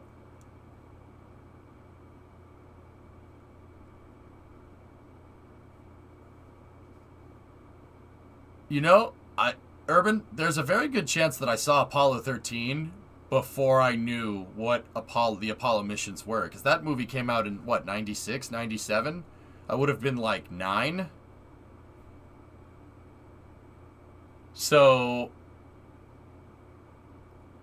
like, there's a very good chance that, yeah, the movie was my first exposure to Apollo 13. I would have been very young, man. Kayla's just chilling. I don't know. There's a very good chance that yeah. Okay, I'll let you have that. I mean, guys, yeah, you gotta remember, I know a lot of the spaceflight knowledge that I know is the history. A lot of it was before I was even alive.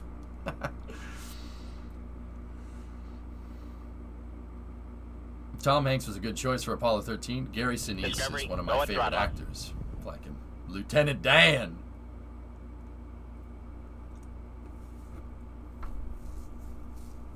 But go see Hidden Figures. It's very important. I know it's important, Urban.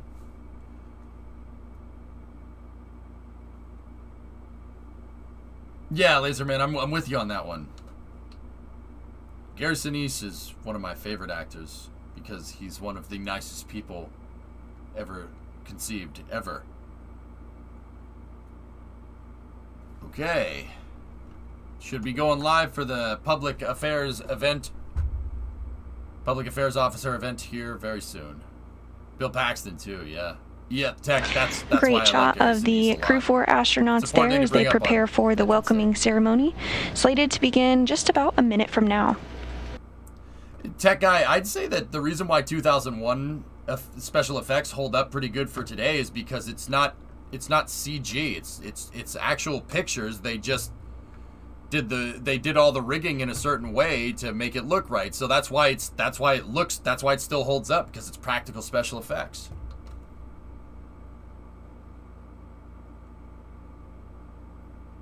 From left to right of your Crew-3 astronauts are NASA astronaut Tom Marshburn, NASA astronaut Kayla Barron, NASA astronaut Raja Chari, and European Space Agency astronaut Matthias Maurer.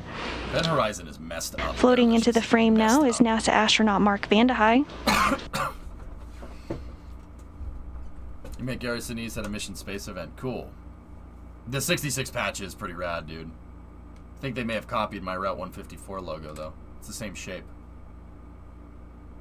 That was a joke. Station, this is Houston. Are you ready for the event?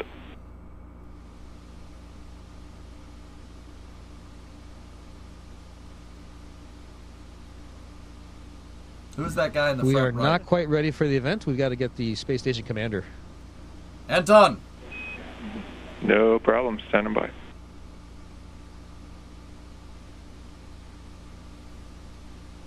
Anton, давай!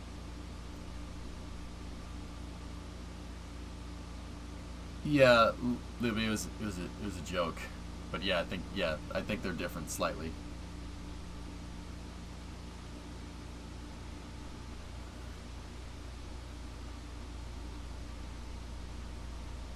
I'm here too. See, why is everybody so much bigger than me?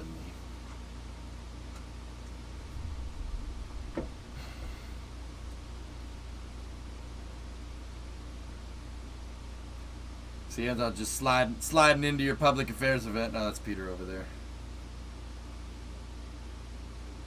Why don't you float like Houston, this is station. We are ready for the event. I don't have the harness attached, obviously. We copy, station. Associate Administrator Kathy Leaders, please call the International Space Station for a voice check. Hello, can you hear me? Kathy! Yes, ma'am, we can definitely hear you. Greetings. Greetings. That's Kathy Leaders. She is the Associate Administrator. Are you ready to go? Human Exploration Operations Mission Let's Director. do it. I'm not sure if we're supposed to start talking first or if you're going to talk first. She runs NASA's Human I'll Space get started and then you guys can follow. Okay, hey, you know, tonight's docking was a perfect way for us to finish up what has been our 10-year anniversary year for the Commercial Crew program. And I don't know about you guys, but it feels like the last 2 weeks have been pretty crazy for me. And I know you guys are probably real happy to be out of crew quarters. I told Norm Knight last night we were rescuing him from crew quarters with this launch, and I know you guys, I know Mark, you were waiting patiently for them to come, enjoying a few days of a little bit of quiet before the next round of folks coming up. But boy, is it good to see you. So, Raja, I'm hearing, you know, you're here leading the turtles, and you have the turtle there, and as you know, I'm so happy to, in particular, to see you there after all your work doing the joint test team. So after you come back, it'll be good to hear how the vehicle operated for you with all the work that you did. And it's so fantastic to see Matthias, Kayla, and Tom there with you safely. What about So Anton and Peter? we can't wait to see all the work you all are going to accomplish. And I'm looking forward to many, many more amazing experiences to come over the next 6 months while you all are there. Thank you again for your service. I loved, Roger, what you said yesterday when we're getting ready for launch. And you said, you know, we were hoping for a Halloween launch, but it's even cooler right now to be able to launch and dock on Veterans Day. And it is a great way for us to honor our veterans. Thank you.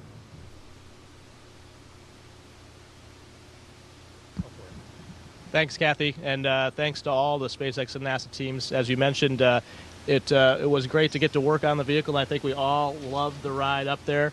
It was way smoother than we could have imagined, and that feeling going from Miko to the second stage was just awesome, and a beautiful ride. It was neat to see and feel the engines respond and then see it in the displays, and as you mentioned, we were tested before, and it wouldn't have been complete without testing out the system and seeing if we could go from landing to launch in under 48 hours. So kudos to the entire team that pulled that off. We drove Norm crazy in crew quarters, but we had a pretty, we got all gained some weight there too, but we're happy to be here now and ready to work. Blue on the far left flank, and that's Tom Marshburn. He's a doctor and an astronaut, just in case you weren't feeling inadequate already.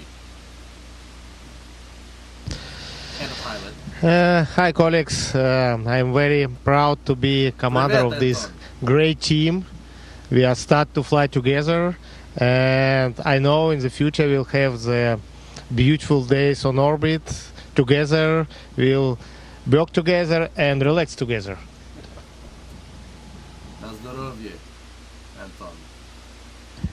And I can't tell you how happy I am to see these smiling faces. Every one of us, all 7 of us are friends, and we're going to become even better friends as time goes on. And we've got a lot of work to do all the science experiments. I learned over the course of last week that at this moment we've got 60 experiments in progress already. And of course, by the time we finish our time up here, we'll have participated in many more experiments than that. We've got a lot of work to do, a lot of exciting times coming up. And it's really an honor to be up here at the time when these folks arrived, and to be able to help out, not just with doing science that's going to help out with humanity on the Earth right now, but also to help the human race be better to able to explore further and further away from our home planet. I'm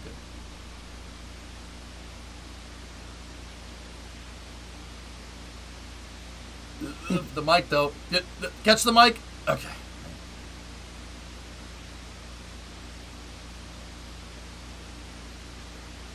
They're waiting on Kathy. Kathy? Hello? Thank you, Mrs. Leaders. We now welcome ESA Director General Joseph Aschbacher. Please call station for a voice check. Station, this is Joseph Aschbacher. How do you hear me? I just got done sipping my macchiato. Hallo Josef, hier ist Matthias. Ich höre dich 5 by 5. 5 by 5, fantastic.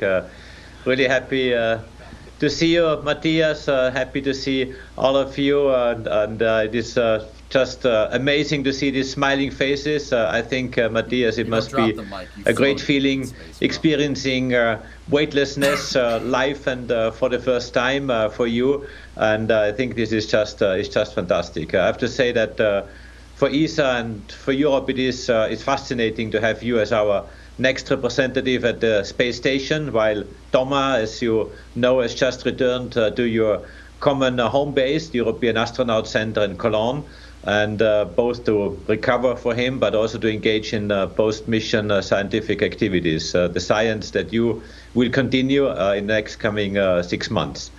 Matthias, I can only tell you that we all at ESA, we are so proud of you and very excited to see you at the space station. Of course, we wish you all the best of luck. I know you have a lot of science and a lot of experiments ahead of you, EVAs, including work on the European robotic arm. We look forward to seeing you working in the NASA and the Russian spacesuits. But also, I hope that you have some time to enjoy the stunning views of our beautiful planet Earth from the cupola, and your messages to planet Earth, to all of us down here, will certainly be exciting and helping us all to preserve it. And it's just beautiful. So really, from my side, Matthias, a very, very warm welcome to all of you, also to Raja, to Tom, Kayla, on behalf of the European Space Agency. And I'm just so excited and so happy to see you up there, smiling and in very good shape. Many thanks, Joseph. Many thanks to all the ESA colleagues who helped me to find the way up here into space.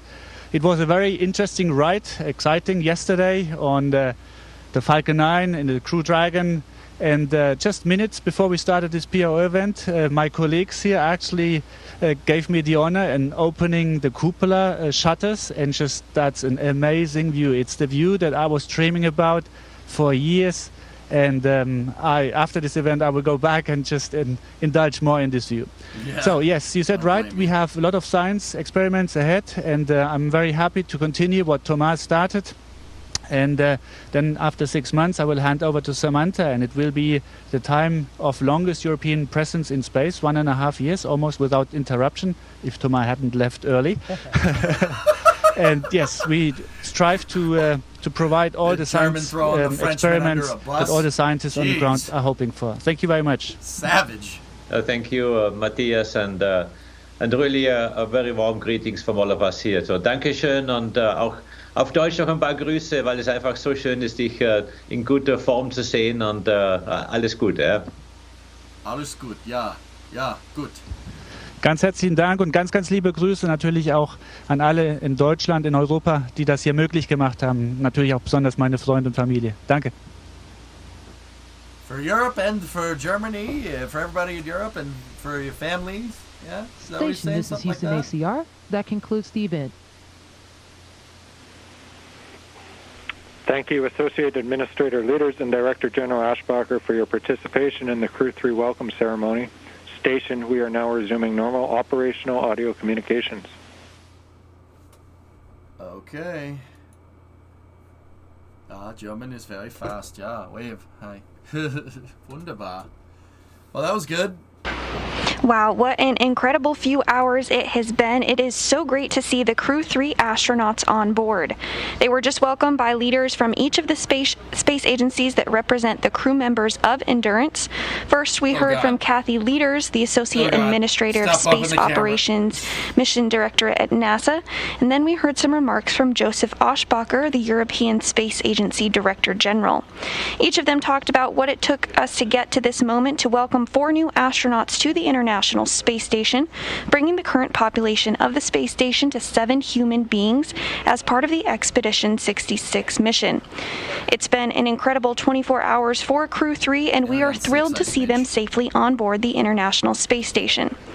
We've been with you from the very beginning, starting with the crew suiting up in the suit-up room at the ONC building. The crew then headed to the launch pad and made their way up the service fixed structure and ingressed the Crew Dragon Endurance. We had an on-time liftoff yesterday at 8:03 p.m. Central Time. Following liftoff, the first stage separated and came back to Earth, landing on the recovery ship, while Dragon separated from the second stage. We had a good nose cone deploy, and 5 major burns took place as Dragon made its way to the space station. Finally, Endurance and its 4-person crew docked to the International Space Station at 5:32 p.m. Central Time, and the crew members floated through the hatch at 7:25 p.m. Central Time, officially bringing them to their new home for the next 6 months in space. It's been an incredible 24 hours watching this mission, and on behalf of SpaceX and NASA, thank you for watching it all unfold with us. The 3rd rotational crew mission has reached the International Space Station and will spend approximately 6 months docked to the space station until it's time for the crew to return home.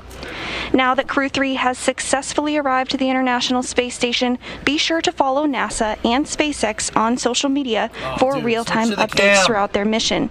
Thanks again for watching our coverage. Go NASA, go SpaceX, and go Crew-3. This is Mission Control Houston. No.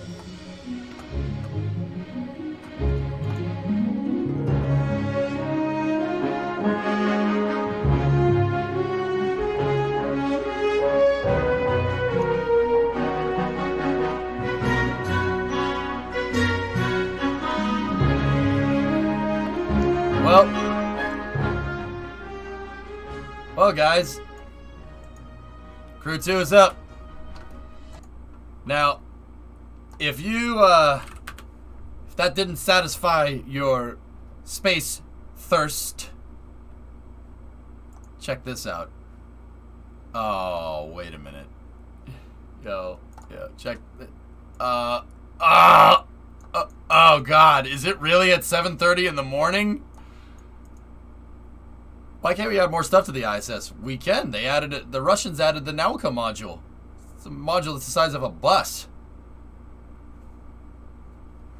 Liam, and they're going to add another one in this month. All right, so check this out, guys. There's another Falcon launch tomorrow at 7:30. If your space thirst hasn't been quenched, your space fantasies will always be quenched on this stream. Check that out. We got another one. Why you do this, SpaceX? It's 1 p.m. local. Fresh pots all night. I don't think that's a good idea. Another one. So, I think is tomorrow Friday? Tomorrow's Friday. Discovery. Creation, 13-month resub. Tie game, huh? Tie game up there. I'm a little bit of delays too. I don't want to get up early for a launch and then have a job interview in the afternoon. Oh, that's cool, Loopy. Where are you interviewing?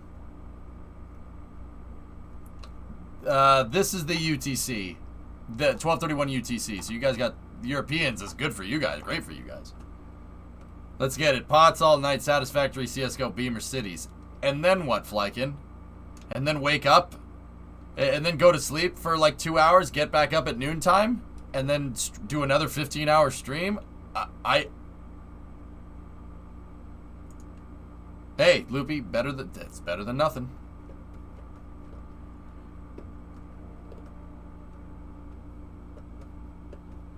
So, all right. How about I get some sleep now, and then we watch Falcon. We start tomorrow's stream off with a Falcon 9, and then we play Kerbal, and then we do the early hours segment or something. Then space news, and then something else for the mid hours, and then racing. How's that?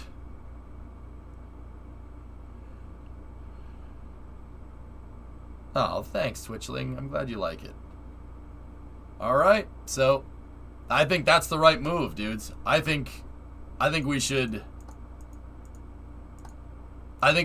stop this stream a little bit early. I mean, this is a little bit early. We've been streaming for 9 hours. Just a casual 20-hour stream tomorrow, no big deal. Well, if I get enough sleep, Wisp, it should be fine. And trust me, the launch will make the early part of the stream go by real quick. I won't even notice. So, why do you think there's no Star Trek-like bridge on the space station? Splint, it's because stuff up on the space station is there for... everything's on need. You don't need a bridge. A laptop that's plugged into the space station is good enough, and that's what they use. If anything, the bridge is mission control down here. We don't have a rocket big enough to move the entire saucer section up there, you know what I'm saying? You don't need something like that. It's a research station. So it's more like Deep Space Nine, you know? Like, if we're going to trek out, you know? Got to learn to manage space events. Could be more numerous in the future. I don't see how they could be any more numerous than they are right now. Yet. Yes, yet. Exactly.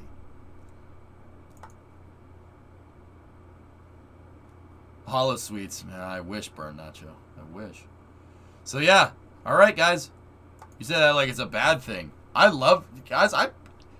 like planning around all these crazy events. It's fun.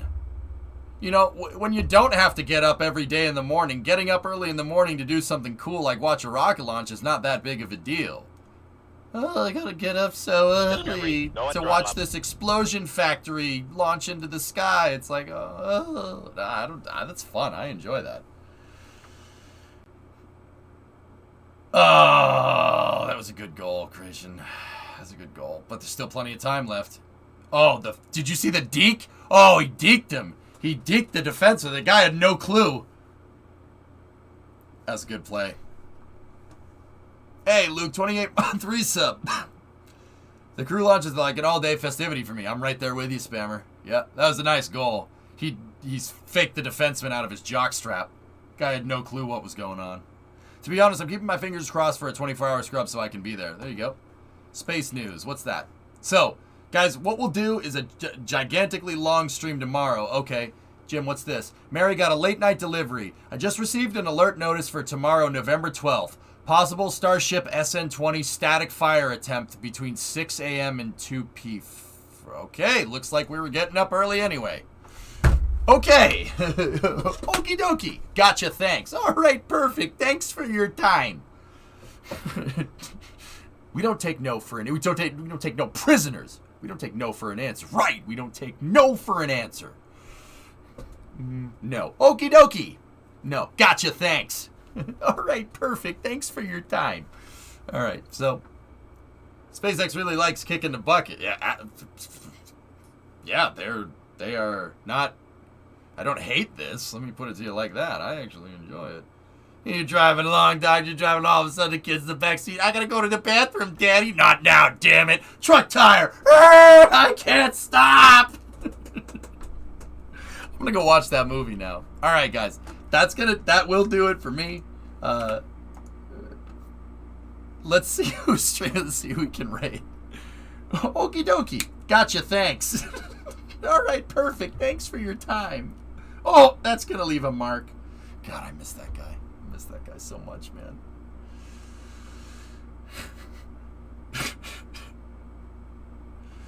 All right, who is out and about? Here.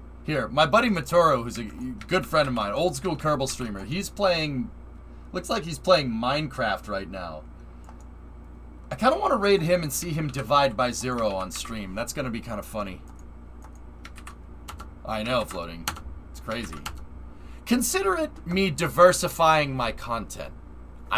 Dude, we could run the stream and just commentating off launches. That's fine, but am I going to do that? No, because I like playing video games, and that also is cool, and people also enjoy that. I'm just hedging my bets, man. Right? Go see what Matt's up to. That was really cool commentates. I'm glad you guys liked it. Seriously, thank you for watching. I do appreciate it. I hope you enjoy my commentary. I know I get a little crazy at times, but I just enjoy this a lot. I take this very seriously. I take having a good time on stream very seriously. So, you know, it's not going to be like a super professional cast like this the entire time. I try to have fun with you guys and try to, you know, have a good time and obviously, you know, get some of that hype in the chat, you know, like. So it's a little less than professional, but I'm very passionate about this stuff, and you know, that helps. But thank you guys for letting me do what I do. I do appreciate it. And also because it's Veterans Day, I'd like to thank all the vets that watch the stream and support me too. You know, without you guys, I probably wouldn't be doing stuff like this. So thank you for what you do. I do appreciate it. Guys, go see what Matt's up to. And I'll talk to you guys all tomorrow, very early. We'll start the coverage probably 6:30, 7 o'clock in the morning. So probably about 10 hours from now, give or take. So thank you very much for watching. Have a good night, and happy Veterans Day.